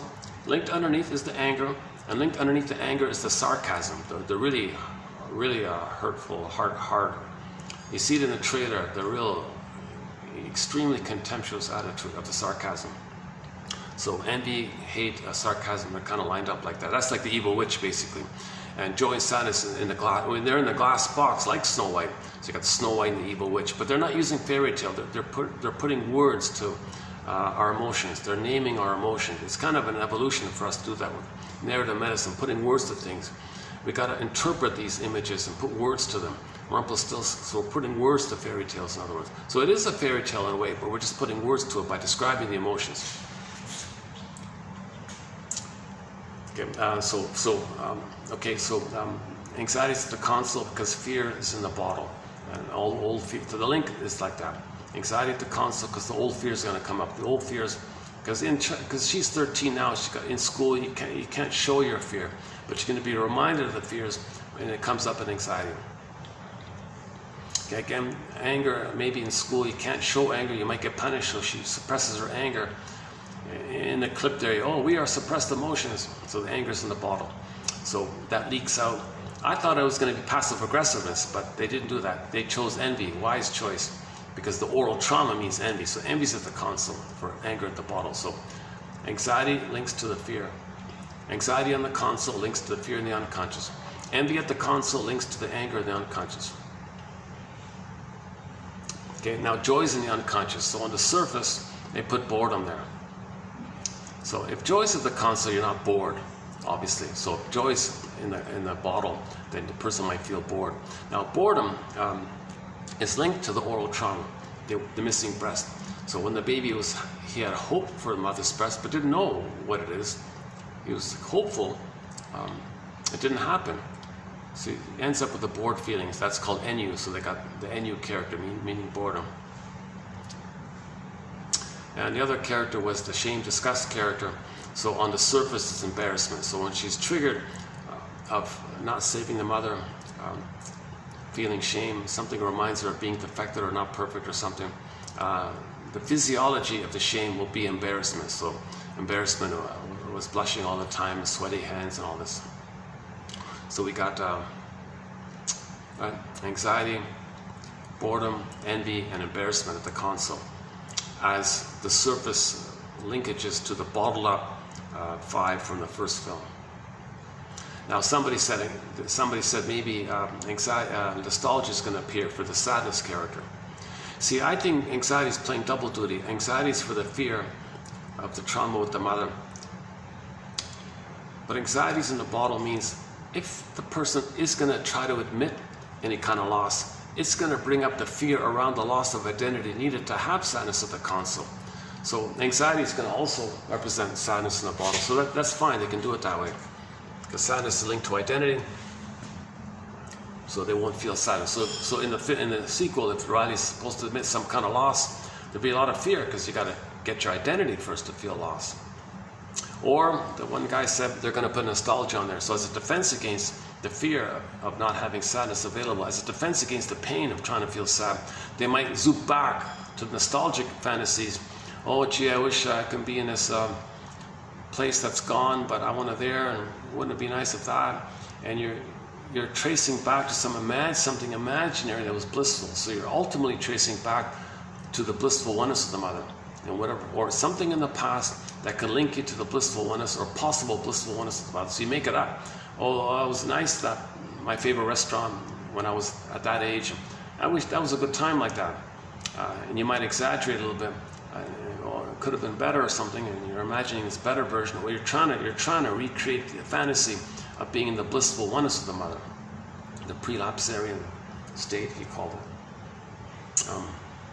Yeah, so let's continue with our few quotes on anxiety. So we'll do more on nostalgia. Sorry, we'll do more on nostalgia next time. As Norman O. Brown has pointed out, our deep childhood fixation reflects a nostalgia for the illusion that time doesn't pass and hence we don't die. Okay, so you don't have to face the anxiety of your current life and getting older. That's maybe a secondary game.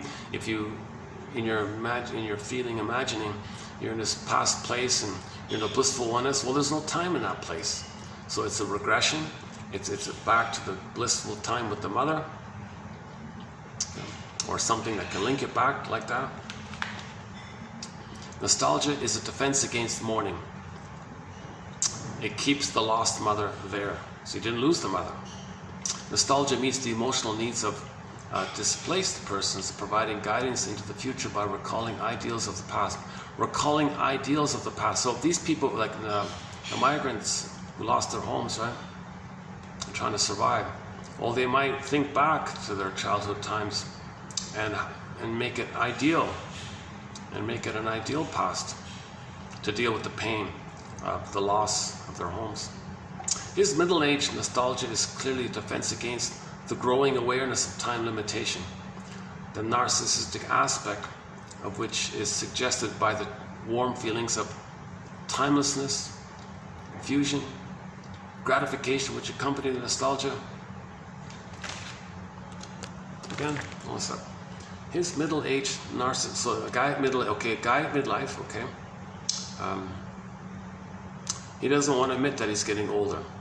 So there's a narcissistic quality to nostalgia if you're going back to the time of timelessness in the past. Okay. Nostalgia, longing for a past forever lost. Yeah, that's another good aphorism. Nostalgia, longing for a past forever lost. That's forever lost. No time machines, you can't go back there. It's forever lost. It's forever lost. We don't want to admit that. That's hard to admit that, right? Now, if you don't admit it, you can fantasize that you're there and create some kind of blissful timelessness in your mind. I noticed there's a lot of, I noticed myself, I'm watching some nostalgic clips on YouTube, and I posted one from Happy Days the other day. Now, there's one exaggerated version he calls manic nostalgia, a defense that forestalls forward movement that protects the client in times of overwhelming grief.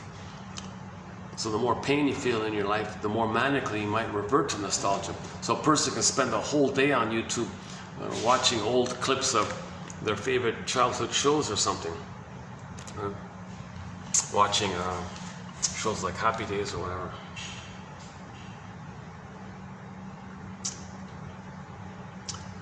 When things don't go well, nostalgia impedes mourning and becomes a defense against it. Yeah. So if you're engaged in nostalgia too much, that's pathological nostalgia. That's a defense against mourning. You're not facing the reality of the loss. The work of mourning, it means you gotta remember, not forget, not go back to forget. You're going back, you're not admitting the loss in the present. It's this verdict of reality that makes the work of mourning so difficult. Okay, mourning is about admitting, and yes, that was a loss. Not brushing it off, go back to what could have been, if only the past. Oh, it wasn't nice back there. Maybe I can, gee, is there some way I can go there? What happened that time? Well, let's just dwell in there and dream in that dreamy kind of, and make it timeless, and then morph that fantasy dream to a breast morphing into a timeless, prelapsarian, paradisical, utopian kind of place. So you engage in that kind of, that's all a defense against the reality of your life and maturing and growing up kind of thing. Pathological nostalgia. Nostalgia as a defense and a resistance to maturation. Yeah, so it's a defense against growing up. So if you're doing too much nostalgia, you're not really wanting to face your peers and to grow up. Okay, so this relates to so all this nostalgia, I think, can relate to the search for this missing unconditional love. Unconditional love translates psychoanalytically into the regressive return to the vibrational transformational object. Yeah, so if you're in nostalgia mode, you might trigger the previous mode of being one at the breast. The breast is sometimes called the transformational object because you're transforming and growing with the breast. If the breast is there, and baby's nursing with the breast, he's going to transform and grow. It's like a better, like he's getting his vibrational transformational object. The regressive return of dual unity, of symbiotic fusion. There's that Garden of Eden kind of place, right? Of affective attunement. Mother's attunement, mother sees you, she loves you, she's there for you. And the mutual mirroring. Okay, she said, oh, you're a wonderful baby, you're awesome, I accept you, you know how amazing you are. That characterizes the interaction of caregiver and infant during the early period. So in this early period, there's a denial of separation, no separation. You're in the garden, you're still back in the garden, the Edenic garden, the paradise, the prelapsarian merger. That's the utopian, blissful feeling. A new term there, prelapsarian, I had to look it up myself. It's that blissful thing before you separate, like before the quote-unquote fall, right? Before you leave that Garden of Eden, you're out of it, right? You bite the apple, maybe the teeth grew and you kind of got older, you're out of it. The apple he thinks the teeth are growing in the apple. When you bite the apple, well, that means you're getting older to leave that blissful place. Question mark about that one. Okay, we'll continue with this nostalgia topic in the next one. Usually when clients free associate, they begin to recall memories that influence their... Is the lighting okay here? Is it too cloudy or something? If I wait a second. Let's see if I turn that around. Is it, oh, it's pretty much the same wherever we go, right? Okay, let's just stay.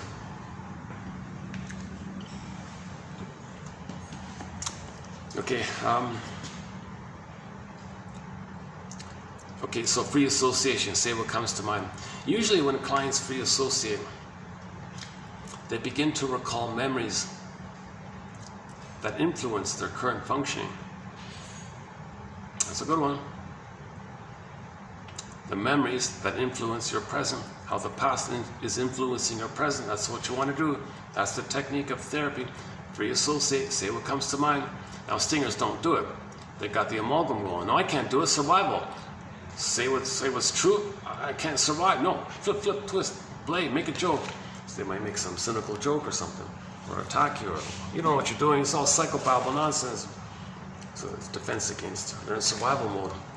But if you do free associate,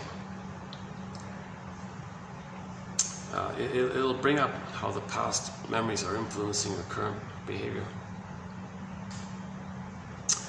And then they begin to see how, for example, then they can see maybe, for example, how a fight with a friend may be part of an unresolved conflict with a sibling. Oh my God, are you telling me that this fight I'm having with my friend, it's really a continuation of the fight I had in childhood with my brother or something? Next one, when the client's childish admiration of the therapist is not viewed as a resistance. That's a resistance. To idealize the person, oh, you're amazing, you're all these extreme hyperbole, exaggeration, how amazing they are.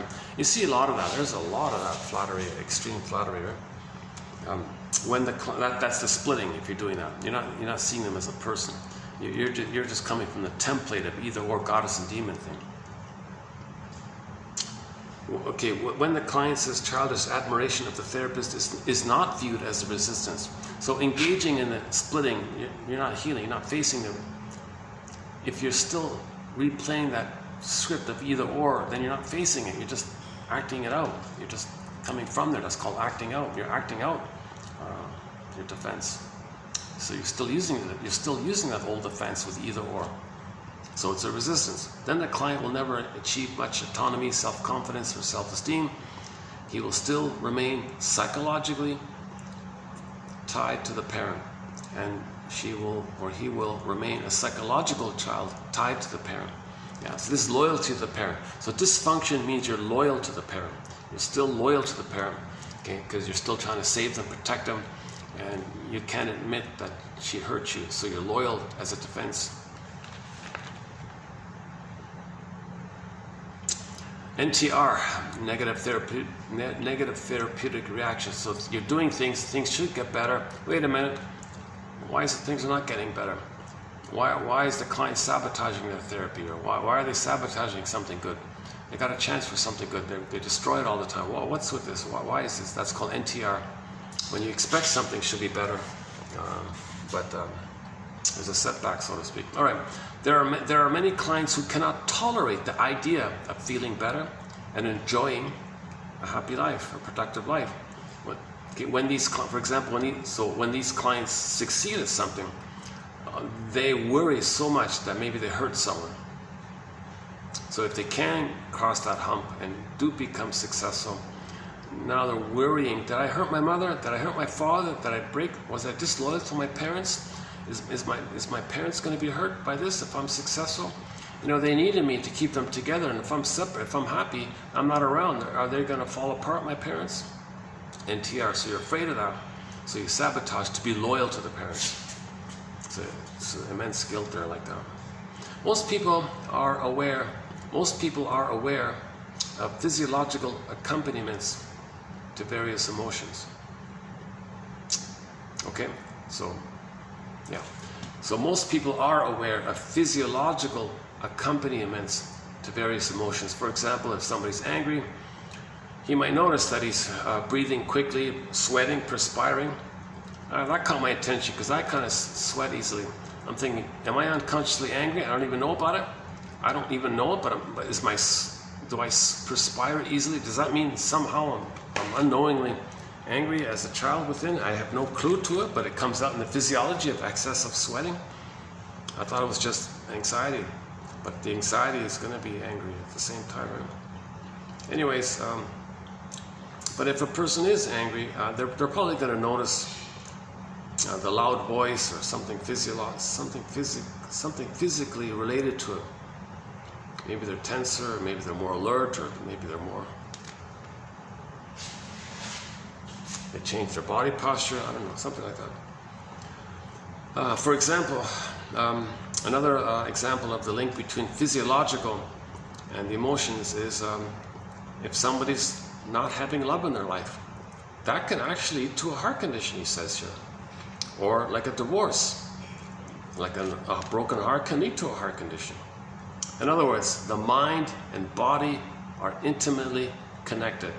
And Jeanette Paris makes a big deal about this. She says a lot of people literally die of a broken heart because the stress related to the loss, that can affect the heart.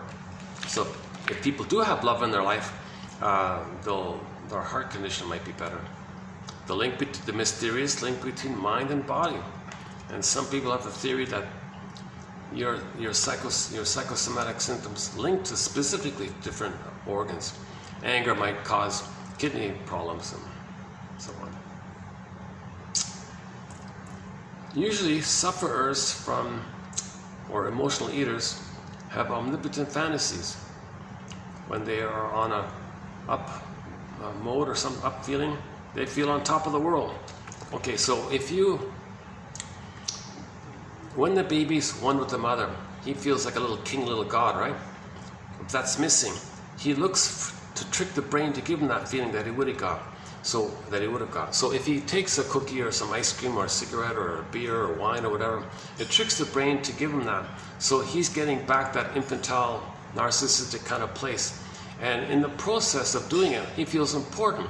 Oh, I'm going to run to the beer store, I'm going to buy the wine. Oh, look at that nice label. Oh, this here, oh, fancy here, oh, great. Oh, he drinks the concentrated sugar, the grapes, the sugar, tense sugar, concentrated sugar, grape sugar. Okay, fermented, it adds to it, I guess. Okay, then the brain releases, it tells the mammalian part of the brain that the person is safe by all this sugar. Then you get some serotonin. So now when you get the serotonin, you're back at the serotonin that the baby gets when he's one with the mother. So there's a link between emotional eating and narcissism. There's a link between cigarette smoking, drinking wine, and narcissism. Something like that. Okay? But he talks about it not as an occasional social thing, but like a dependency in that area. Sufferers from addictive fill-in-the-blank have strong omnipotent fantasies. So when they take a cigarette, they feel, I'm on top of the world. Oh, I'm in a food trance. I'm back in the uterus, feeling like a king. Sufferers from addictions are trying to satisfy a strong emotional hunger, which they do not feel comfortable in securing from any human being. So they look for substitutes for interpersonal gratification. Emotional eating is like emotionally feeding yourself.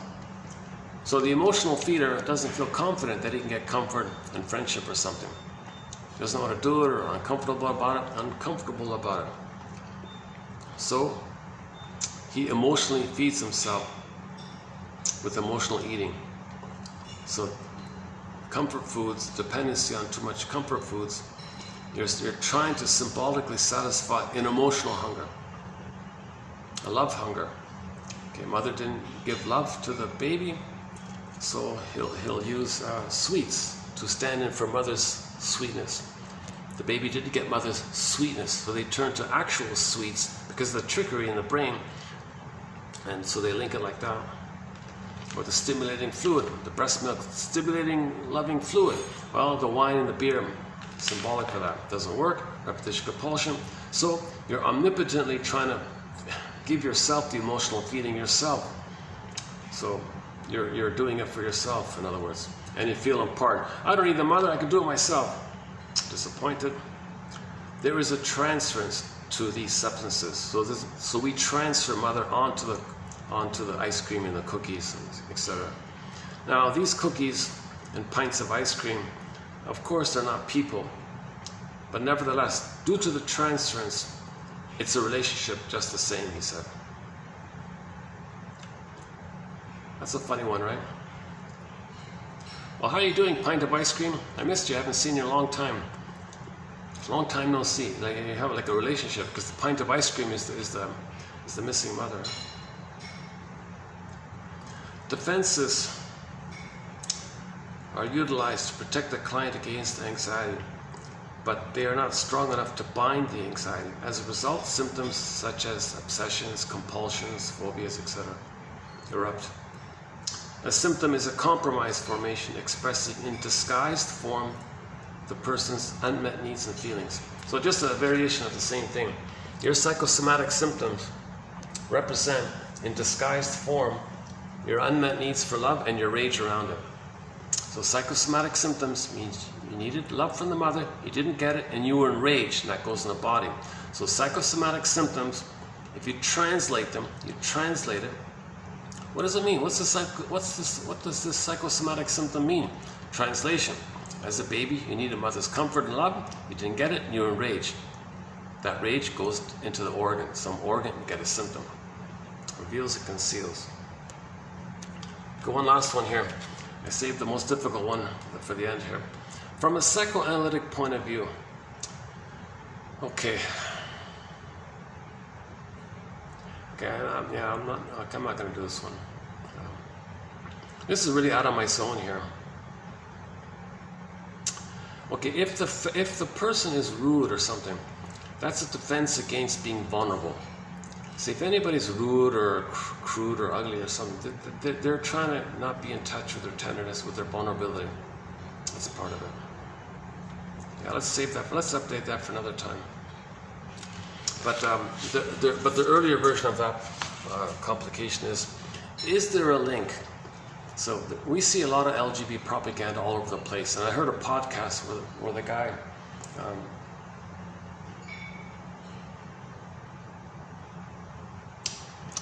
Well, they sat there, so I don't know, I guess they don't mind my talking. They haven't noticed. And they don't seem bothered by it. Yeah, I noticed a couple just sort of sat on the opposite end there. But I was already talking when they sat there, so it's not like I'm coming here while they were eating. Yeah, the door's closed, maybe it's low enough, I guess. Yeah, I'm not like loudly talking with a loud, angry laugh or something. Yeah, so this is a huge question mark, this next bit I'm going to say here. This is a huge question mark. I don't know, but a guy a little bit prompted me a little bit. Somebody who's supposed to be a great expert or something was asked, please, professor, whatever, why is there so much LGBT propaganda and imagery and all this? And what he said, you got to be kidding. So then I updated it.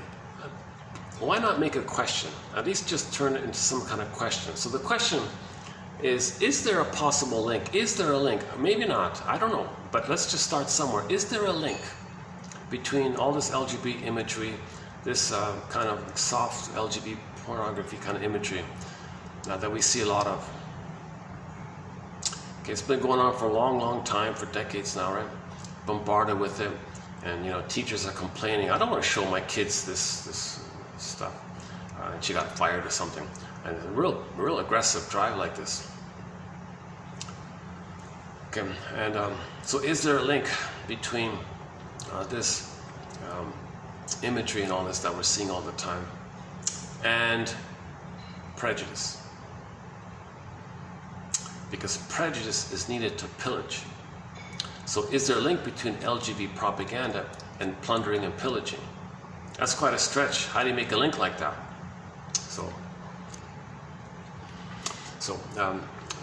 Okay. So one theory about the LGBT issue from a psychology point of view, I'm not talking about hormones and other so-called genetic, I don't know. Just from a psychology point of view, it's in connection to an enraged identification with the aggressor, some type of enraged identification with the aggressor. Maybe hormones are a factor into it, I don't know. So they didn't get the positive bliss with the mother, but they're enraged at her at the same time. Okay, so in prejudice,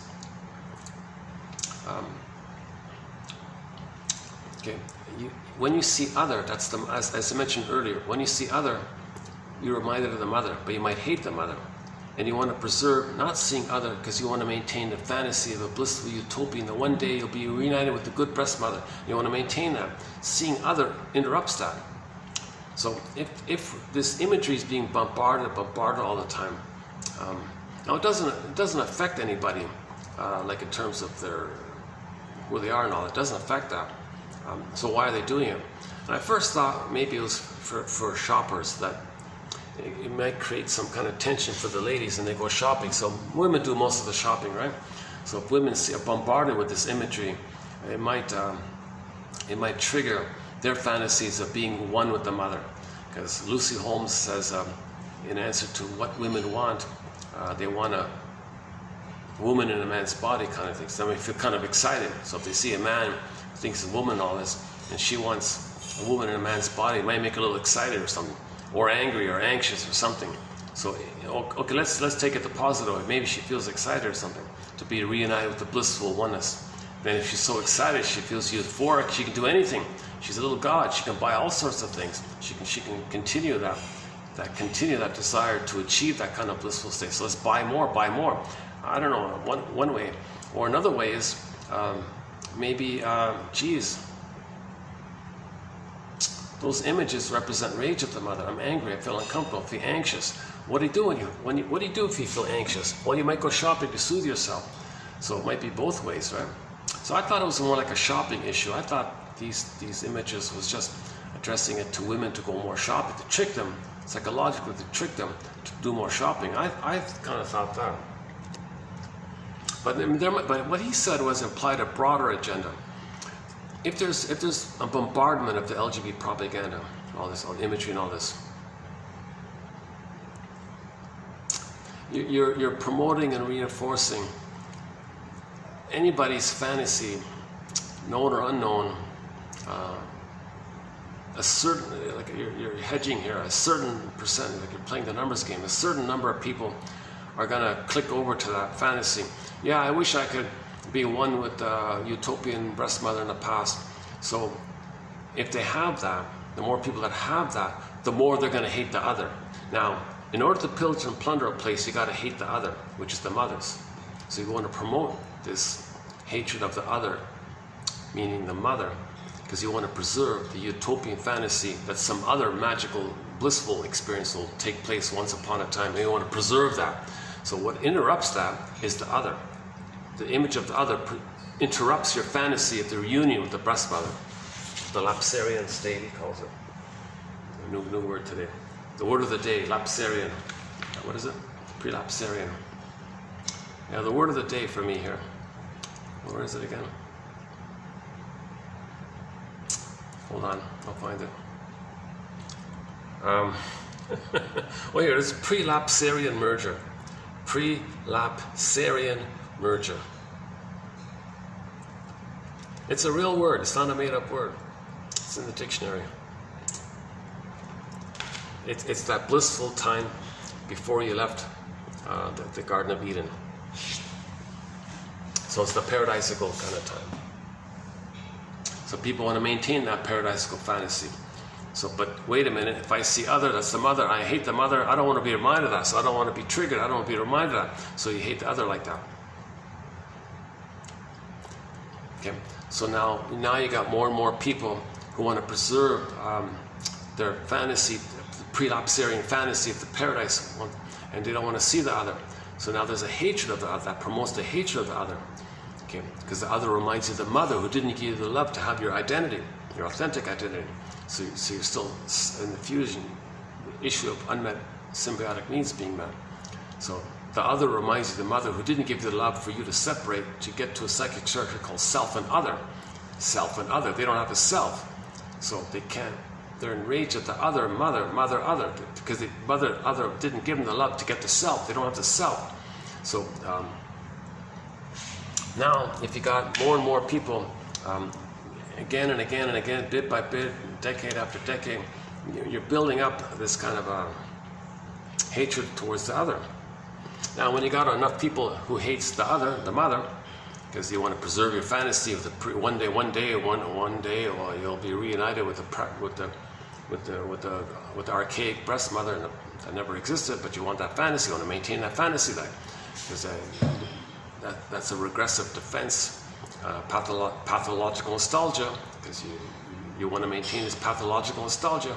So you don't want to be reminded of reality, or the other is the reality, because the other means the mother. I don't want to face the mother. I just want to stay in this dream place that one day I'll get the perfect real mother that never came. That's the pathological nostalgia. Okay, so now if you got more and more people hating the other, meaning the mother, to preserve the fantasy that one day they'll be that one day a magical breast will appear in the fantasy. Then you say, okay, all you angry people, there's land over there. There's people over there. That's the other. Well, the other, we hate them. Oh, good. Now your mother plundered your soul and you became the plunderer. Your mother short-sold your soul. You're the short seller. So there's land over there. So take that land. Plus, you hate the other because you hate the mother. Plus, your mother gave you emotional poverty, so maybe you'll give them emotional poverty and make them hand over the stuff to you. So that's the psychic structure needed to pillage to plunder. So LGB might feed into this psychology of pillaging and plundering. I'm guessing, I'm just a link here. Is there a link between LGBT propaganda and pillaging and plundering? It's quite a stretch like that. But if you step back like a broader kind of meta energy kind of thing, like what might take place over time, does it lead to more and more people hating the other? Hatred of the other is needed to pillage and plunder. If you love people, that means you were loved. Well, don't promote healing. Promote regression. LGBT propaganda is a promotion of regression. It's a promotion of regression. You're maintaining this fantasy that one day the magic good breast will appear. At the same time, you have identified with the bad breast, but you want the good breast. So, okay, I'll leave it there. Now this, okay, and then this quote was about the variations, some variations in this area. Actually, I did talk about it. You know what? Let's just leave it. I did actually briefly mention it yesterday at the mall place when I was yesterday. The sweat and the flies video. I ended up in the mall there, so it cooled off a little bit. Now let me get some better clarity on this second last one here. Okay, now I want to find my favorite one here. So 20. So that's in each. So okay, your mission, should you choose to accept it, is to find one quote that you like, make a note of it, and write it down, and maybe make some notes. That's it. Your mission, should you choose to accept it. Find one, pick one, just pick one. Pick one of these, just pick one. Write it down or copy paste it or email it to yourself or send it to a friend. What do you think about this? Do something with it, just write it down if that's it. Maybe handwrite it down. That'd be a great thing, like handwrite it down, print it, cursive writing. Get back your cursive writing or print it out, whatever. Do something with it. So pick one, just pick one. So let's see, for me, hold on a sec.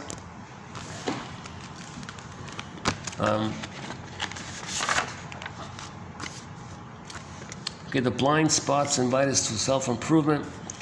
Yeah, I admit it. I don't have the experience or the understanding or the wisdom to solve this problem. That's a blind spot for me. A little humility, okay, that's okay. Blind spots, yeah, you make a virtue out of your ignorance to preserve your loyalty. That one there, okay, isolation. Okay, that's just general stuff, okay.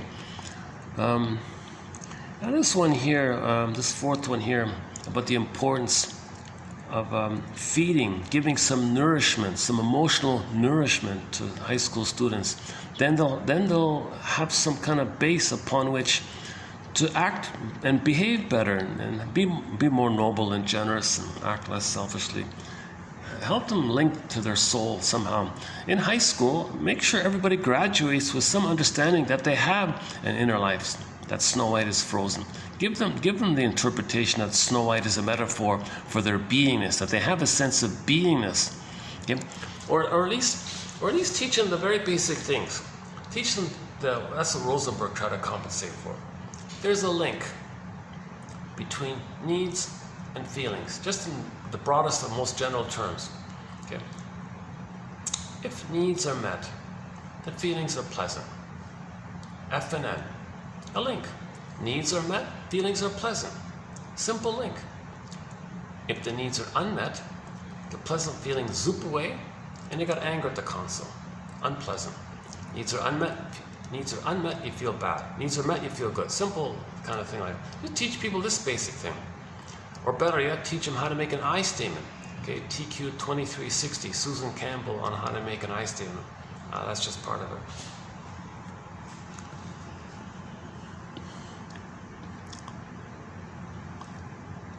Okay, in nostalgia, we go back to the place of timelessness, so we don't have to face our current life. Defense against mourning. Okay. And when you look back at the past, you idealize it too much. Like you look back at the past, and you kind of make it extra, like more than it was, kind of thing, right? Okay, the midlife one. Okay, then, and there's a narcissistic quality to it when you deny time. Okay, manic nostalgia. So this forestalls forward movement, so you don't grow up. It defense against maturation. Okay. Nostalgia impedes mourning. Okay. Actually, this one by Faber is okay. Yeah, this one might be my. Yeah, I think this is my favorite one here. The Faber one. This Faber one. Mel Faber. Unconditional love translates psychoanalytically or psychologically, psychoanalytically, into the regressive return of the vibrational transformative object. So when you say you want, if someone promises you unconditional love or something, that's the fantasy. You're back at the loving, warm breast that helps you to grow and be yourself. You transform you from a baby to a man finally. Transformative breast. So that's so when we say unconditional love, buy this product, it'll unconditionally love you. Well, that's the fantasy, that you're back at the breast, mother's loving you, and you're going to be transformed from your potential you to the real you. You're transformed. So this will be the regressive reunion or return to the dual unity of symbiotic fusion. Mother's attunement, mother's reverie, mother sees you, mother soothes you, mother holds you, mother loves you, mother's there for you, accepts you. Okay, that's the mirroring and attunement that characterizes the relationship between the good mother and the baby in that early time. There's no separation there. They're one. They're one. Mother-infant dual unity. And this is the garden. This is the paradise, the prelapsarian merger. Okay, that's my favorite. Yeah, Mel Faber. All right. Okay, the free associate. I like the free. Okay, the free association is good. Usually when clients free associate, they begin to recall memories that influenced their current functioning. That's a good one. Usually when clients free associate, they begin to recall memories that influence current functioning. Yeah, that's okay. That's another good one. That's two. They begin to see, for example, how a fight with a friend may be part of an unresolved conflict with a sibling.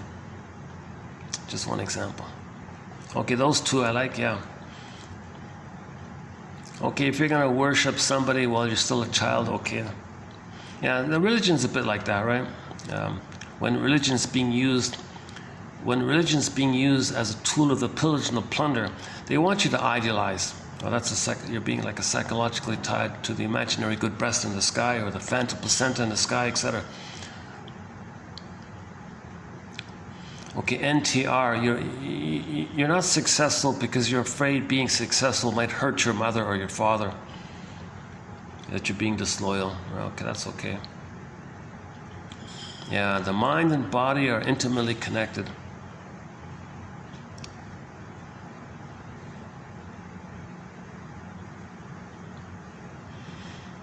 Okay. Okay, emotional eating, there's an omnipotent, so drinking beer or smoking, there's an omnipotent quality to it. You feel the cigarette is like a magic power. It makes you on top of the world. Wow, look how powerful I am. The cigarette is just a tranquilizer, that's all it is. It makes you numb. So you get the pain with the mother, and when you're in pain with the mother, you get the endorphins. Cigarettes gives you the endorphins. So you feel back, so now you're back with this omnipotent state. Okay, emotionally, yeah, okay, so you're trying to give it to yourself. So eating ice cream, it's a substitute for the missing interpersonal gratification, because you don't feel comfortable in securing comfort from another person. You don't trust anyone, you're afraid of everybody, so you just eat ice cream. So you transfer good mother onto the ice cream. Now you have a relationship with the ice cream, with the pint of ice cream. What about defenses? Okay, and then the other one there, all right. Yeah, I'm going to say those two there. The Faber one and the Free Association. So I got 2 for myself, yeah. So in this case, I found 2. Sometimes you only find 1, sometimes you find 2, 3, 4, 5, you know. Sometimes you might find 6. It's really quite an exciting collection. So the odds are, chances are, there's a good chance, I think, that one might be appealing to anybody reading this. So what I would do in my example, I would take those 2 quotes and handwrite it out, maybe, or copy paste it, send it to myself, make a special file of my favorite quotes from each batch, you know. So if you do that 1 a day, okay, that's Robert Bly's advice, to read psychology/psychoanalysis. Okay, so read psychology every day for 10 minutes.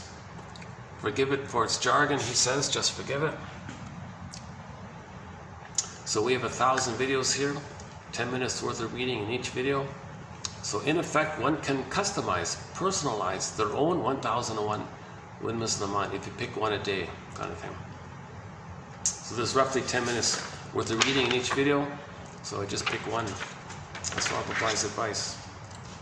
Leader of the men's movement, right? How are we doing here? Yeah, okay, it's funny. It's funny. Sometimes at night, restaurants like this are kind of quiet. Yeah. Oh gosh, this is a lucky break, yeah.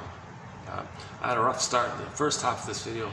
This is a very common thing. The first half will be choppy, a lot of interruptions, and finally, in the second half, things calm down a little bit. I'm going to start to wind down this video in a minute here. Let's see, what is it? 7:32. Battery's okay.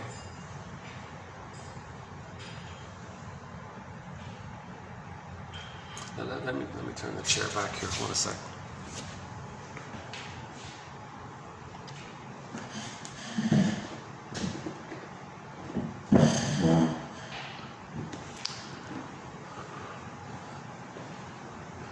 Well, I'm not gonna. Oh, it's raining again. Oh, okay, yeah. Oh, it's raining again. Oh, it's raining again. Oh, Supertramp. Oh my God. Do we have any songs from Supertramp on our soundtrack? Jeepers, I don't think so. Should we put the Logical song on our soundtrack? When I was young, it seemed that life was so wonderful, beautiful, magical. And then the school system took me away from my feelings. Don't feel. He says he feels like a vegetable. The school system made him feel like a vegetable.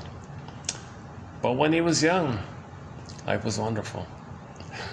Then the school made him into a vegetable.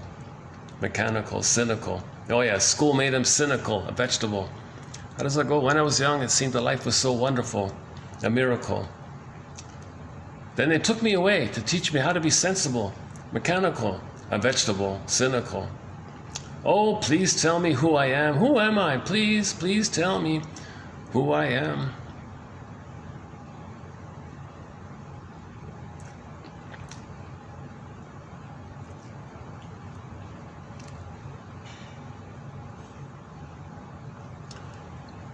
Tears in the Rain is on our soundtrack by Triumph. Tears in the Rain. Vonda Shepard's song called 100 Tears Away is on our soundtrack. All of the happiness that you seek, it's just 100 tears away, that's all. So first, get sadness at the console, grieve, and then joy will come back. The joy that you're seeking is only 100 tears away. The 100 is just symbolic for like a full amount, like a proper, full, complete mourning. Like 1, 10, 100.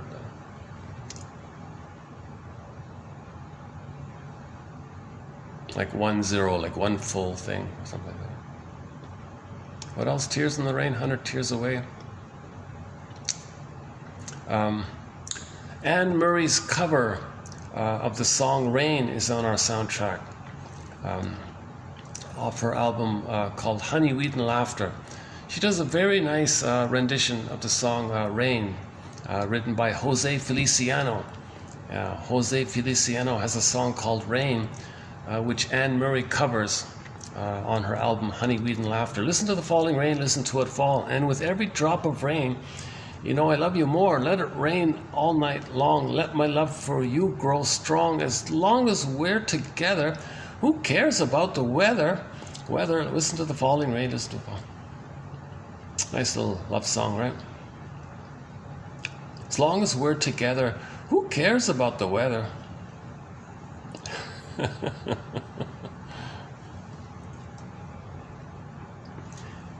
Do we have any other rain songs on our soundtrack? Tears in the Rain, 100 Tears Away. Okay, Rain by Anne Murray.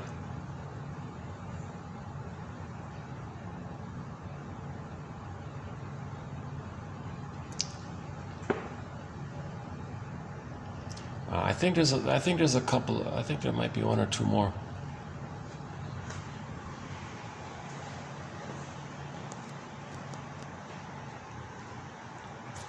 How's lighting? Oh, lighting's okay now, right? Where can I get good lighting in this room? Oh, that's a little better, right? Oh, I think that's a little better, right? Oh my goodness. I think I've been sitting on the wrong side all this time.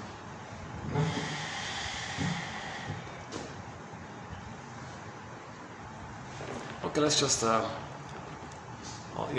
wrap up the video here then. Let's just wrap up the video here. Oh, last time I went to the lobby, that was okay. Yeah, I can do that. Yeah, let's just stay here. Well, what do you think? Nostalgia, yeah. So we'll it's interesting about that, right? That Riley can't feel sadness as a defense against the pain and the complication around not being able to feel sadness. It seems they might be putting the nostalgic character at the console. So she'll reminisce about the past. Oh, she was in Minnesota playing ice hockey, nice, and idealize it and amp it up and make it an imaginary blissful thing, and use that nostalgia to then amp it up to trigger a previous place of some prelapsarian state, and you feel narcissistic, you feel blissful, you feel important. It's kind of like eating ice cream. You get back to that kind of reunion with the breast mother kind of thing. And you keep doing this, then that's a defense against sadness. See, sadness is in the bottle. So it would make perfect sense for them to put nostalgia, if that's what's going to happen in the film. I'll know next month. If they're going to put that little granny there called nostalgia. So that's because, let's say there's a loss. So let's say Riley in the film, in the second one, experiences a loss. How do I can't admit sadness, there's a pain there. Defense against pain. Oh, nostalgia. Oh, sweet little grandmother. Oh, let's get you to imagine, flash a little scene there. Remember when you were in Minnesota playing on the ice rink there, nice environment, and the birds were there and no one's around, peaceful, serene kind of place. Your parents are nearby and the food was in the oven and all this, and everyone welcomed you. It was safe, it was paradise. Now let's just think about that time, and then let's amp it up. Let's amp it up a little bit to trigger up some kind of previous place of paradise in the pre-lapsarian state, and then let's stay there, let's linger there, let's indulge in this kind of thing, and that's a defense to regress like that. So you're not admitting the reality of the loss, so you go back to the regress. Okay, stress, we regress, you know.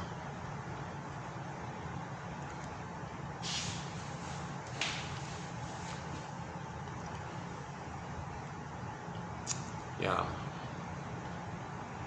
So I mentioned the oral greed, yeah. So envy's at the console, but the greed part means the oral trauma. That's where the greed fits in. So they didn't put greed at the console. They put envy at the console, because envy implies that greed will be used by envy to be destructive. So it was destructive for her to dump her friends for the other friends. So envy is the issue. So greed destroys the good. Now she doesn't have gratitude, so she has no gratitude for her good friends because she's so greedy. So she didn't have any gratitude for the best friends that she had. She dumps them greedily, wanting better friends, right? Quote unquote. More prestigious, higher status, a little bit older, a little more knowledgeable. So she thought she'd move up in the world kind of thing. So she dumped her good friends. That's the greed part. Now they don't. Now she's only 13 in the film, right? So they don't really show envy too clearly. So what I think they might be doing with the envy character is, it's called reaction formation. So when envy, when Riley sees what's a Valentina, right? The older, prettier, more experienced girl now, and envy's all ooey-eyed and all this. Wow, how amazing this is. She might actually hate her. Like hatred of the good. She's got some good thing. She hates it. But but she can't admit it. Okay.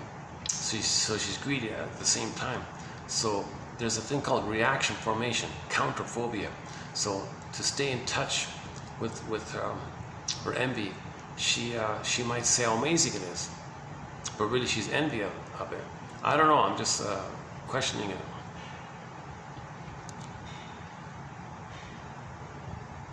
So maybe she befriends Valentina, and maybe ends up, we realize later, it's not going to work, kind of thing. Because she based it on a fantasy that she could be the good mother. Valentina cannot be the good mother for Riley. Another clue is when Riley sees Valentina, she's got like really stunned, like wow, like blissful kind of look like that. I said earlier her pupils dilated. I saw the trailer again. No, they don't really show the pupils dilating. I think I made a mistake there. But they did show like a little stunned, like ooh, oh, like really like amazed kind of look like that, right?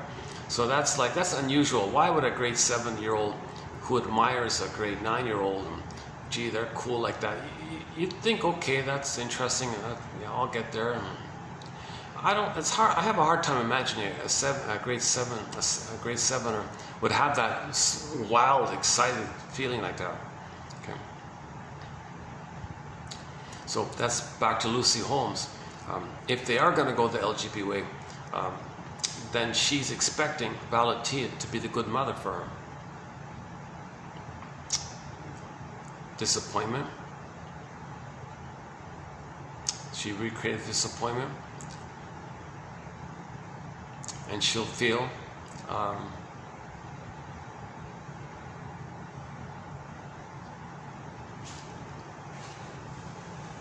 on a second. So if Riley sees Valentina as the possible good mother, the ideal mother, okay, that's going to disappoint. But in the process of while she's seeing the good mother, there's goodness there. But she already hates goodness. At the same time, she needs goodness, but she hates goodness. So she needs goodness, but she hates goodness, right? Because the mother hated her post-birth.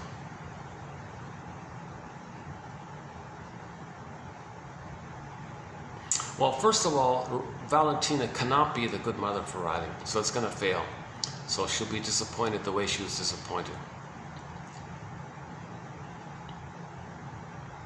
So the rage she has at her mother, she might have towards Valentina, let's say. So she'll say how much she hates. So first she's Google-eyed, how amazing she is, then she might end up hating her a lot, right? That replays the breastfeeding situation. Oh, mother's great. No, mother hurt me. Great hope, fell, rage. Right? So, oh, Valentina, great hope, fell, rage, like that. So that's the repetition part. That's the great hope, fell part.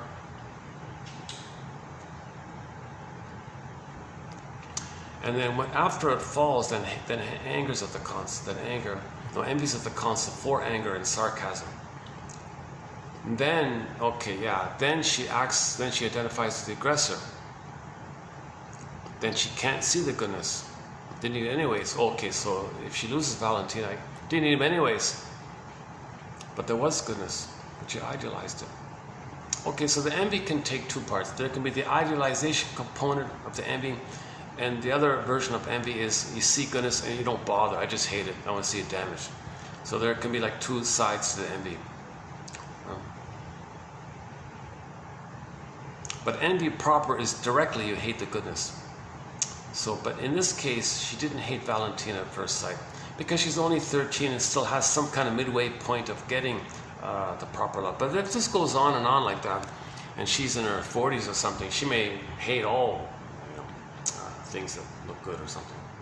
Finally, so she's got some kind of hope at this point, right?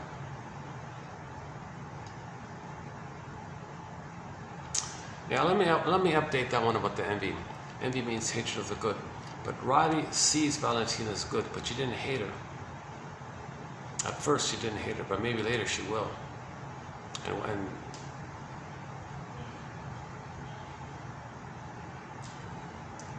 oh yeah, okay, things have quieted down here. And I got lighting here. Oh my God. I've got lighting here. I can't believe it. Yeah, now I got good lighting, huh?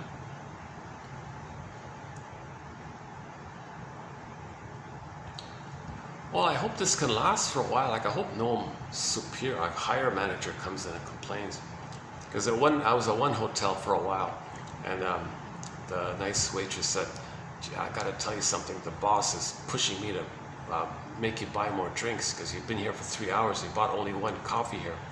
Oh, really? I took that as a code, as a message. Okay, I'm not gonna. I interpret that as a nudge kind of thing.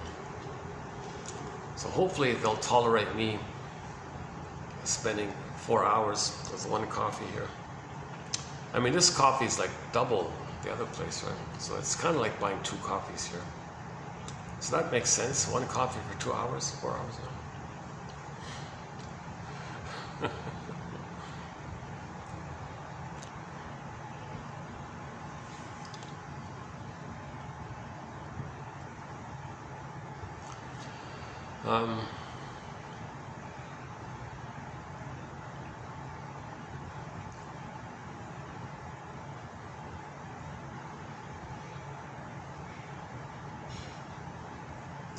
If there's an Inside Out 3, so of course at the end of the sequel, Joy and Sadness are going to come up again.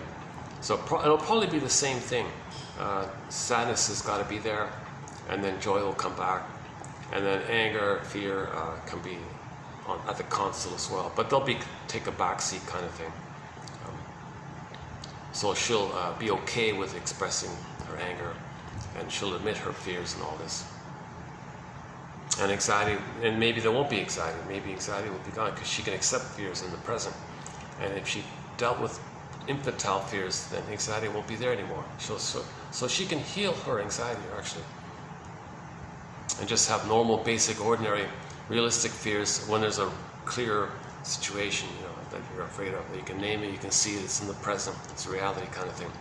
Anxiety means the old fears that are invisible, that you don't remember coming up. That's the anxiety. Anxiety is the old fears. And now you want to prepare for it, because as a baby you couldn't prepare for it. You were helpless. Now you're older. Now you want to prepare for it in anticipation of it coming up again. Now you're anxious like that. I'm getting ready. That's the anxiety thing, right?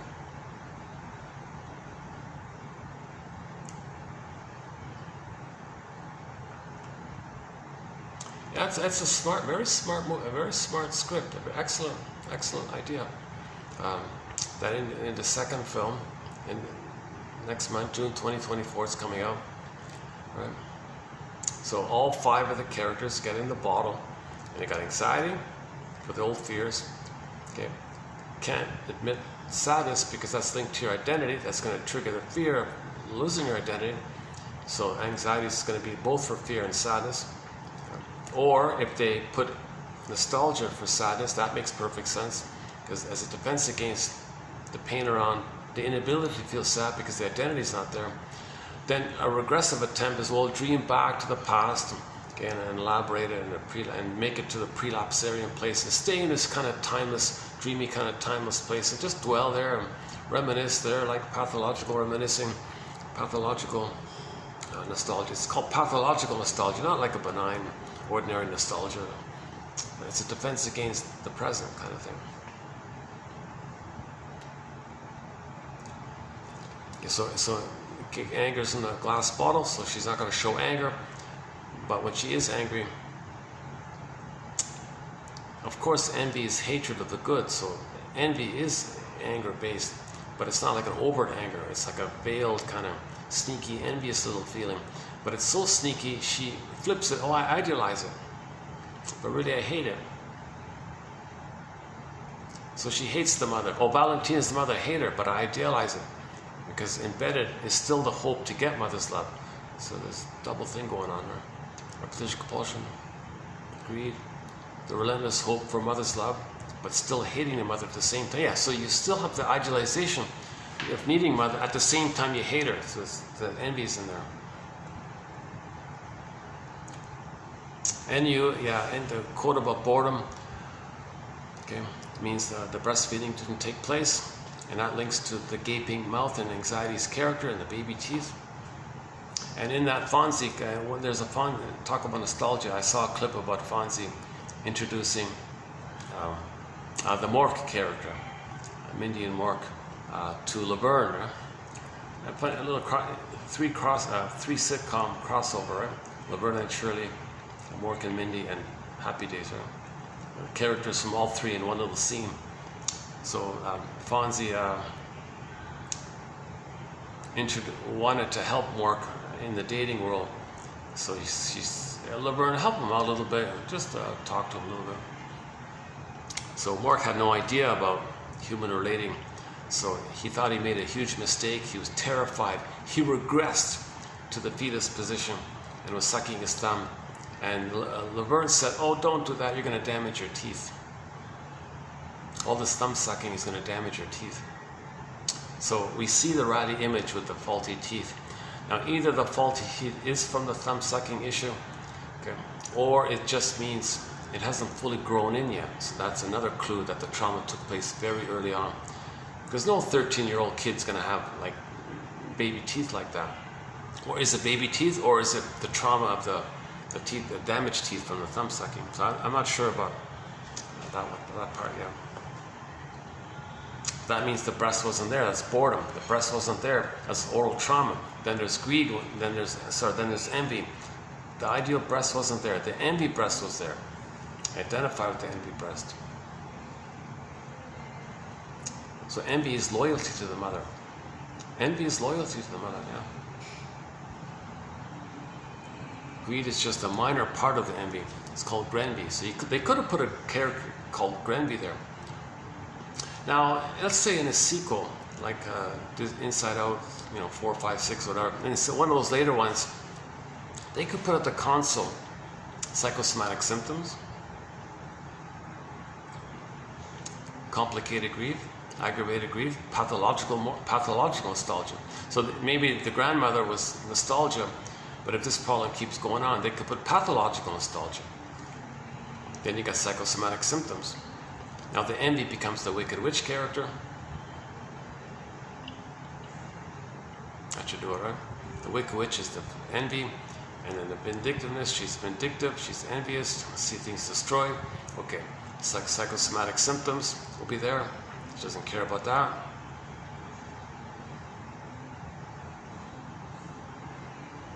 And she can't mourn, so there's pathological nostalgia.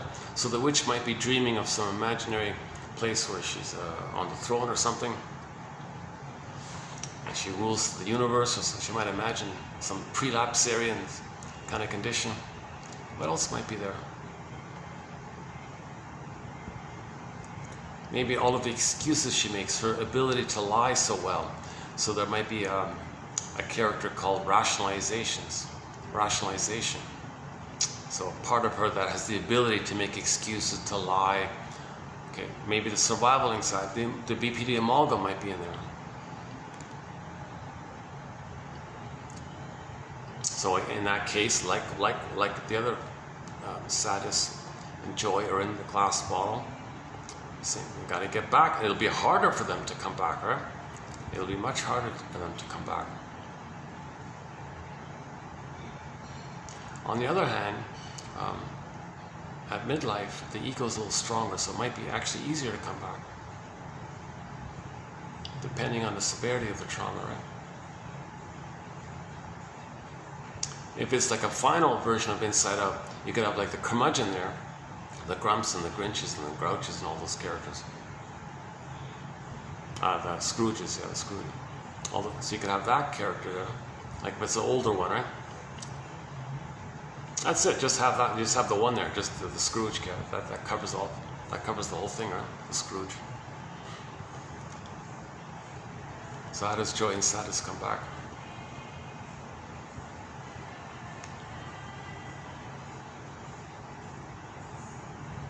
No,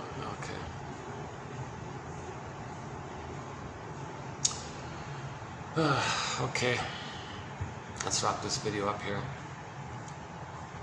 Bruce Springsteen, YouTube, Independence Day, Toronto. The intro he gives, okay, it begins with him saying fathers and sons, that one there. Listen to the intro, 3 minutes long. The comic psychoanalysis, 1955, reissued in 2000, Dark Horse Publishing. Highly recommend finding that somehow. Okay, and then to pick one quote from the dispatch here and do something with it. Okay, so those 3 assignments, your mission, should you choose to accept it.